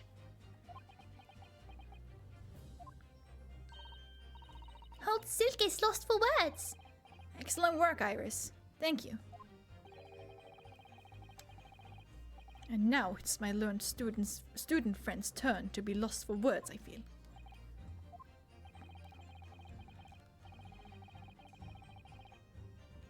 Old Silky. Yes. I will mention you in the concentration credits. I don't need to go that far. I believe your judicial assistant has already left the country for your Eastern Island home. Well, yes, that's true. then you may have some difficulty in establishing all of the facts. For the sake of argument, let us assume the peephole has dimensions that are a perfect fit for this contraption. In that case, when was the peephole cut? The prosecution demands proof of your answer. Ah! What is the purpose of your line of inquiry, Lord Van Zieks? It's very simple, my lord. The defense argues that the peephole was created after the incident using this device. But now that the perpetrator has returned to her native land, she cannot testify to the fact. There is no proof. And for as long as the defense remains unable to prove when the peephole was made, my learned friend's claim amounts to nothing more than a baseless accusation. God. Indeed, that is so, Lord Van Zieks. Well, counsel? Don't give up now, Bruno. This is the time to create your own opening and force your way through. I don't know if I can do this, but I do know one thing. Susato-san is the greatest judicial assistant in the world. Very well. The counsel for the defense will present evidence to support the claim made. Prove that the peephole in the door of Windybank storeroom was created after the event and not before. What are you? A print from that detective's infernal cameras, again. My judicial assistant, Miss Susato Mikotoba, is an extremely intelligent and capable woman, which is why I never had any cause to doubt that she would have considered this scenario and made sure I had the necessary proof. And the necessary proof is this photographic print, counsel. This print shows a scene in the shop moments after the defendant entered the premises. Agreed. And it also shows the accused mercilessly wielding a gun in the direction of the defense's broker. But more to the point, it pictures the storeroom door in the background. Let me see that print again.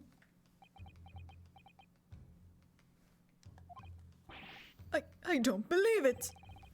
This really is quite remarkable. The door to the storeroom is completely devoid of a peephole of any description. Mr. Graydon.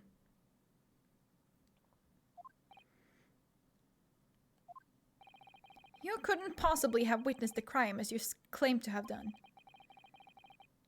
I will take breaks in between paragraphs since this shit is gonna take forever. I don't blame you. Take breaks when you need to. Really.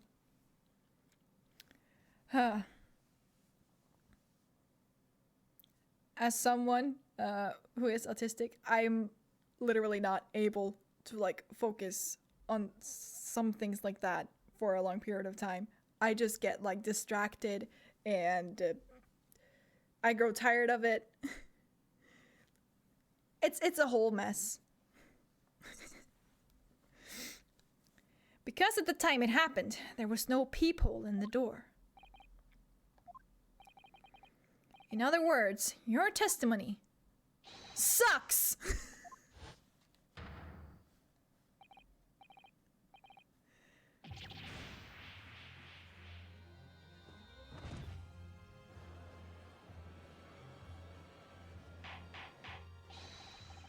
Order! Order! I am satisfied that the defense has substantiated its claim beyond all reasonable doubt. This witness's testimony was entirely fallacious. The problem with this is that I have to make a summary of every UK city in a matter of a paragraph. Every UK... all of them? How many cities are there? That's not the only thing we know now. We now know beyond all reasonable doubt. My learned friend's assistant's guilt can no longer be denied. The woman tampered with the crime scene. Account? But more importantly, Good lord, there's more, Lord Van Zeeks. the defense may have established a reprehensible instance of perjury.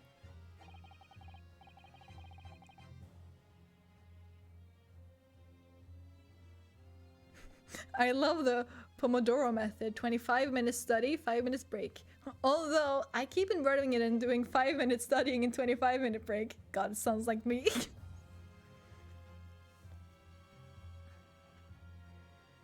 But that is no proof that this man is the victim's killer.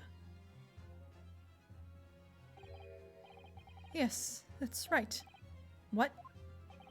I was there at the scene. It's true. And I was shot in the arm. It's true. But that's all. You ran away with the gun. Idiot. Yes, in fact, if you look at all the circumstances, I am the victim here. Oh my god, shut up. Oh, please.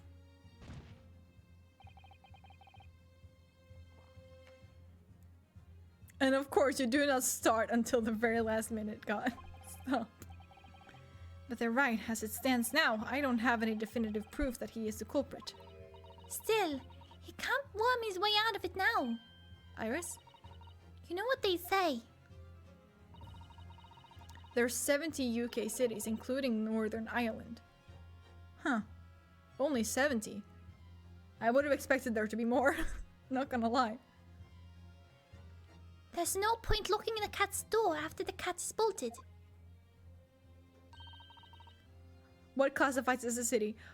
Listen, that's where I would get stuck. Literally, what classifies a city? And then I would just like look at that, and then I would just fall down a rabbit hole and forget to do everything else. And then I would just be too exhausted to do anything else.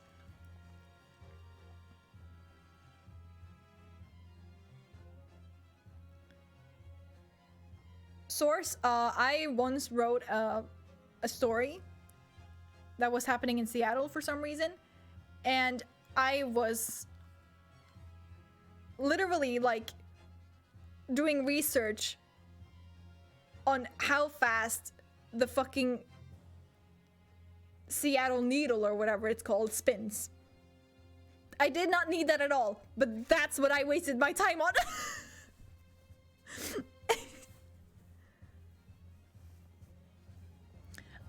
In the UK, it's basically if there's a cathedral in a university, it's a city. Only have one, you're a town. Ah, okay.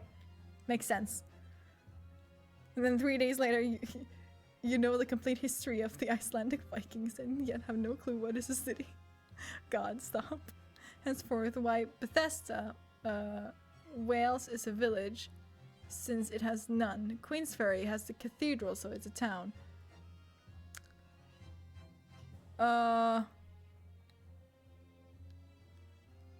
Bethesda is a town? Yeah, I was just... Huh? Sorry, village, yeah. It's a real place, more like. Isn't that right, Bruno? As Hurley always says, one lie begets another. No, wait, that might have been a line I wrote for him in one of my stories. Well, no matter who said it first, you're right. It's a real place, I know, mental. Mr. Graydon, not only did you give false testimony to the court, but the lies you told make no sense. Make no sense? What do you mean by such a remark? What you said in your testimony reveals that you know something you shouldn't have known. Ah, the blood on the coat. In other words, there is a fundamental inconsistency in your statements. What? Objection. This is provocative talk, counsel. Won't you enlighten the court? Explain this alleged inconsistency.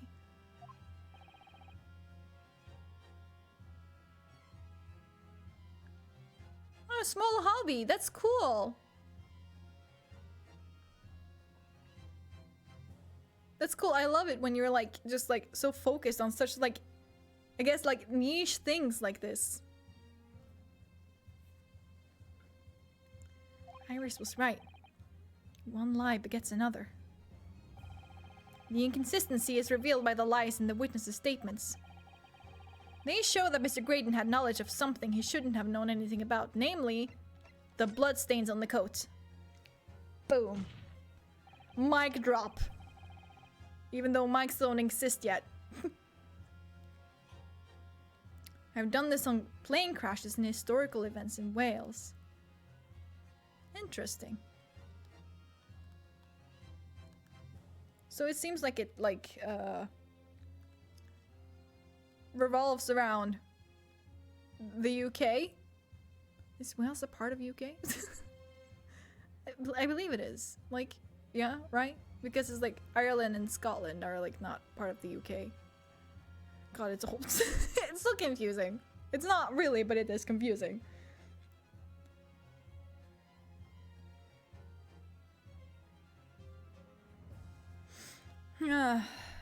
The bloodstains that were present on Miss Lestrade's coat. That's right. The victim's blood spattered all over her when she shot him.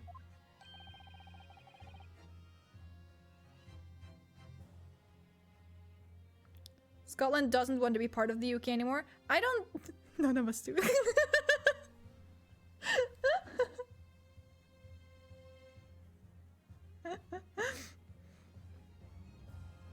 I don't think it is part of the UK. Right? But how could you possibly have known that? Obviously, because I saw her do it through the people in the...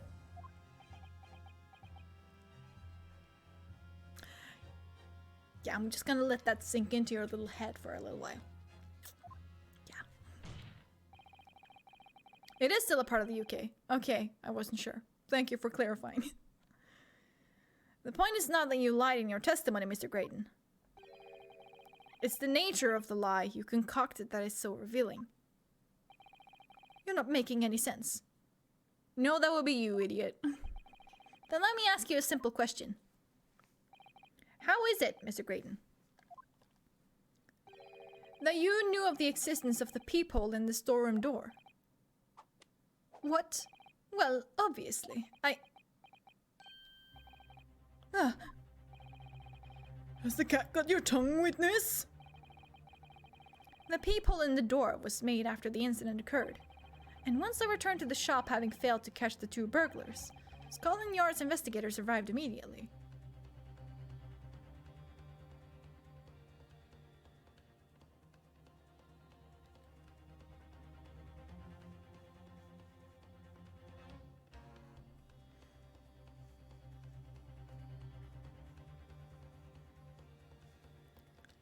Scotland Yard's investigators arrived immediately, yeah.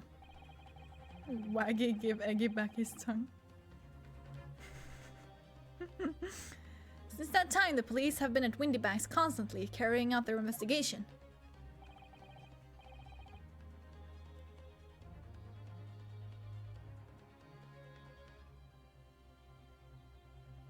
Isn't that right, Inspector Gregson?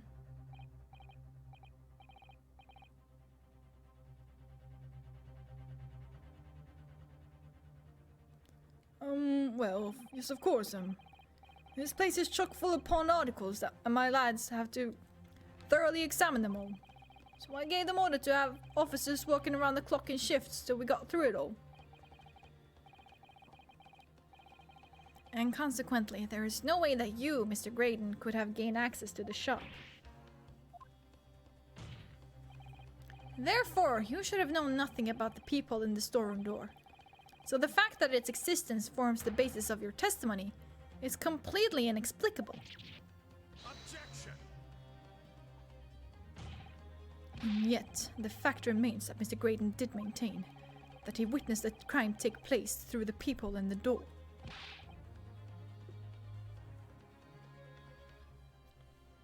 How on earth is that possible? Could I have a word, please, Lord Van Zeeks? Speak, Inspector. It's just I really ought to be getting back to the station now to put in my report. There's really nothing more I can add to this testimony, so if it's all the same to you, permission denied. Oh. It's not all the same to me, Inspector. Not at all. You will remain exactly where you are until this trial concludes. Of course, sir. Mr. Graydon. You shouldn't have known about the existence of that peephole. Which can only mean that you must have been informed about it by somebody else. Objection. Stop there, my learned friend. You realize, I trust, that the words you just uttered have extremely serious implications. Yes, but the defense believes that the details about the case that Mr. Graydon claims to have seen must have been revealed to him by a certain person before his testimony. And in fact, considering a particular clue we have, there's really only one person that could be. Who is the person in question, counsel? Who gave this witness details of the crime scene to facilitate his false testimony?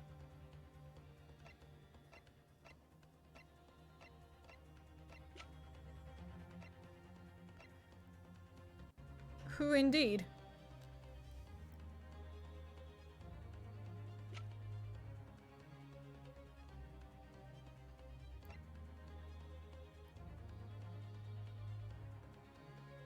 During their whisper session, you know what? Take that. The truth is, it can only have been you, Inspector Gregson. Me? Objection. Someone's been acting sussy. Stop. You had better have some proof to substantiate such a rash claim, my learned friend.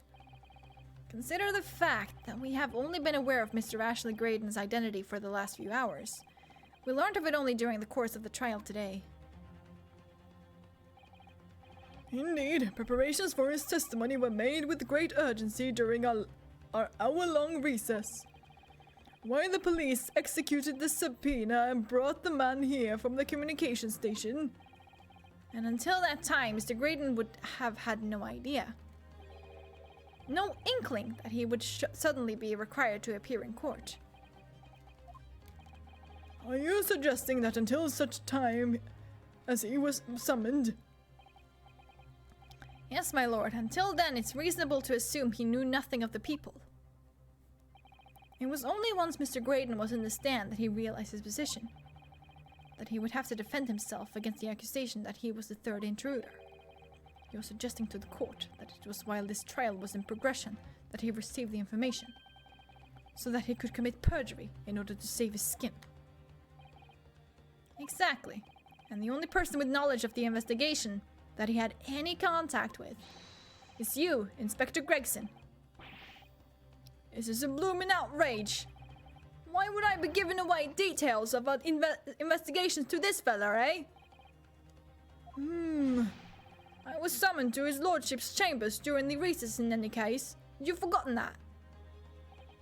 Quite true. I had a number of questions regarding the events that transpired at the pawnbrokery. Which means the first time these two laid eyes on one another was after proceedings resumed following the recess. Since then, they've been in full view of in the stand, where such illicit discussions couldn't possibly have occurred. Funzeeks! You may need to go get your memory checked. I've just remembered something, Bruno. What is it, Iris? There was one time before, wasn't there? I think it was when Ginny was testifying. Oh yes, now you mention it. When the bailiff was dispatched to retrieve McGilda's music box from the scene of the crime. That's it. It was during that testimony. I remember finding it strange at the time.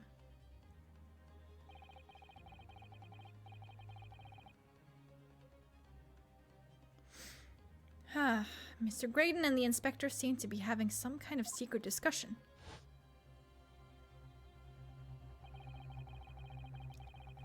It would have been possible for you to give Mr. Graydon the information he needed then. Little toe rag, you're making all this up. I'm a respectable Scotland Yard inspector, for crying out loud. Why would I do something like that? Why would I be giving away confidential details to the likes of this bloke? Admittedly, You wouldn't have had any reason to do something like that for no gain. Oh, you're Welsh? Well, that's cool. Welsh is such a fascinating language. That's all I'm gonna say.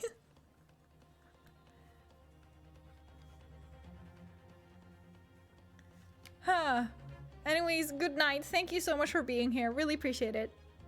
Really fun getting to get to know you and you telling us about your little project. Really interesting. Hope to see you again someday. Admittedly, you wouldn't have had any reason to do something like that for no gain, but perhaps it was part of a deal of some kind. Then it starts to make more sense. What deal, Council? I wonder if perhaps, in exchange for details about the people at the crime scene, Mr. Graydon agreed to give a certain something to the inspector.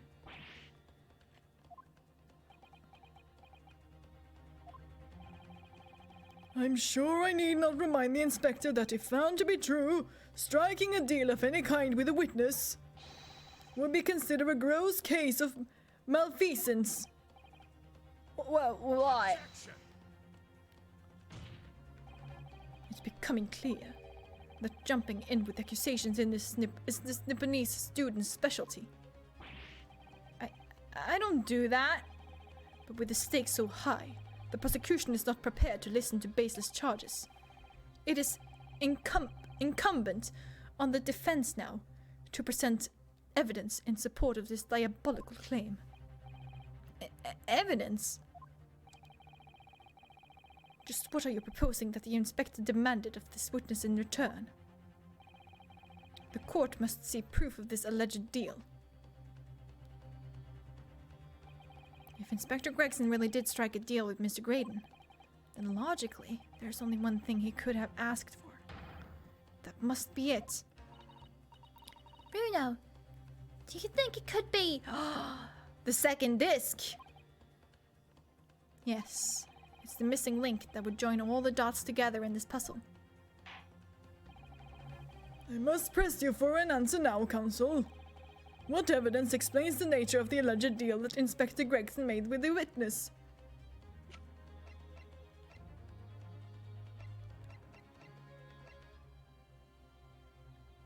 Do I choose this one or something else? Hold on. Let me just save.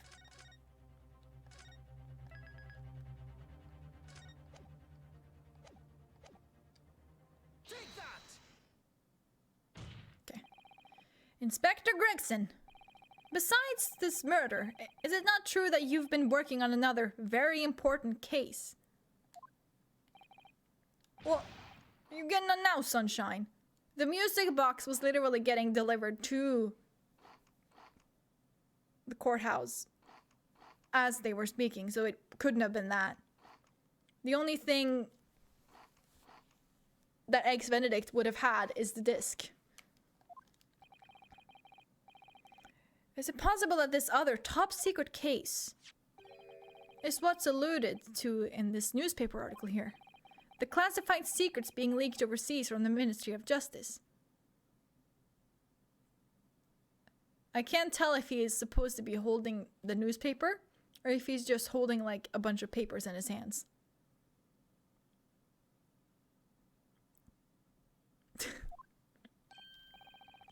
Oh, the bleeding Nora, could you... We discovered during the course of this trial the music box deposited at Windybanks by Magnus McGilded. A special music box designed to play 2 discs at once. It would seem very likely now that encoded on the pair of discs that were in McGilded's possession are the leaked classified secrets.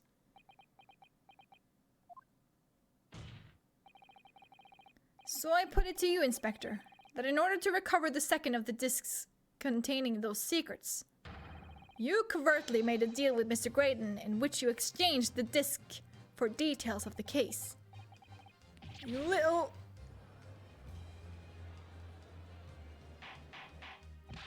Order! Order!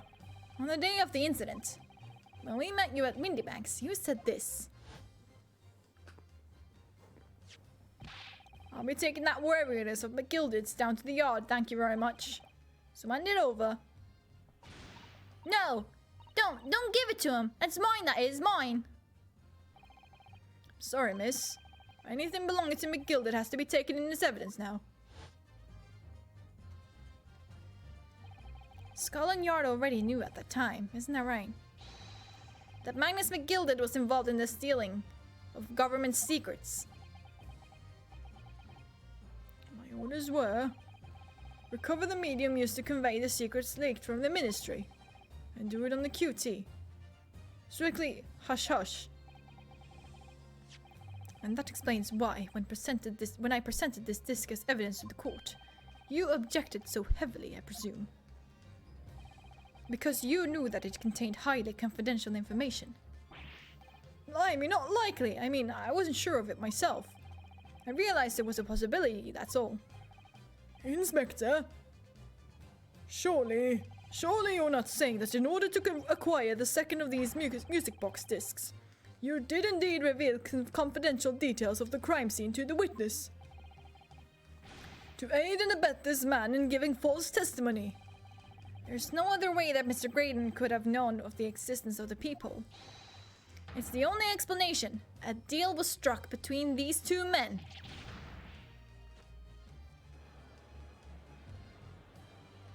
Objection. If, and I stress if, this sobering assertion turns out to be founded in truth, it would mean that the second disc is, as we speak, here in this very courtroom. Wait, what? In this room? How could you possibly make a claim like that? Because Inspector Gregson is a Scotland Yard detective. What? What's that supposed to mean, eh? As a seasoned policeman, the inspector will have approached this alleged deal with caution. Certainly, he would not have accepted a gentleman's agreement in this matter. No, he would have insisted on having the article agreed upon in the palm of his hand. Good gracious, then you mean to say Inspector Gregson already has the item in question in his possession? He has the second disc actually on his person? The defense demands that the inspector is searched at once. Definitely. Could only have struck a deal with each other. They could only have struck a deal with each other when Ginny was testifying before. And Gregsy hasn't moved from the witness stand since. My lord, please, order an examination of his personal effects immediately. Well, Inspector?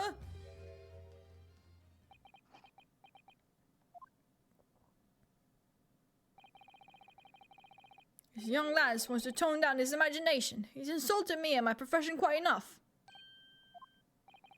However, if he'll put this matter to bed and dispel any doubts about my involvement, then I'll happily submit to a body search. What? He's going to agree to it. It's hidden in his fish and chips. I 100% bet. I presume you're aware of the precipice on which you now teeter, my learned student friend. You've made a most serious allegation against Scotland Yard here. Or, if following the search of the inspector's personal effects, no disc is found, you will be deemed unfit for court service. This trial will end, and my country's government will formally demand of yours that you are severely reprimanded. Did Gregsy not attack the Skulkin brother suddenly? Oh, sneaky, sneaky. That sounds serious. Indeed. To have a visiting student make such defamatory remarks about our country's most senior police force is not something Her Majesty's government will be able to overlook. You're just threatening Bruno because you're scared. The accusation is beyond serious. You must be prepared for grave consequences. It's true. I can't imagine Gregson would have accepted a gentleman's agreement for something so critical. The disc must have physically changed hands, which means the inspector should have it. But somehow, something doesn't feel quite right here. Very well. Counsel, you know the implications, so let me ask you one final time. Yes, my lord. Do you still persist in formally requesting a search of the inspector's personal effects? Someone else. Yes, the defense formally demands the search to be conducted. Well, Don't say you weren't warned, but your typical Nipponese stubbornness may well land you in hot water this time. Perhaps the lesson will do you some good. fair enough. I've got nothing to hide. Very well then. Bailiff, conduct a search of the inspector's personal effects. I was like, but I pressed the other one. The defense demands a search, but not of Inspector Gregson. What? What's all this? I'm the one you're accusing, aren't I? I thought you wanted to search me. No, Inspector, not you. Somebody else. What's the meaning of all this, eh? Lost it at last, have you, Sunshine? The court shouldn't have to put up with this nonsense. You're being completely irrational.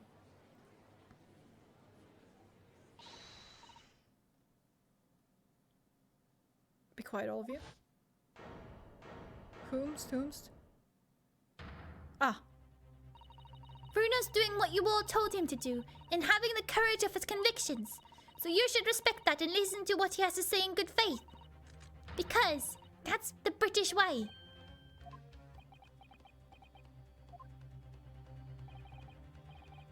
Well said, young lady. Indeed, this court is in awe of the defense counsel's conviction and eagerly awaits his next words. The British way? Yes, apparently. You are... Don't be hasty, my lord.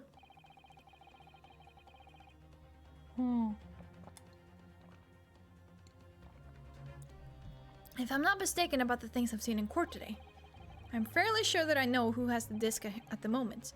There's only one person it can be. We'd like to think so anyway, until it gets us in trouble. Ah. Take that! Nash.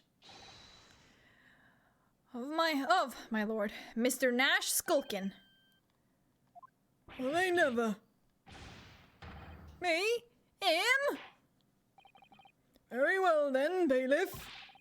Restrain the witness and conduct a thorough search of his personal effects. Please, my lord. Inspector, Scotland Yard has to object to this search. Objection! Unfortunately for you, Inspector, your objections carry no weight here. In this courtroom, only the prosecution and the defense have the authority to object. Lord von Zeeks, I have no idea what forces are in play that might influence your actions. But personally, I have no intention of obstructing the course of this trial. bailiff, carry out the search.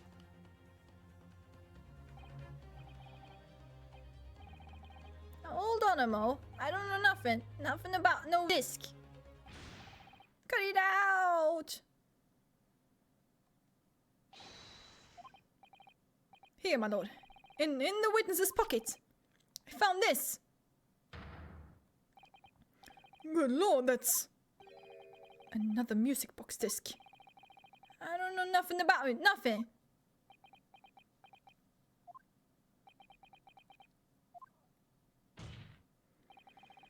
That is the second music box disc left behind by Magnus McGilded. Is it not, Inspector Gregson?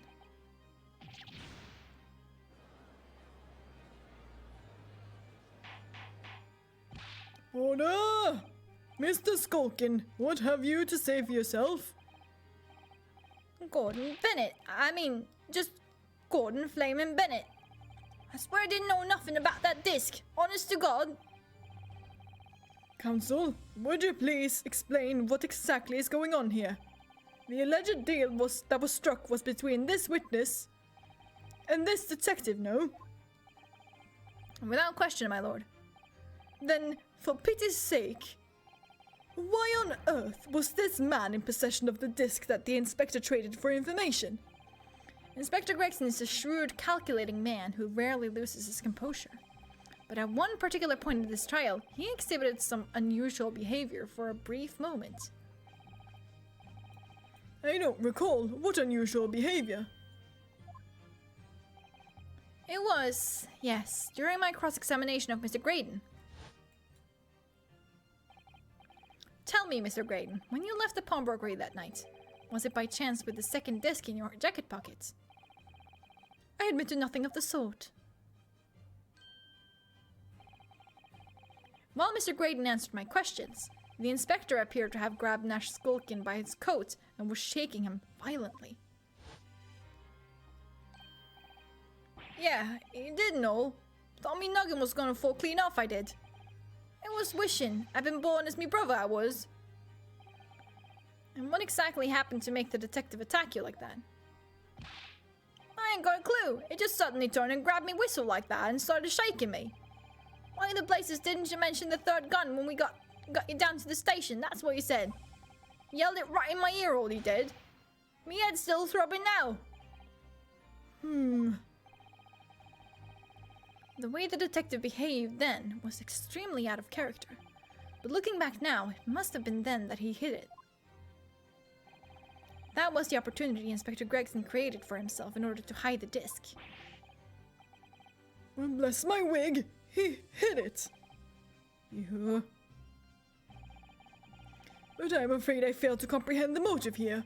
If the detective had acquired the disc he was after, why on earth would he then proceed to hide it in another man's pocket? This is a court of law. He could have submitted the item as evidence. It would appear, my lord, that the inspector was not at liberty to do that. Why ever not? As the man himself revealed earlier, his current assignment has some special conditions. Yes, we just saw this. We don't need to watch it again. Yes. On the QT, yes. Hush, hush. A top secret assignment, is it? As far as we're aware, the information stolen comes from confidential government communications. It would seem that if that information were to be revealed in court as evidence, it would be problematic. I feel like the flashbacks have gotten worse in this game.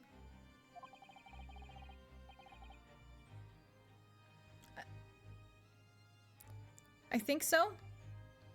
Maybe a bit. Does that sum up the situation, Inspector? I'm operating under direct orders from the Ministry. I'm afraid I'm not at liberty to answer that question. So, realizing there was a chance that you may be searched here in court, you took steps to hide the disc you had acquired from the witness. What does this mean? He only pretended to attack Mr. Skulkin in order to get close enough to him, to slip the second disc into his pocket. So it was all a pretense.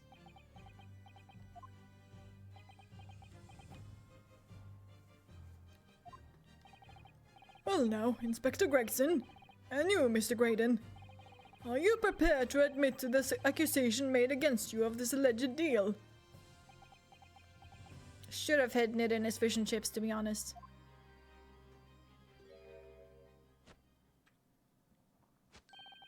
Admit to it.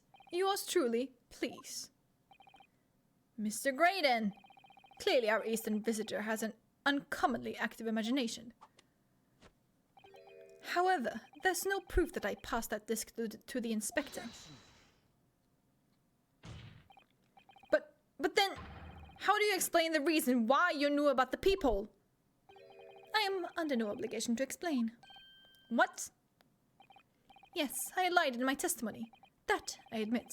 So sentence me accordingly. But that is all I admit. Murder, leaking government secrets, striking a deal with a detective. Sir, yeah, really, he is so annoying. All of it is this young Eastern man's fancy. I have no idea what any of this is about. You... What? Oh my god.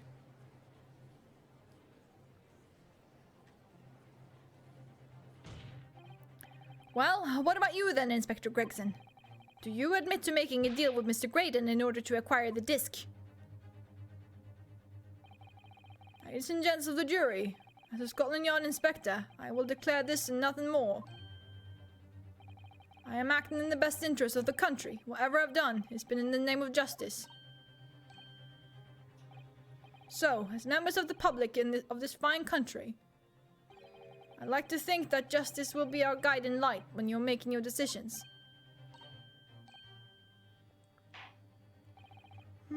This is quite quandary indeed. Rarely have I encountered such extraordinary tumultuousness in the concluding of a trial. Nevertheless, in the absence of any further evidence to be presented, I believe it is time that we put the matter to the jury for their final leanings. Well now, as a fellow servant of Queen and country, I must say I sympathize with the old inspector. Yes, he's a dependable man, I'm quite sure. In service, one becomes a good judge of character. Even crossing your eyes doesn't help when it comes to looking at this case. It's all blurred to me. Jury no, jury do no dare. Well, as a fellow professional, I'd like to put my faith in the detective, really. Graydon is highly skilled operator, stop.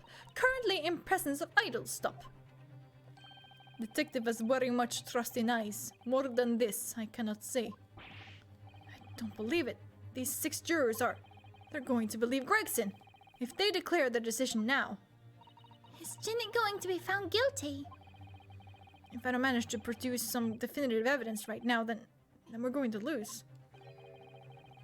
Either some proof that Graydon killed Mr. Windybank or stole those government secrets. Or some evidence to force Gregson into admitting that he struck a deal with the witness. Oh my god. Been a long time since I was drinking for this long. Well then, counsel, I think it's time I imposed on the jurors to declare their final decisions, no?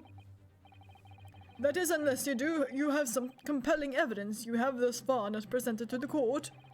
If I let the judge call on the jurors to announce their leanings, Dina will be found guilty. Do I have anything else?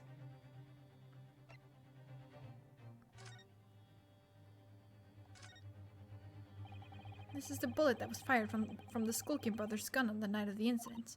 Yes, so it turns out it never actually entered Hurley's body at all. Thanks to the thick leather of the pouch he was wearing, it saved him. Hurley's always lucky like that. Well, considering what he had to go through in hospital, I wonder how lucky he really was. Oh dear, poor Hurley.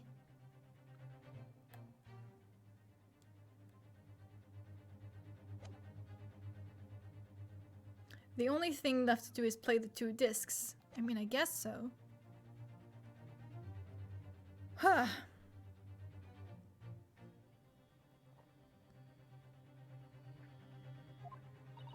So there's no choice then, Bruno. You have to throw some more evidence at them. This is it now. It all comes down to this. Who do I present evidence against? Gregson or Graydon? Oh boy. Let me save.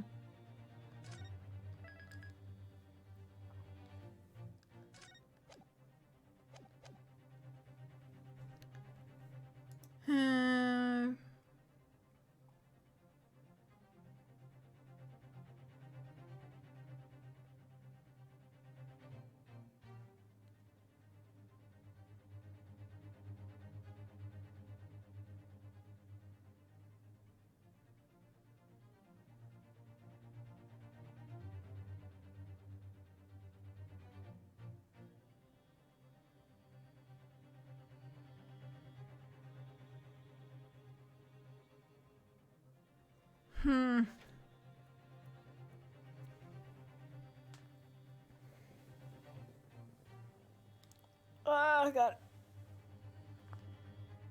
I'm ending this. We are so close to the end. Like literally the next part here is literally called The Whole Truth.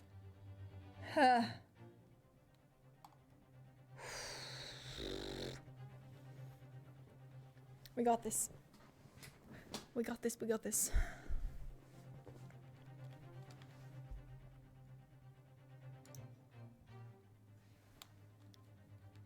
It seems like technically it doesn't matter. It just says like, choose either option 2 or 1. Well, thanks. That's not what it was between already in the first place.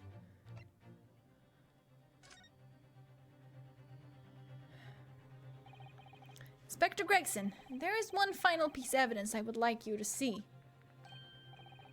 What's that then? Which is probably why he did the shady deal, since he cannot risk people knowing about it. Yeah. If you refuse to acknowledge that you did in fact strike a deal with a witness here today, then you leave us with no choice but to examine this piece of evidence thoroughly. Well, go on. This is my last chance. It looks like I'm going to have to force his hand here. One final piece of evidence to get this detective to admit to the deal he clearly struck with Graydon.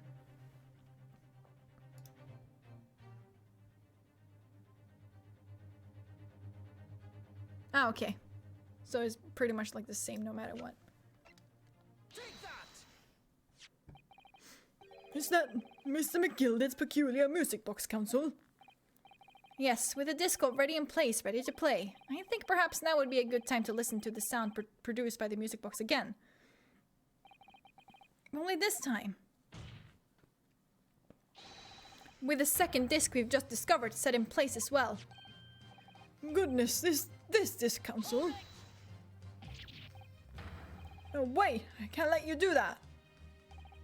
Why not? Because, well, because it's got nothing to do with this case, that's why. Imagine it just being like, number 5. Burger King foot lettuce. It's my porn stash. Yeah, I don't think you can put porn on there.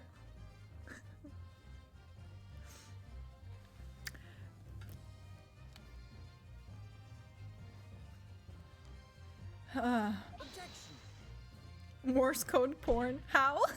In that case, Gregson has a weird Morse fetish. Dot dot dash dash. No. Stop. No kink shaming. Not true, Inspector. The defense has already proposed that the sounds heard by the court earlier from this music box were part of a Morse code message.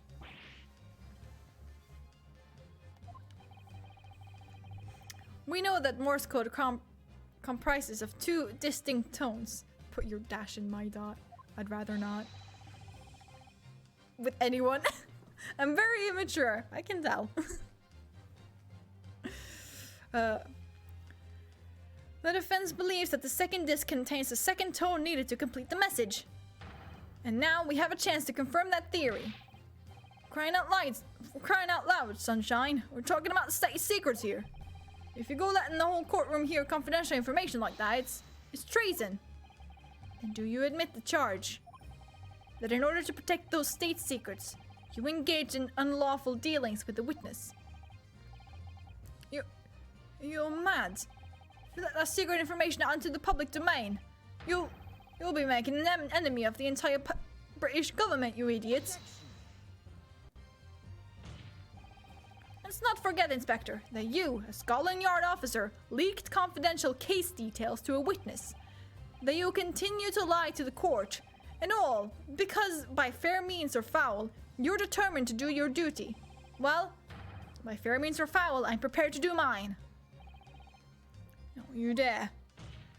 I will stop at nothing to protect my client. I don't care who I make an enemy of. And he's just like, let me just take a drink. Finance. My lord, if you please. The court must hear the sounds made by that music box. Come on, Funseeks, for Pete's sake, stop him. Objection. Hell yeah. Leggy on the table, let's go. Inspector, you should know my methods by now. Cheers, bro, I drink to that. I'm a prosecutor, I'm no Scotland Yard puppet.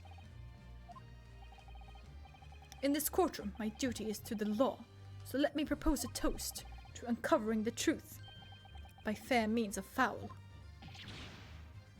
Wine in hand, leg on table, fun 6 is ready. Hell yeah, let's go. Very well. The defense's stance here and that of the prosecution has been made very clear, I feel. Therefore, in accordance with the defense's request,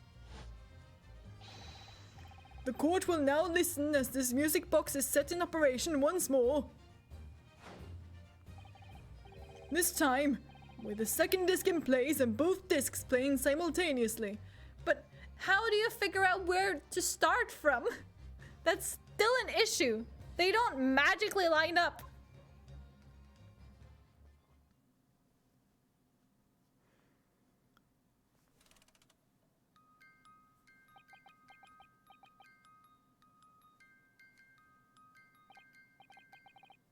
Listen to that. It's unmistakable now. It's Morse code. Alright. I admit it, wherever you want, but for the love of God, shut that blooming box up! How did they get it right on the first try? That's my question.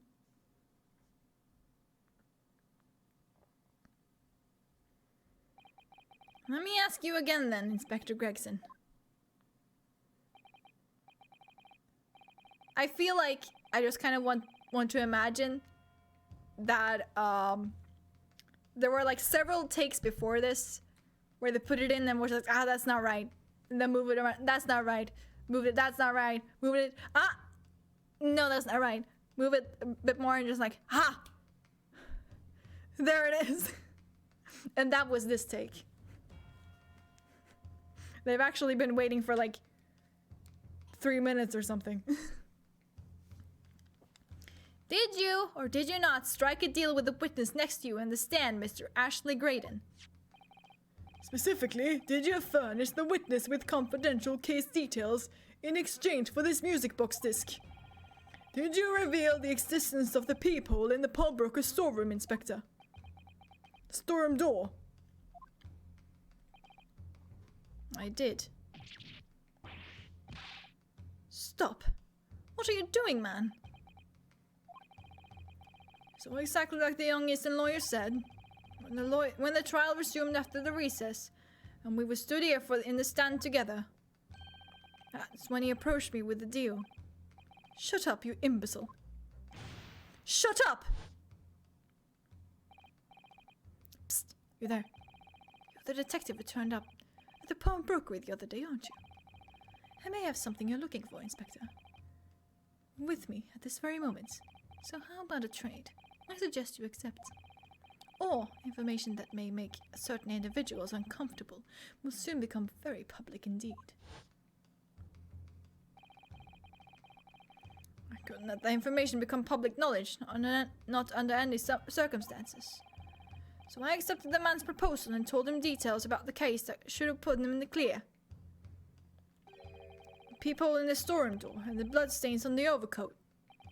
By giving false testimony, this witness intended to have the defendant wrongly accused of murder.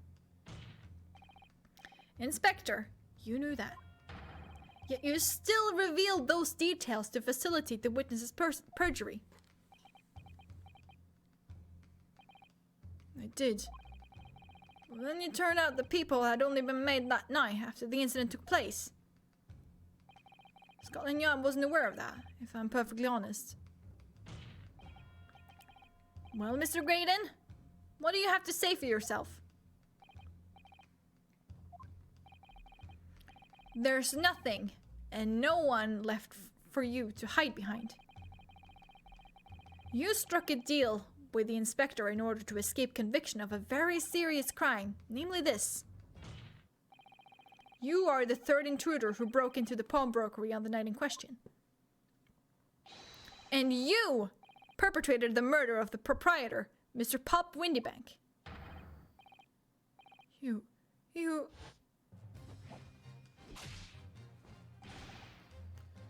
Traitor!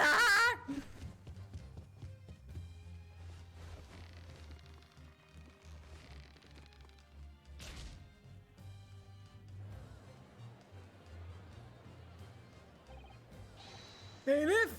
Bailiff! Restrain that man! At once!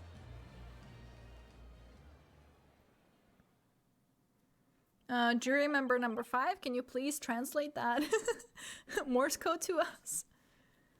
That's it then. It's all over.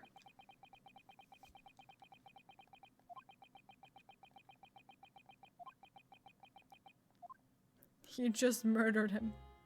In court. Wow. I despise my life growing up. Those slums are vile places. I was cursed from birth, born into poverty. The son of a penniless artisan. My parents did nothing but quarrel all day long. What little money they had was never spent on me.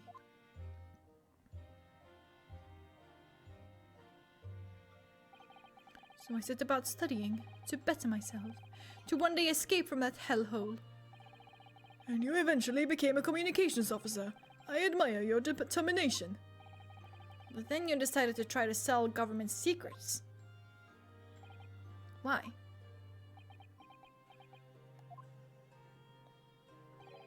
Isn't it obvious? Because I wanted money. Even now, years later, the nightmares of my life in the slums wake me in the small hours.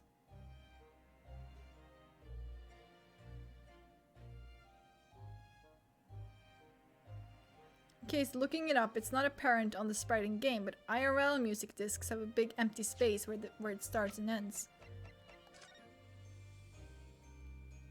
Yeah, it's really not that apparent here, is it? Unless you have like, I don't know like where it counts, like just in general? Just like a huge like gap in the middle?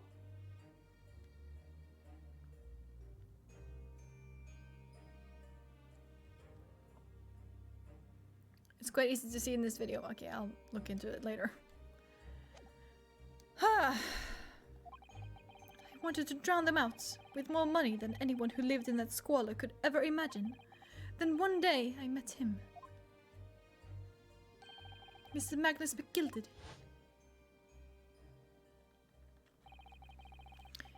You're a fiend with a queer talent, so you are. I have money to throw your way if you're interested. All you need to do is go along with my little plan now. I was to steal the ministry's telegraphic message logs, and McGilded would buy them for a handsome sum. As I was responsible for inspections of the ministry's communications office, it was a simple enough task.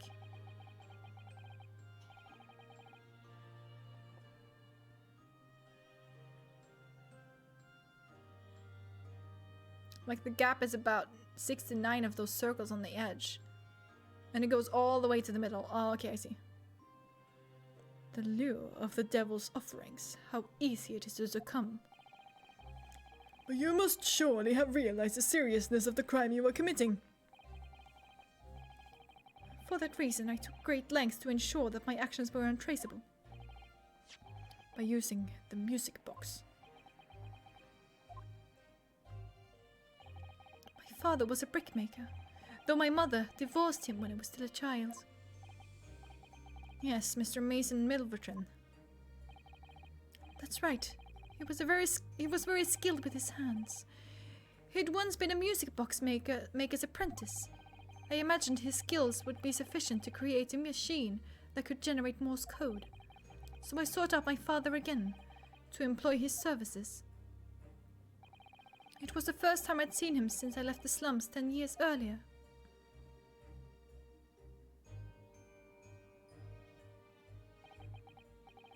Look at you, Ashley. What a fine gent you've become, eh? He was a different man to the one in my memory. A thin, frail old man.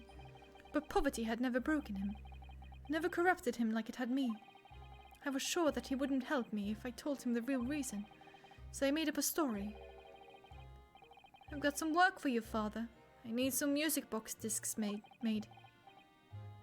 Music box discs, eh? A musician friend of mine has written some music he wants to sell to the public. I brought the score with me. There are 2, actually. I'd be delighted, son. It's been 20 years since I did any work like this, though. Fetch my tools, would you? They're in the loft. That's how I had him make the 2 discs. Thereby splitting the information in 2. You were taking considerable precautions indeed. It was to protect myself as much as anything. It meant that I could deal with McGilded in 2 separate transactions. The first involved the first of the 2 discs and the music box for playing them. I exchanged them with McGilded for 10 guineas. Then, on receipt of the second disc, he would pay 1,000 guineas. So, what happened on the omnibus 2 months ago? Was the second part of the deal? The exchange of the second disc? Yes, I'd sold the man information that way a number of times already, but it seems he became reluctant to part with his money. But that doesn't quite make sense, Mr. Graydon. For why was it that on the omnibus 2 months ago, your father, Mr. Milverton, was the one dealing with Mr. McGilded and not yourself? When I received 1,000 guineas after my first completed dealings with McGilded, I decided to give 200 to my father for his troubles. But my father realized something was amiss. In time, he worked out that I must be involved in something dubious, and when he did, he said to me, Next time there's an exchange, you'll let your old man do it, understand? Otherwise, I won't take your money anymore.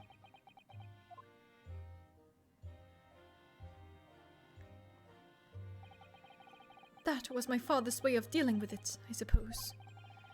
Climb into the omnibus, hand over the second disc, and take the money from McGilded. That's it. He had no idea what was actually on the discs I'd asked him to make. He never knew. Just like I'll never know why everything went so horribly wrong that night. All I know is that the disc was taken from him, and he never returned home.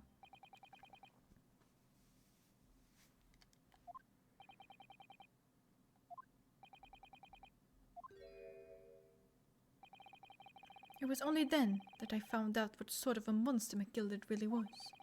So after 10 years of not once uttering it, I swore on my father's name.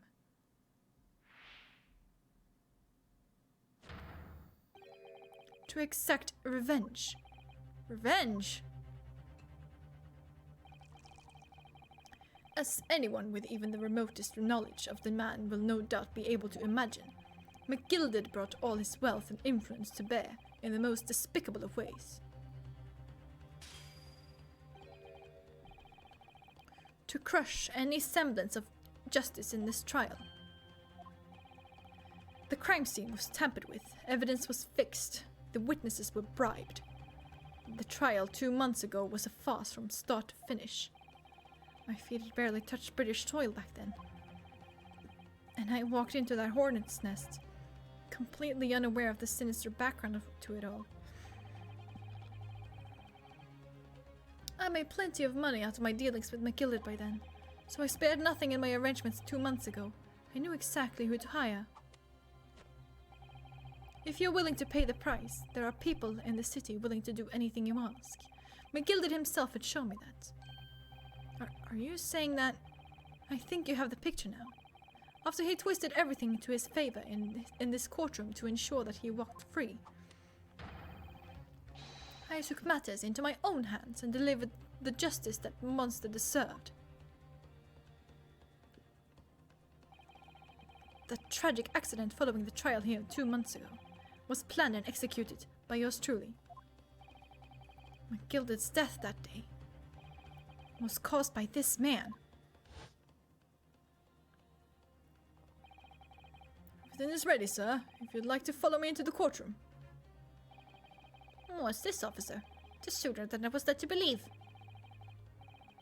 I hope it's not inconvenient, sir.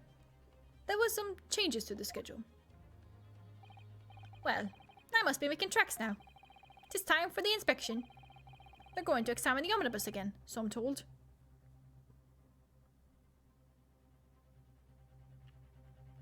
So to get revenge on a man he found despicable, he did everything that he found despicable? He basically became McGilded Jr. We really did. Like, hello? I asked if I could be present for it myself. So that policeman who came to tell McGilded he could examine the omnibus again. That's right, an imposter, Hired by me. Okay, it wasn't him. I thought it was him. McGilded used his wealth to manipulate the trial. He paid people to adulterate the omnibus with all manner of false evidence. He threatened witnesses to lie in their testimony.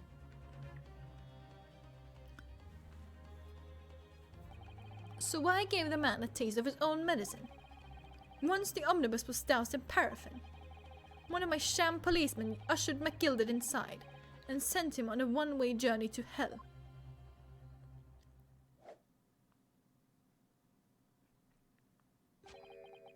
An eye for an eye.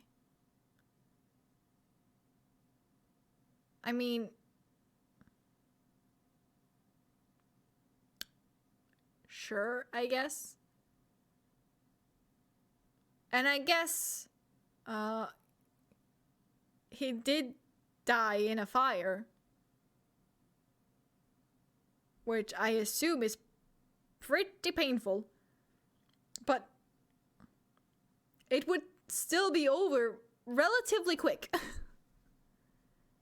It's like, good job, he's dead now. Now what? That's how I avenged my father's death. A spine-chilling account indeed. But that wasn't the end of it for me. There was a loose end, you see. A loose end? Yes, I should think it obvious. The second disc, which my father had taken to exchange with McGilded. Ah, yes. There was indeed no mention of it in the man's trial 2 months ago. Clearly because it had been removed from the scene of the crime. When I realized it was missing, I remembered something. Something from the first time I dealt with McGilded.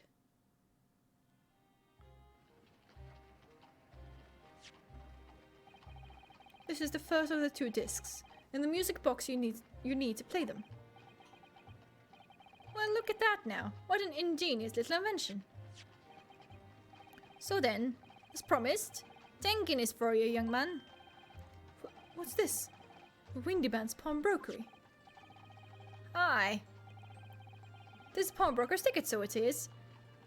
You can use it to redeem an article I've deposited there for you. There is no need to give a name, just hand over the ticket and tell the fiend the watchword. I'll put a jewel in pawn for you. It'll fetch a good 10 guineas if you sell it, so it will. Never heard of a pawnbrokery being used in quite that way before. Have you not, Mr. Graydon? London's pawnbrokeries are very useful places, you know. Each one is like an extremely secure vault.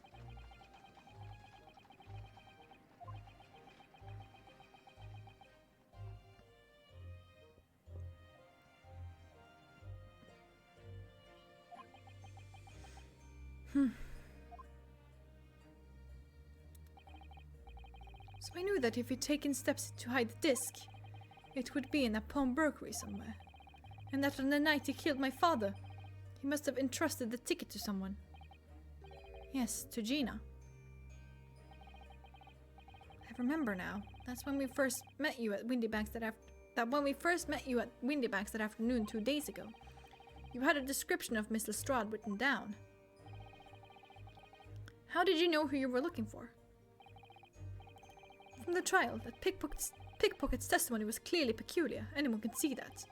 I realized immediately that she was another of McGilded's pawns. That he must have threatened her somehow. I was fairly convinced it would be her who had the ticket. So I started to make some enquiries. I had a strong suspicion the girl would come out of the woodwork of the redemption deadline. And he was absolutely right. And yes, sure enough, she did. All I needed to do was to wait until the girl went to Windybanks to redeem the articles. But unfortunately, she redeemed only McGilded's overcoat and the one disc that was in its pocket. The all-important music box with the second disc inside was missing. Because it had already been forfeited 2 days earlier. But I was unaware of that fact. Had I not been, I could have avoided my nighttime excursion. Meanwhile, our investigation into the stolen government secrets was progressing. We picked up on the fact that McGilded was involved. Inspector, you've recovered fast. My orders were to recover the stolen information as quickly as possible. So we started gathering the fellow's possessions and examining whatever we could lay our hands on. We had a full-scale investigation going on at the yard, but we had to keep it as quiet as we could. Then, when the inspector here took the disc from me in the pawnbrokery that day, I became nervous. I was sure the music box and the second disc was still there in the shop somewhere. So I knew that it was a race against time. I had to find those articles before the police did. So that's what prompted you to break into the place that same night. With the help of your old friends, the Skulking Brothers. What happened that night in the pawnbrokery? I can only describe as a nightmare. While Nash and Ringo were searching the counter, I had located the music box I'd sold to McGilded on the shelves of forfeited articles. And the second disc was inside. Yes, I slipped it into my pocket with a very deep sigh of relief. But then, something entirely unexpected happened. What are you doing in my shop?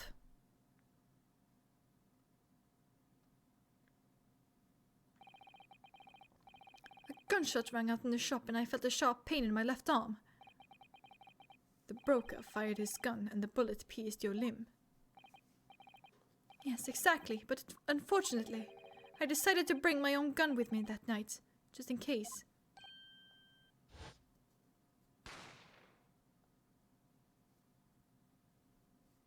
Couldn't he have just bolted at that time? And come back in the morning and buy the music box? Like, would that not have been, like, way easier? Right?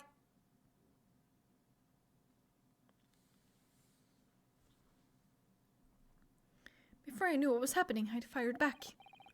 The man had already turned to flee. I hadn't intended to fire in his direction, much less kill him. Yeah, dumb. But unfortunately for both of us, the bullet hit home. It struck him in the middle of his back as he fled through the storeroom door for refuge. Hold on.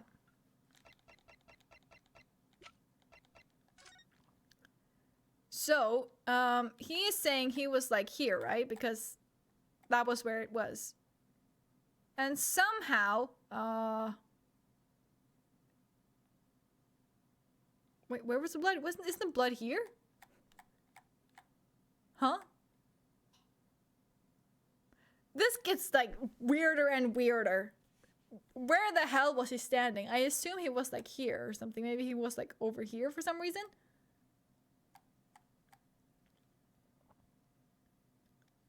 And then they're, like, messing around over here or whatever. And he shoots and it hits the wall. But... Or is it here or is it there? Hold on. It's kind of hard to tell. I always assumed that to the left of the image was the entrance. But maybe it isn't. Who knows? Not me, apparently.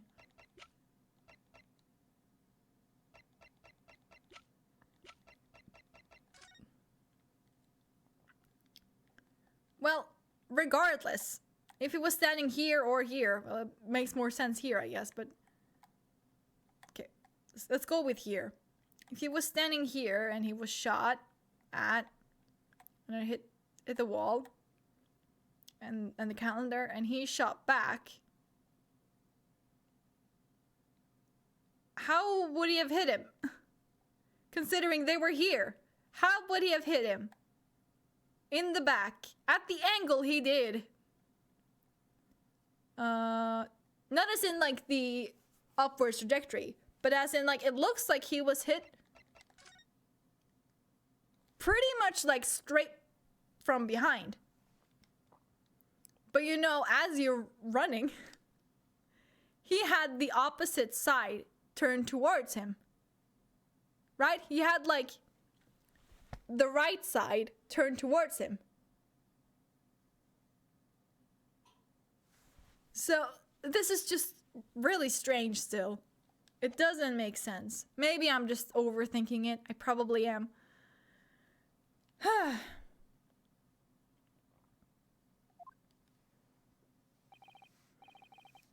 A sorry, sorry tale. It all took place in the blink of an eye. I don't imagine Nash and Ringo even realized what had happened at first. I was terrified, so I fled. And that's the whole story. That's everything that happened at Windybanks on that wretched night. I still think it doesn't really line up, but sure. Let's go with that, I guess.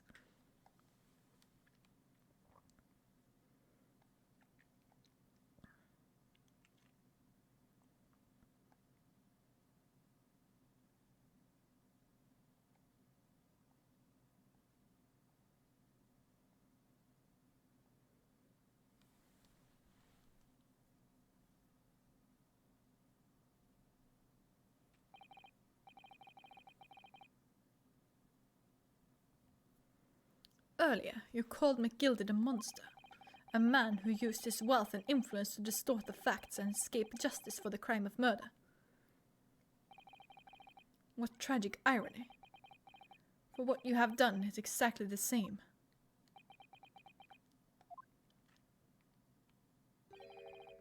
You've become the very monster you saw and despised so deeply in McGilded.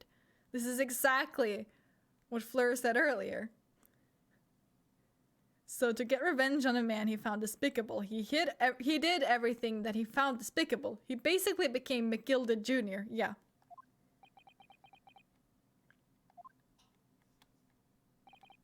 Yes, I think I have. You think? I have a feeling that the more you think about it, the less this case makes sense. Yeah, I think so too. Well, this has been a long and exhausting trial. However, it would seem that at last we have arrived at the truth. Inspector Gregson, what of Mr. Ashley Graydon? He's been restrained, my lord, and is being escorted to the yard. He'll be charged with the murder of Mr. Windybank and the stealing of government secrets. And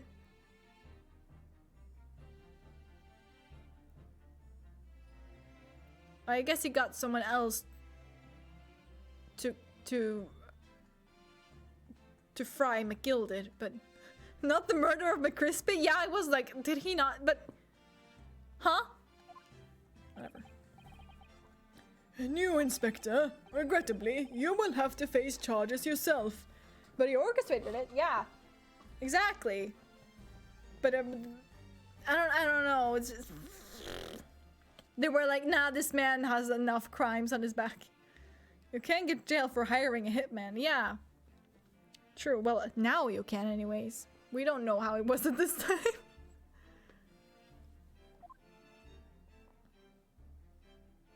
Plus perjury. Like, listen. Yes, my lord, of course. It transpires that you were complicit in helping a criminal escape justice. That fact remains, whether or not you were doing so in the line of duty.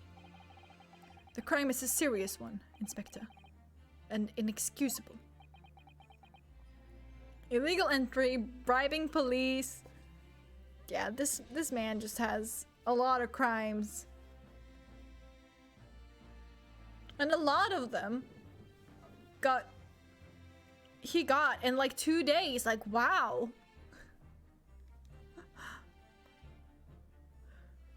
He is crime man. Now to the defendant, Miss Gina Lestrade. Yeah. It is time for the final adjudication. Is the jury ready, Mr. Foreman? Yes, sir. Garrett of Squadron standing by, sir. This is really it now.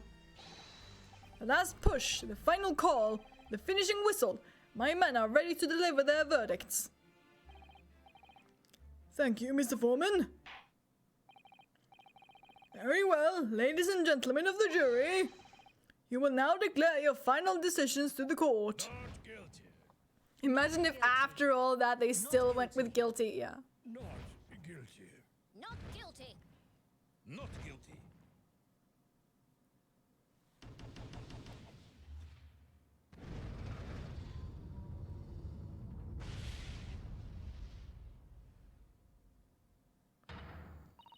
That's the stuff.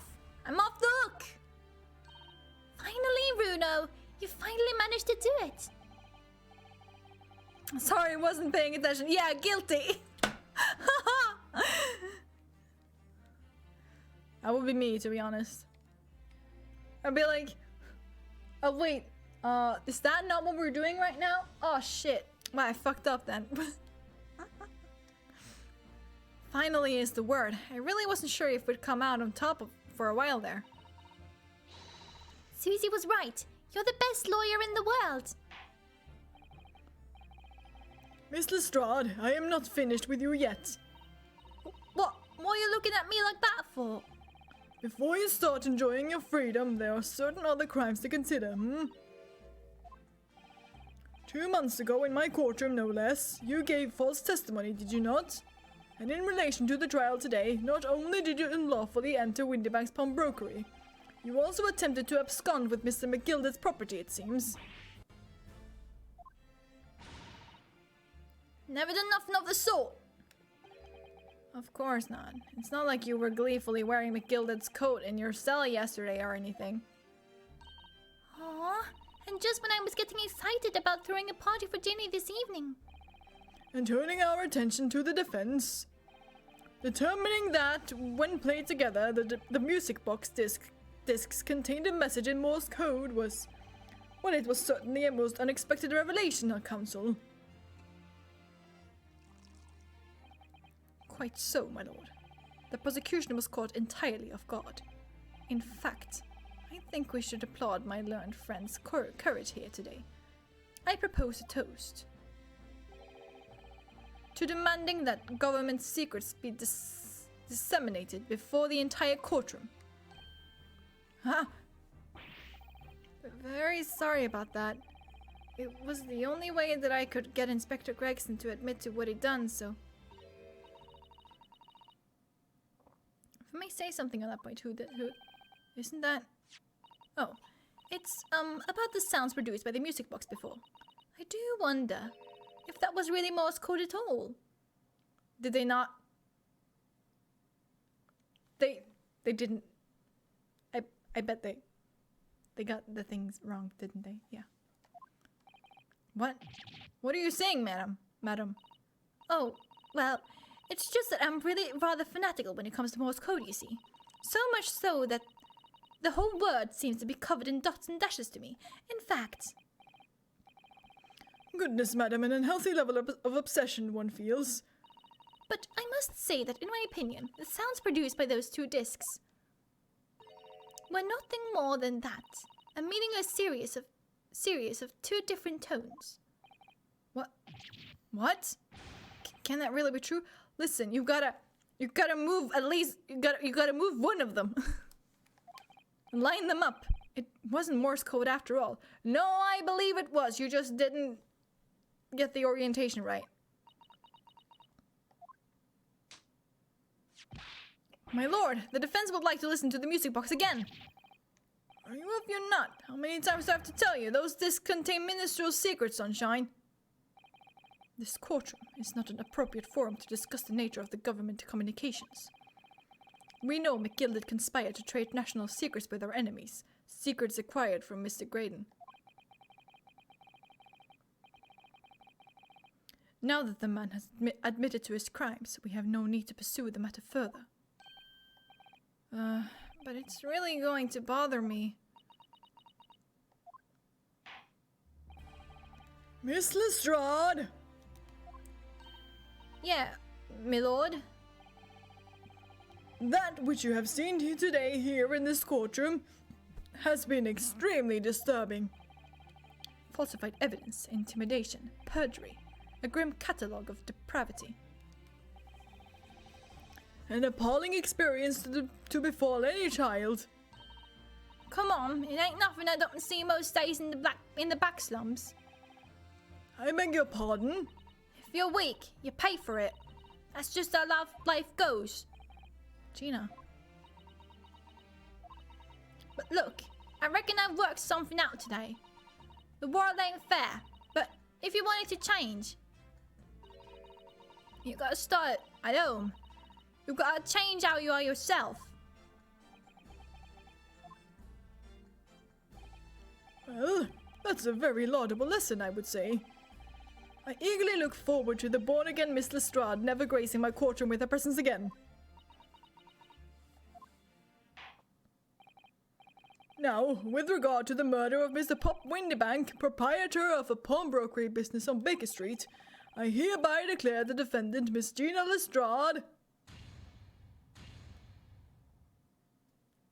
Let's go! Yes!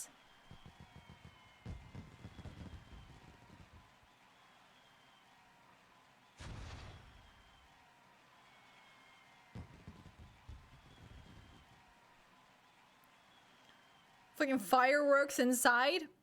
Okay, sure. That is all. Court is adjourned. Huh.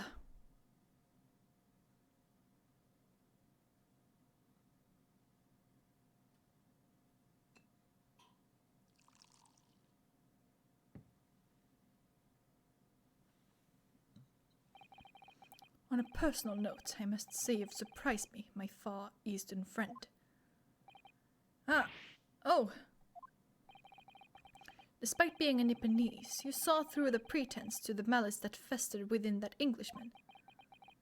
And at the same time, saw through the grime to the surprising heart of your English client. You have a curious talent for judging character, especially considering our very different cultures.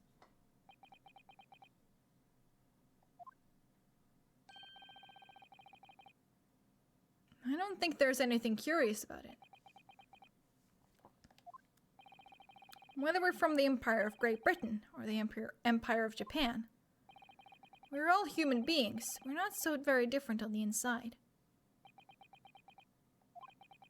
No, I took this case for one very simple reason. To lock swords with you once again, here in the courtroom. You did? When I encountered you for the first time 2 months ago, it reminded me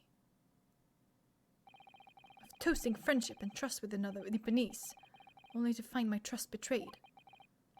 Through you, I hope to look into the eyes of the man I once knew and try to understand.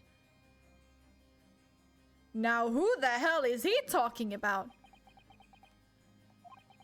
You mentioned something similar earlier today, about total betrayal at the hands of the Japanese.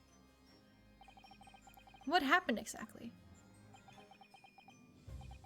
Well, you may ask, but I won't tell until the second game. And one day, when the time comes, you will learn the answer, whether you like it or not. And it's the second game, isn't it?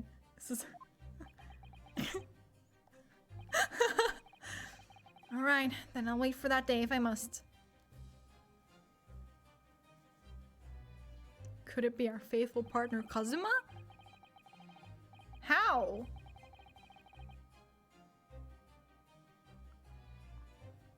Had he been in Britain before? I don't remember.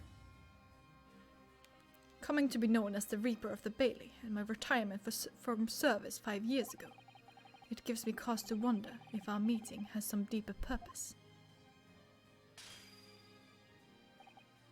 So, farewell, my learned Nipponese fellow, until we meet again.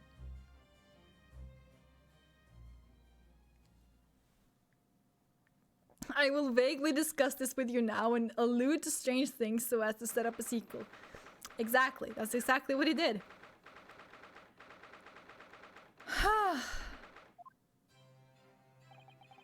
It's done. It's over at last.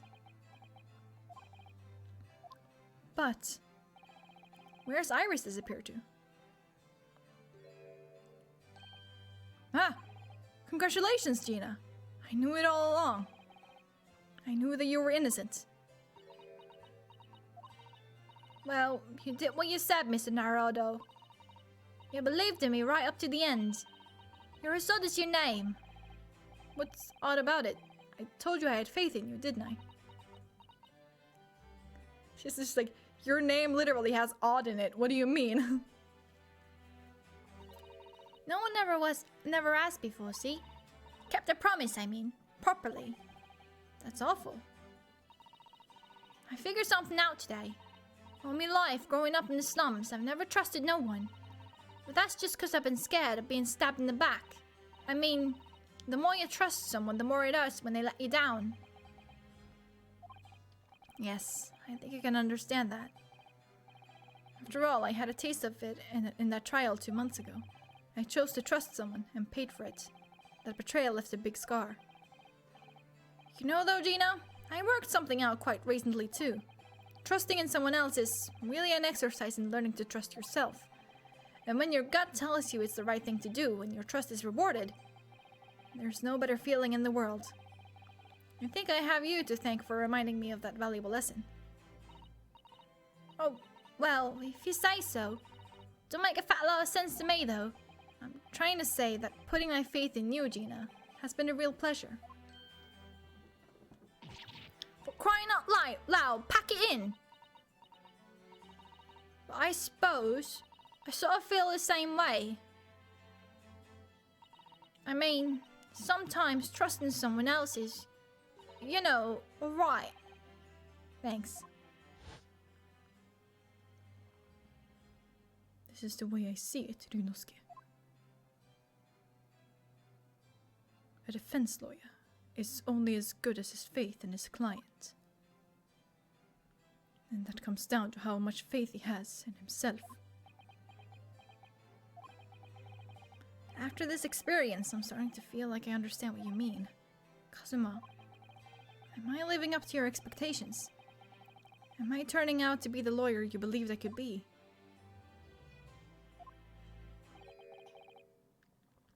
Pardon the interruption. Okay. Oh god. But what the deuce does a man have to do to be noticed around here, my dear fellow? That voice! It's too late for that voice now, Mr. Naruhodo.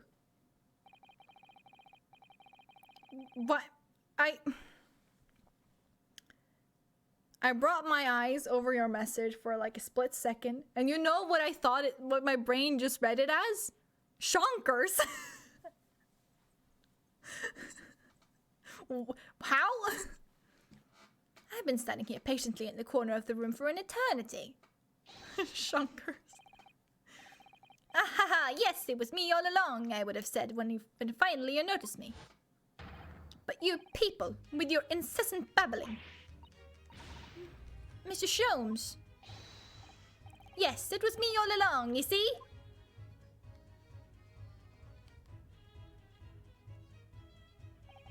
I'd assume you'd been taken back to the hospital, to be honest. Indeed I was, but I managed to escape again. Oh. Sholmes, no. I happen to be aware of one or two foibles of the doctor who was tending to me.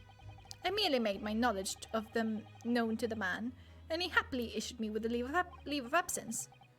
How very above board. But enough of my adventures. That was a fine victory, Mr. Naruhodo. Your tireless efforts justly rewarded, I feel. Congratulations are in order. As a close friend, I tip my hat at you. Oh, thank you. Some great detective you are. Great at being cold as ice, maybe. Have I irked you in some way, Mrs. Strahd? While you have been having a snooze in your nice soft bed, some of us have been fighting for our lives. Ah, well, that bullet did cause me to lose a substantial amount of blood, that's true. So I have indeed been feeling somewhat cold. Not perhaps as cold as ice, but, well, have a feel. Could you take your hands off my neck, please, Mr. Sholmes? And, in some way, I suppose, congratulations are in order for you too, Mrs. Strahd. What's that supposed to mean? Why so half-hearted? Well, naturally, it isn't my intention to alarm you, but... An acquittal in a trial with that particular prosecutor is perhaps a little precarious. Well done, Mr. Sholmes. Not alarming in the slightest. Oh, the Reaper, you mean? Because anyone who's found not guilty in a trial he was working on winds up dead anyways, is that it? The very point I was trying to make. You know what? I forgot about this and I would have been perfectly fine without it. Now I'm worried. As exemplified by the fate of Mr. McGilded, in fact. Ah, but of course, I pay no attention to such irrational drivel myself. Sure you don't. Yeah, well, it don't bother me. Oh, really? Of course not. The way I see it, the Reaper's a bit like him upstairs. Him upstairs? You mean like God? Yeah, him upstairs knows what's what, right? He knows what people are like on the inside. He won't have got the wrong end of the stick. There are some coves like that in the that bug troll were rotten to the core. At the end of the day, him upstairs makes sure they get what they deserve. Sure don't, Shums. That is why you keep bringing it up to every client. Oh yeah, he brought it up last time too, didn't he? I suppose that's one way of looking at it. Divine justice is one thing, though. The Reaper taking matters into his own hands and claiming lives is another. Well, I ain't like the McGildeds of this world, so I ain't scared. I got principles, see?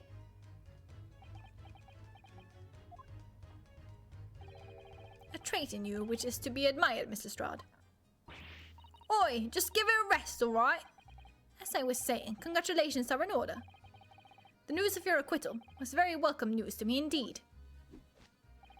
Let me express my heartfelt congratulations, Gina. Well, There you are, Hurley. How long have you been here? Honestly, I went to the main entrance especially to meet you there. Ah, Iris, my dear. I do apologize. But wait until I tell you what happened. This pair made utter fools of themselves. What happened? As you know, I have a penchant for disguise. I was hiding in this room dressed as a bailiff. But these dolls didn't notice my presence at all. They had no idea. Can you imagine, Iris? Would you credit it? I'm not sure, really. I beg your pardon. I'm sorry, Hurley, but you just don't have the weighty presence you seem to think you have. In fact, you really ought to be careful about that. It's going to land you in trouble one day. Ah, I see. Another thing that's gonna happen in the second game, isn't it? Now be careful. Ouch. Anyway, it's such a shame. I was so hoping to throw a party for Ginny tonight. But you won't be able to come, will you? Don't look like I'm gonna be going nowhere for a while. You are the judge's Pat. I got stuff to make amends for, apparently. All them offenses. What was it again? Breaking and entering, taking the bug troll stuff, what was in the log, blah blah blah. Yes, I think you'll find that basically being a pickpocket is the main offense. But diamond ain't an offense, it's a job, innit? I don't think so. Still, it's got me thinking all this. Maybe I should start looking for another line of work. I mean, you didn't start off as a lawyer, did you, though? Well, no, but I was never a pickpocket. Well, anyway, I reckon I could make a change. I'm gonna do something for all them not like me from the slums. Something that makes a difference for them. That's a wonderful idea, Ginny, and I'm sure you can do it.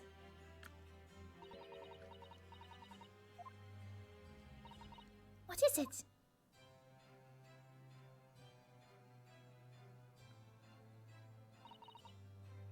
Nothing. Miss Gina Lestrade. The prison carriage has arrived, ma'am.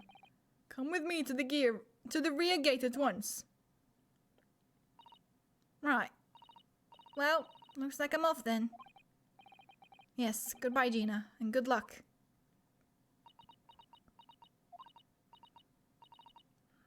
Otto? Yes?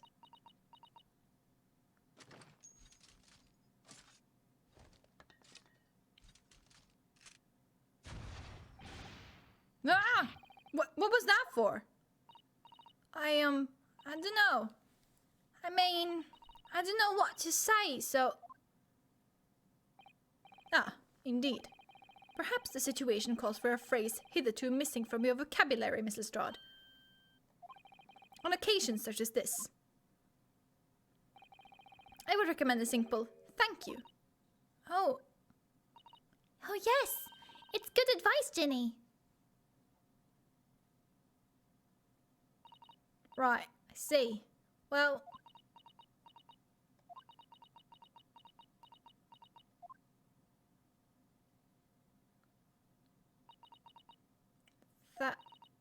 Thanks, Otto.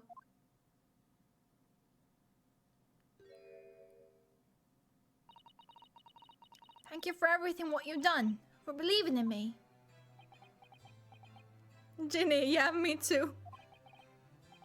Not at all. In fact, that should be my line. Thank you, Gina.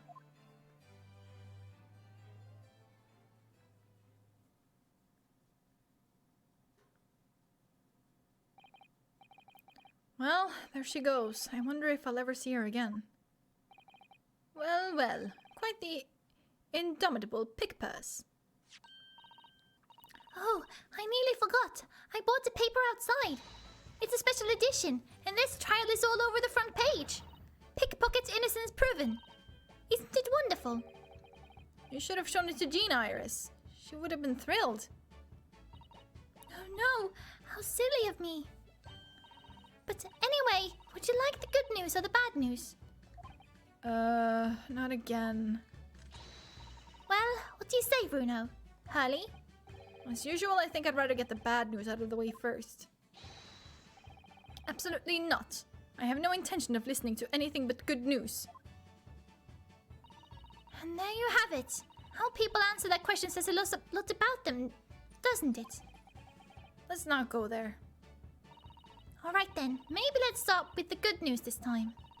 The rain has finally stopped. It was a record level of rainfall apparently.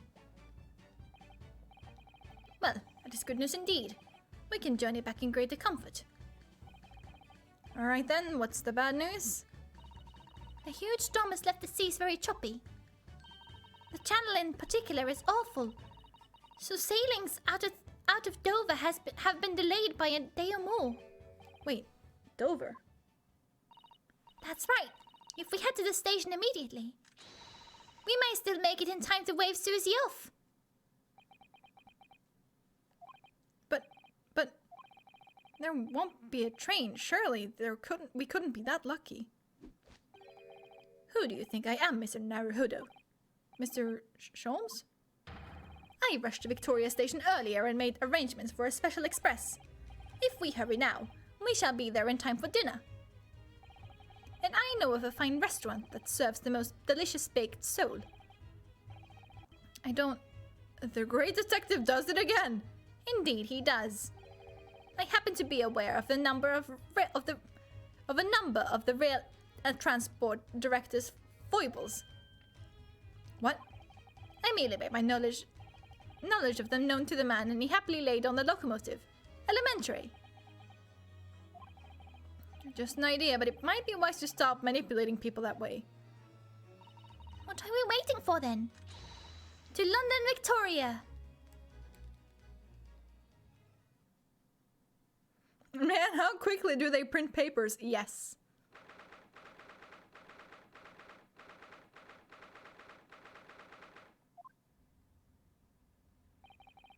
That took somewhat longer than I had anticipated. Susie's boat must be about to leave now. Mrs. Soto, where are you? Over there, look! It looks like she's reading something. Hold it! Mrs. Soto, wait! What are you doing? She was about to yeet that so far. Mr. Naruhodo, What are you doing here? We came as soon as we could after the trial. I mean, we heard that sailings were being delayed due to the bad weather, you see. Oh, I see. Then tell me, how did Gina's trial go? it went well. She was acquitted.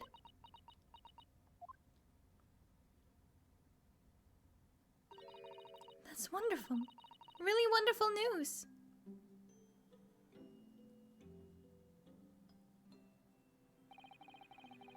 The book you were about to throw into the sea. It was your Encyclopedia of British Law, wasn't it? Oh dear, I was hoping you hadn't seen that. I'm not worthy of practicing law in any way now. So, I was saying my final farewell. You were saying goodbye to law? You? Susato-san? Would I be correct in assuming?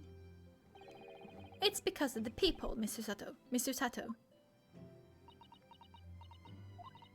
I deliberately altered the scene of a crime, and then I tried to hide the facts. What I did is utterly unforgivable. That reminds me. How did you even come to have this, Susie? On the evening of the incident, Mr. Sholmes had invited Gina to dinner, if you remember. Oh yes, we had a wonderful time. Well, Gina gave us a little introductory lesson, didn't she? To the art of pickpocketing, I mean. Oh, that was so much fun! I stole Runa's armband. Yes, please don't do that again, Iris. That band's very important to me. Well, if it's so important, you should pay more attention to it. You didn't notice for ages. On a whim, I thought it would be fun to see if I could take the cat Flapomat. So I put it up my sleeve. Really? And then I rather forgot about it until I found myself in Mr. Winterbank's shop with it later that night. I see. And then...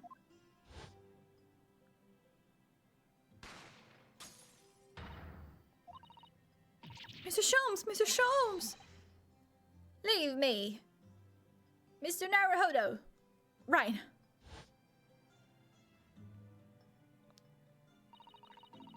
After Miss Naruhodo had left the shop, I started to think. That door started to play on my mind. The storeroom door, you mean? Yes, if Gina was anywhere in the shop, I realized it could only be behind that door. And at that moment, the little device that I had up my sleeve sprang to mind. I was so worried about Gina, I simply had to know. So, you used the cat Flapomat to make the peephole in the door? It's captured in a photographic print of the shop. By one of Hurley's red-handed recorders. Indeed. It was of the first importance, that point. Precisely when the peephole was made, that information would prove to be Mr. Naruhodo's greatest weapon. Though naturally, without proof, it would have amounted to nothing. But when I looked through the hole in the door, the sight that met my eyes made my blood run cold. Thoughts started to run through my mind. I remembered that trial 2 months earlier, the trial of Magnus McGilded. I thought about how he had manipulated the evidence and arranged false testimony to secure his freedom. It made the British justice system feel very dark and sinister to me. And then, a terrible thought occurred to me. What if some wicked criminal was planning to do the same thing now? Because from the appearance of the crime scene, it looked exactly as though Gina had shot Mr. Winterbank. Even though I was sure she would never have done such a thing. You were worried that the true culprit would try to frame her for her crime. That's right. But then I realized it would be very difficult for anyone to give false testimony in this case. What do you mean? Well, the crime appeared to have happened behind the door of a locked room. For someone to claim falsely to have witnessed it, there would have to be a way to see beyond the door. Ah. For which, a peephole would be the very thing. Only the peephole I had made wasn't actually there until after the crime had been committed, of course. And the criminal would know that, so it wouldn't make any difference. But the possibility of a rather ingenious trap was there, was it not? A trap? Is that why she did it? So, is that why you kept it a secret, Susie? You never mentioned that you made the peephole to anyone, not even to the police. I know, and I knew at the time what I was doing was wrong, a criminal offense even. Ooh, Susato playing 5D chess with multiverse and time travel, for real, what the hell? That's why I decided to confide in Mr. Sholmes. If Mr. Naruhodo was completely backed into a corner, with no other possible means of escape, the truth about the peephole could save him. That was my plan. She really does think of everything. But then, why didn't you just tell me everything before the trial began? My dear fellow, you're not thinking straight. If she had done that, it would have rendered you complicit in the whole escapade. Ah. You could have been disbarred if you had been seen to have not knowingly tampered with the crime scene. So Mr. Sato decided to shoulder the burden of responsibility alone. For your sake and Miss Lestrade's. Mr. Sato. The truth is, when it happened, I did it because I'd lost a little of my faith in the law. Oh. I was worried that the right person wouldn't be convicted of the crime. But the moment I allowed myself to think that is the moment I lost my right to call myself a judicial assistant.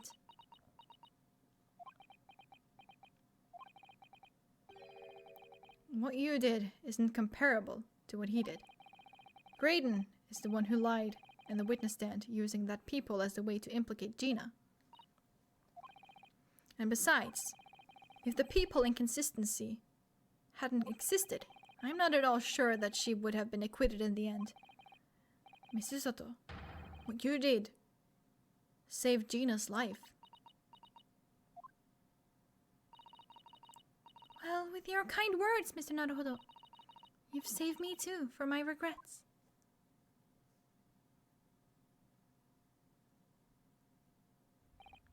Well, we must all be thankful that Miss Lestrade's freedom has been assured. Yes, exactly. Although some of the loose ends in that trial will continue to play in my mind, I'm sure. But the revelation that the music box disc contained secret messages, Mr. Naruhodo. What a triumph to work that out! I'm full of admiration. Well, actually, that argument wasn't quite as compelling as I thought it was. It wasn't? There was a communications officer among the jury members, you see, a telegraph operator. And she said that the majority of the sounds on the disc were just meaningless tones. As one would expect. After all, we are talking about secret government communications. No doubt they were written in cipher to avoid being readily understood, should they have been intercepted. In cipher? I see. So then, we could never have hoped to understand the message anyway. Nonsense, my dear fellow. It's quite a zero-pipe problem, I assure you.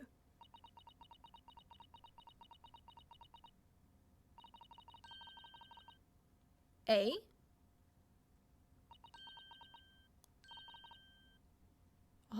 Sogi? Eh? What? Kazuma! And that can't be a real word, can it? How funny! Wait, Iris, what did you just say? Oh, I just said... Eisogi. Does that word mean something to you? Mean something? Sogi was the name of my best friend. What? But how? How do you know that name, Iris? I wrote it down during the trial before, when the message was playing on the music box. She transcribed it on the fly. She really is a genius. I thought the message probably wouldn't be written out in plain Morse code, so I tried various ways to interpret it. But whatever I tried, the words just didn't seem to make any sense. That is, in English at least. Oh? It suddenly occurred to me, you see. There's more than one Morse code, not just the English variety. Various countries around the world have altered and added to Morse code to use it in their own languages. I don't believe it. Are you saying... That's right. I've only actually seen a chart of Japanese Morse code once before. But I think it's based on the... Iroha pangram, isn't it? And you mean to say that in Japanese Morse code the message says asogi? Was asogi? Yes. I think so. Sorry, but I don't remember all of the Japanese Morse code. Iris, would you let me see that? Misusato, do you know it? Do you know Japanese Morse code? Yes, I spent some time studying it. Because I'm quite sure Morse code will become ever more important for international communications. Then, might I recommend, my dear madam, that you focus your efforts on the English version? Be that as it may, Iris, show me the message, please. Of course.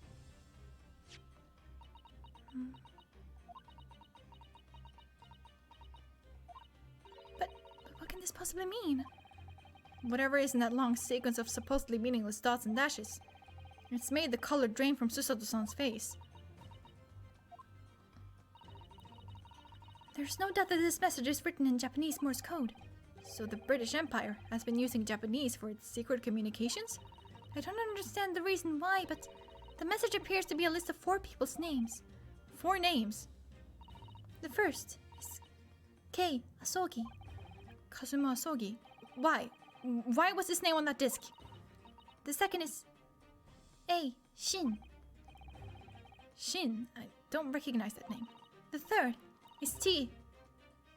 Gregson. Gregson? Ah, it would seem Tobias Gregson is the 3rd man on the list. And what's his name doing on a secret government communication as well? And the last name. What's the matter, Mr. Sato? It's just so strange. It's so unexpected. Oh, what's it, Susie? Don't keep us in suspense. The last name is J. Wilson. Now hold on. What? What? Wilson. John H. Wilson? You mean Daddy? You know, it says only J. Wilson, so I'm afraid I can't be sure. I didn't miss anything. I wasn't sure. What the hell is happening? This is a lot.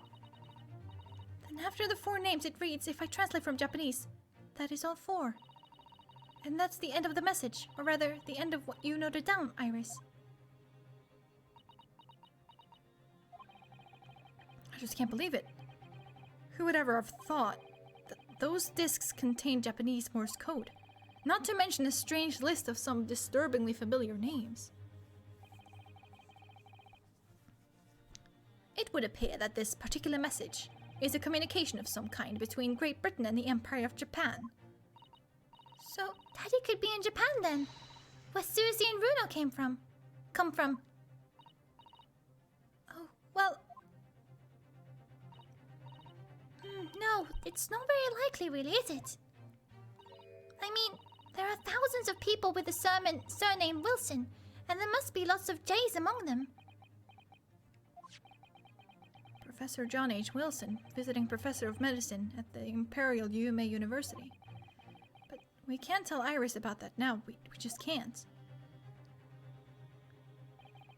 This is so strange. Somehow, in solving the case of Mr. Windybank's murder today, I feel like I've rolled back a boulder at the mouth of a very dark cave. I do wonder if perhaps it's a dark cave that we shouldn't go wandering inside.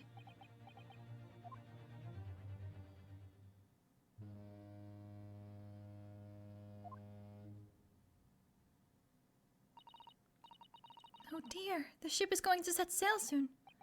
Yes, it seems so. I'll sail on that steamship first to the port of Dunkirk in France. Then I'll change onto a larger passenger vessel bound for Japan. You're really going then, Susie. We wish you a safe passage, Mr. Sato.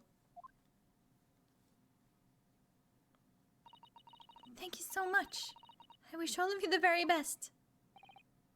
Mr. Sato, I had hoped to have you always at my side to guide me and support me. Mr. Naruhodo, please, come back soon. As far as I'm concerned, you really are the very best judicial assistant in the world. I'm quite sure. I'll be back before you know it. Really, Susie? Oh, now don't forget, Iris. I made you a promise I've yet to fulfill. A promise? About your manuscript. Huh? Oh yes, the Hound of the Baskervilles. Well, I'll be waiting for you then, Susie. A promise is a promise. Definitely, Iris.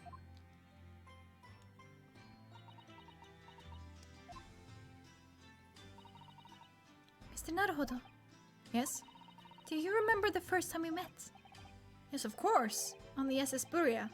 When I was dragged out from that wardrobe still half asleep. If I remember rightly, you threw me halfway across the cabin with the Susato takedown. You know very well that I'm talking about after that. It's strange, but being thrown together as we were in that case, I somehow felt straight away that you were the perfect person to continue Kazuma-sama's great legacy. Miss Susato. And my instincts were right. I really want to believe. No, I'm sure that I'll be back soon. Farewell until then.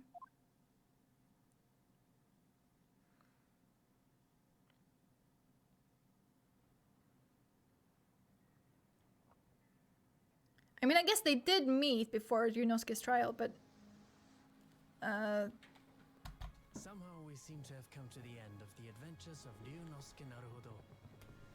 Or the first volume, at least.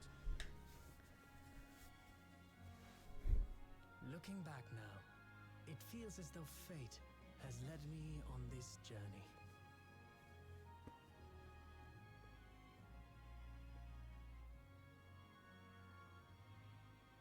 Fate led me to becoming a lawyer, to traveling halfway around the world, to meeting the great detective.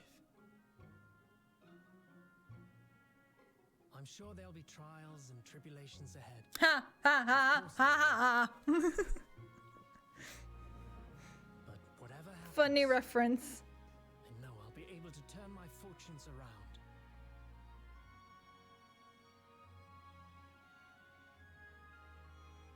After all, I have the greatest friends in the world That on was my side. some violin playing. Where did he keep that violin? Up his ass? What do you think?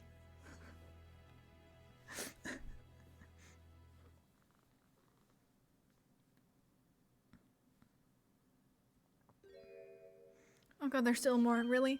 Ah, yes. Mr. Naruhodo. Yes, Mr. Sholmes? I have some rather awkward news. Awkward? The railway company has decided to sue over the special express train, apparently. Sholmes. At least he gave up on his sad attempt at psychic violin playing, you're right. Huh? It caused such a commotion on the line. All the other trains had to wait at stations. But really, we would never have made it to Dover in time otherwise. Anyway, I explained everything and how it was all your fault. Sholmes! Can we not? Huh? Huh? I believe a formal complaint should be delivered to your office tomorrow. But not to worry, my dear fellow. According to Miss Susato. You love defending yourself in court. Huh? Huh? Huh? It's all right. I'm perfectly happy to testify. Are we gonna get have a good old-fashioned objection? Perhaps so. You really didn't look like the sort of man who'd do something so outrageous. See?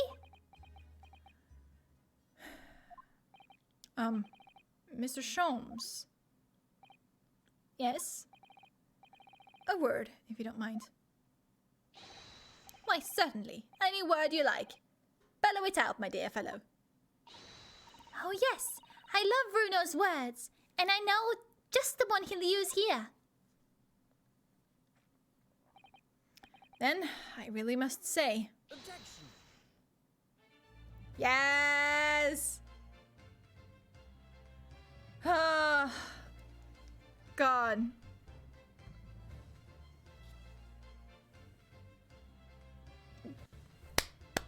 That was great. I loved it. I'm hyped for the second game now. I'm not even gonna bother with reading what they have to say anymore. Oh god, my voice. My voice, my dear fellows. My voice is not doing too hot. I don't know why it does this. What is the... Huh? Hold on. Is this gonna cover the entire... No, it's not. What? Okay, that's really strange. Why is it like this? I don't understand.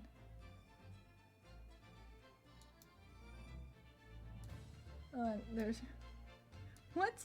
What is going on? Why does it look so weird? Hold on. I am so sleepy. Yes, me too. My god.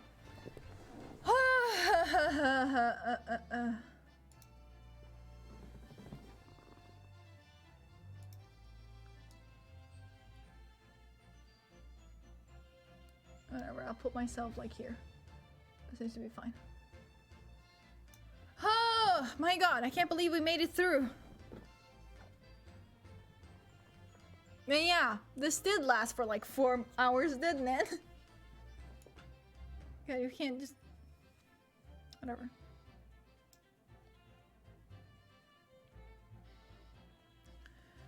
Oh my god.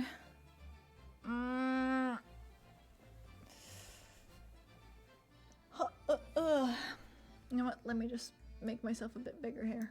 Because why not? There we go. My god. That was a great game, but like, first, for real though, there were some really strange things about this last case.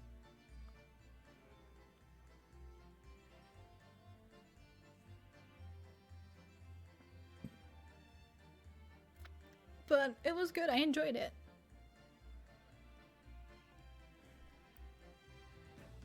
This case was the least logical. Yeah, just... Male strong-arm has to be evil? I mean, yeah, he does give very much, what's his fucking name again? Owlman. Gant, that's it. Gives very much Gant vibes. I'm pretty sure I said it like the first time we saw him too.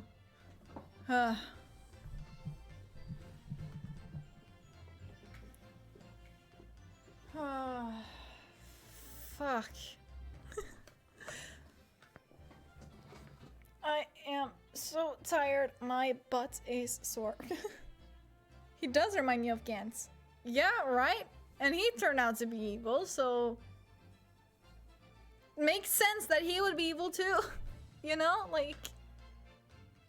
Oh, I'm literally covering up the fucking chat now. Hold on. Let me put myself over here then, I guess. No. But that just... Ugh. Ah! This is annoying! Frustrating up here. Stay up here, I guess. There we go.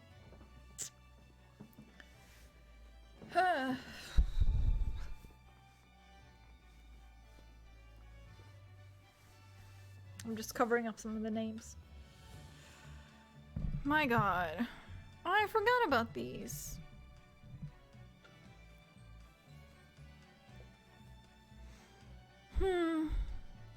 But now is the question, what the hell am I gonna stream on Thursday?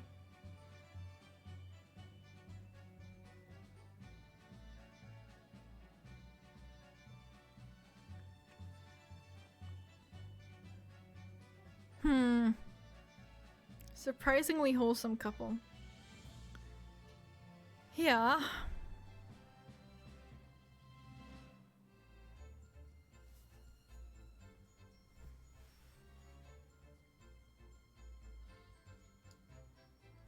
Pretty much. Wholesome couple, if not a bit much, yeah. Still trying to figure out where to put my fucking face cam. Help.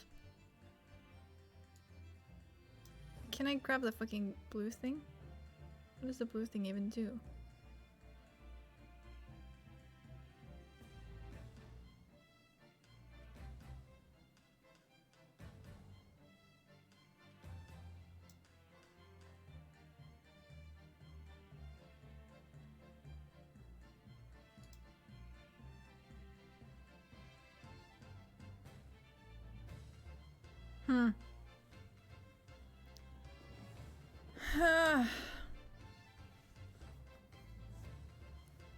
Damn.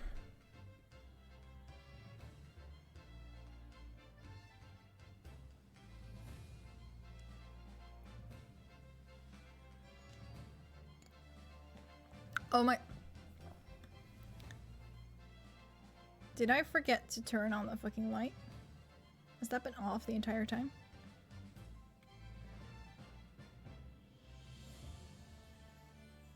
Oh no, it's ended. Hold on, let me turn it back on. I was like, why does it look so strange behind me? There it is. Huh.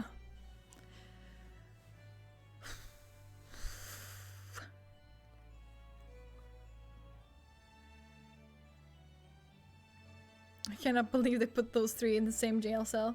Purple light, woo!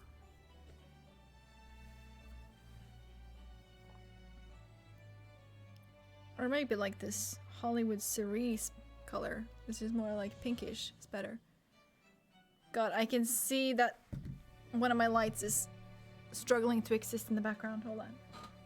Oh, that's a cute picture. Vaga, hi! That is so cute! Oh god, I hate them being like this. Oh, green. Now what in the heck is this? Just more credits? Or...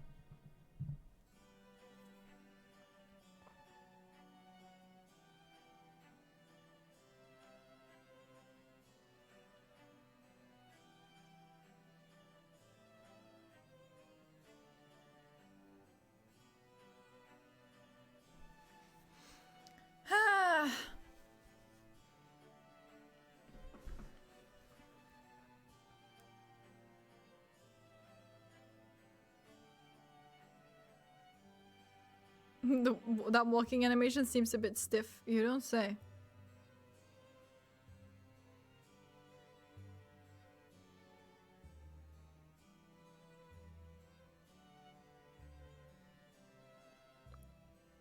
Is this like a timeline?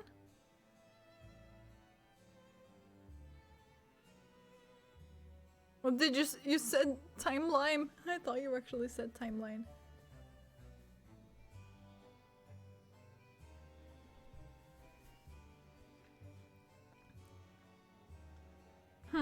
Interesting, interesting.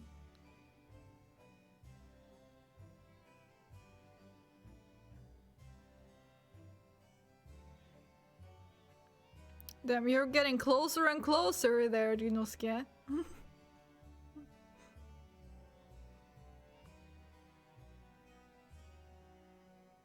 Oh no, it literally is a timeline.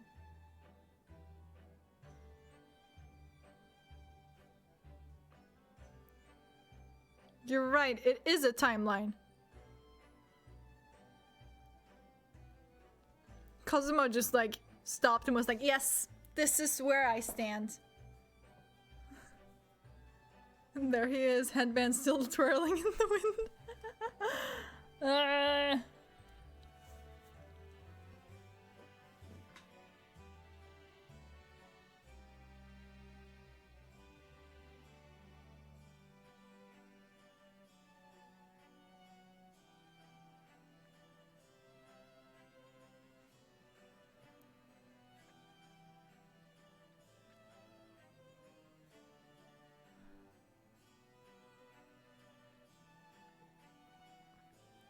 Wait, what? Wait.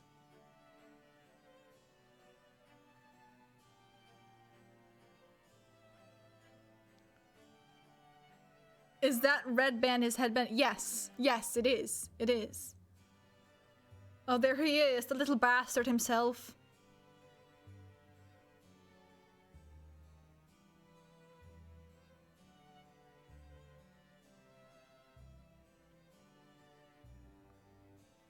It needs to twirl in the afterlife.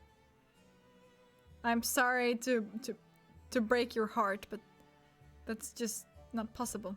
It cannot twirl if it ain't on Kazuma.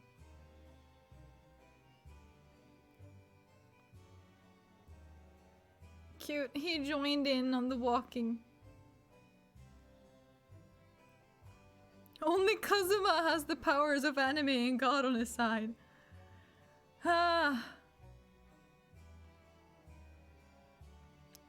You're not wrong. He was wearing Geta all along? Damn.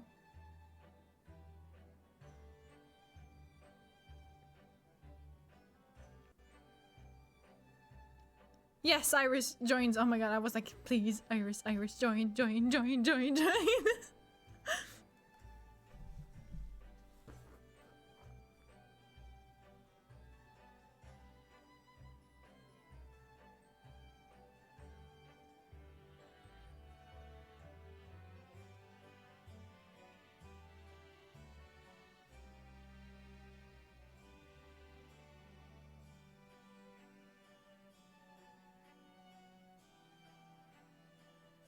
Gina, no.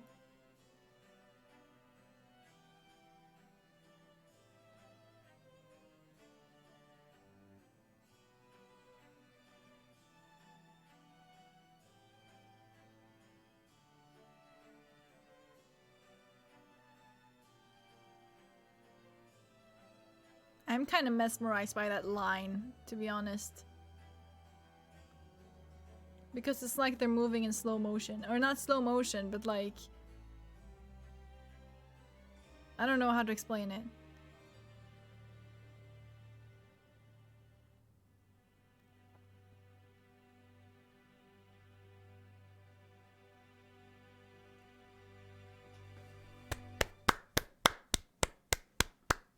Key Great Ace Attorney Adventures. Finn, yes. I covered up the T. that was kind of cute. It was very cute. I liked it a lot.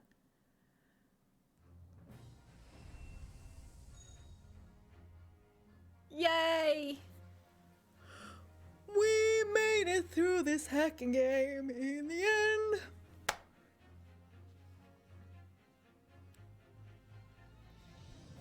And now I am taking a long ass break from anything Ace Attorney.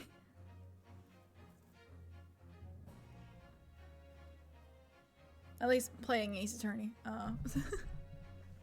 Maybe I'll replay this in my own time. But then, and sleep time. Yeah, that too. But, I believe... if... No, that's not where. Where is it? Language? Voice. You can put their voices to Japanese. So maybe I will do that in my own time. I don't know. Kind of seems like something I would want to do though. But yes. Oh my god. Feels good to be done. So good to be done. Yes.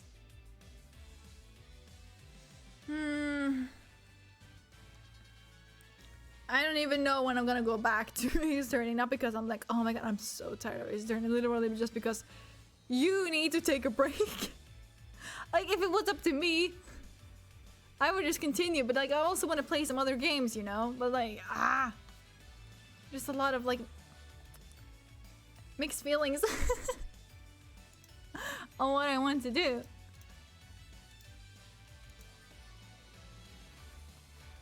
Games are fun. Yes, they are. I've been thinking, yeah, next stream, maybe I should start the Somnium Files. I know nothing about that game, actually. I just know that it was, like, made by the same... What's the... Same people, I guess? Same developer or publisher, whatever, I don't know, something like that. It's made by the same guy that made the Zero Escape games. The what files? Hold on, let me just type it out in chat.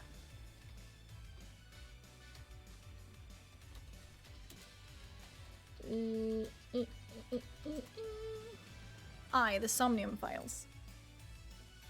Yes, it's pronounced I, not AI, despite the way it looks. It's really strange.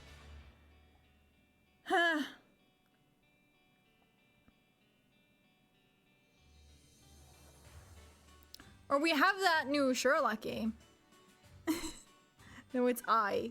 AI. I.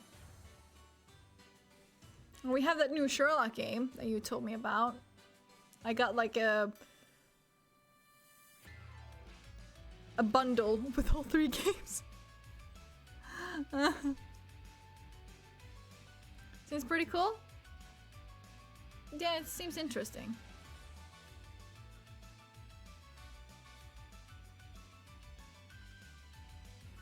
And I got recommended it when I replayed Zero Escape.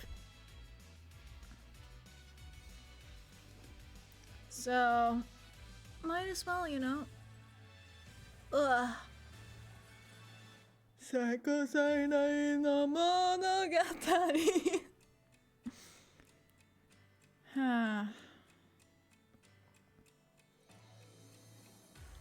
what else? I'm kind of broke right now, so I can't really buy any new games. Gotta continue with Metopia. Maybe I should just do that. It's pretty easy. But like, I kind of want to start the Somnium Files though.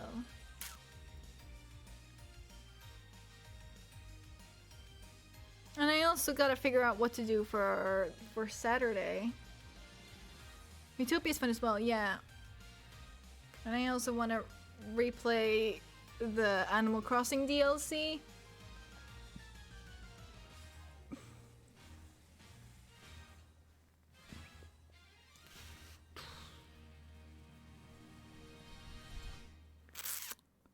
So, yeah. I don't know, man. I don't know.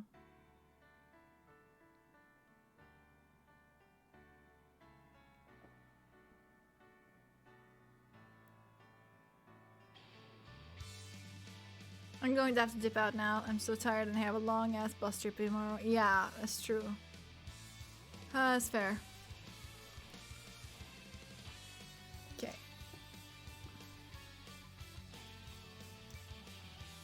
I'll actually leave you with something else today. Whether it's a good thing or not, debatable.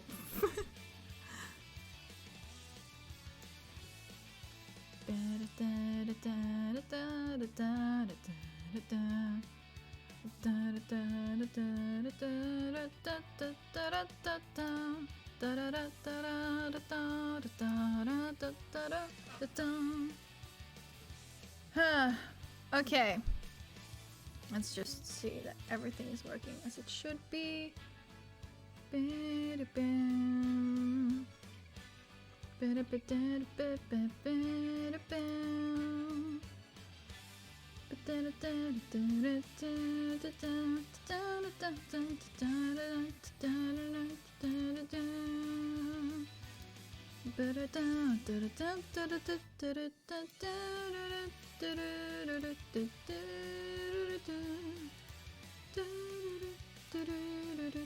Okay. I think I am ready to go now. Hope to see you on Thursday. And with that, bye.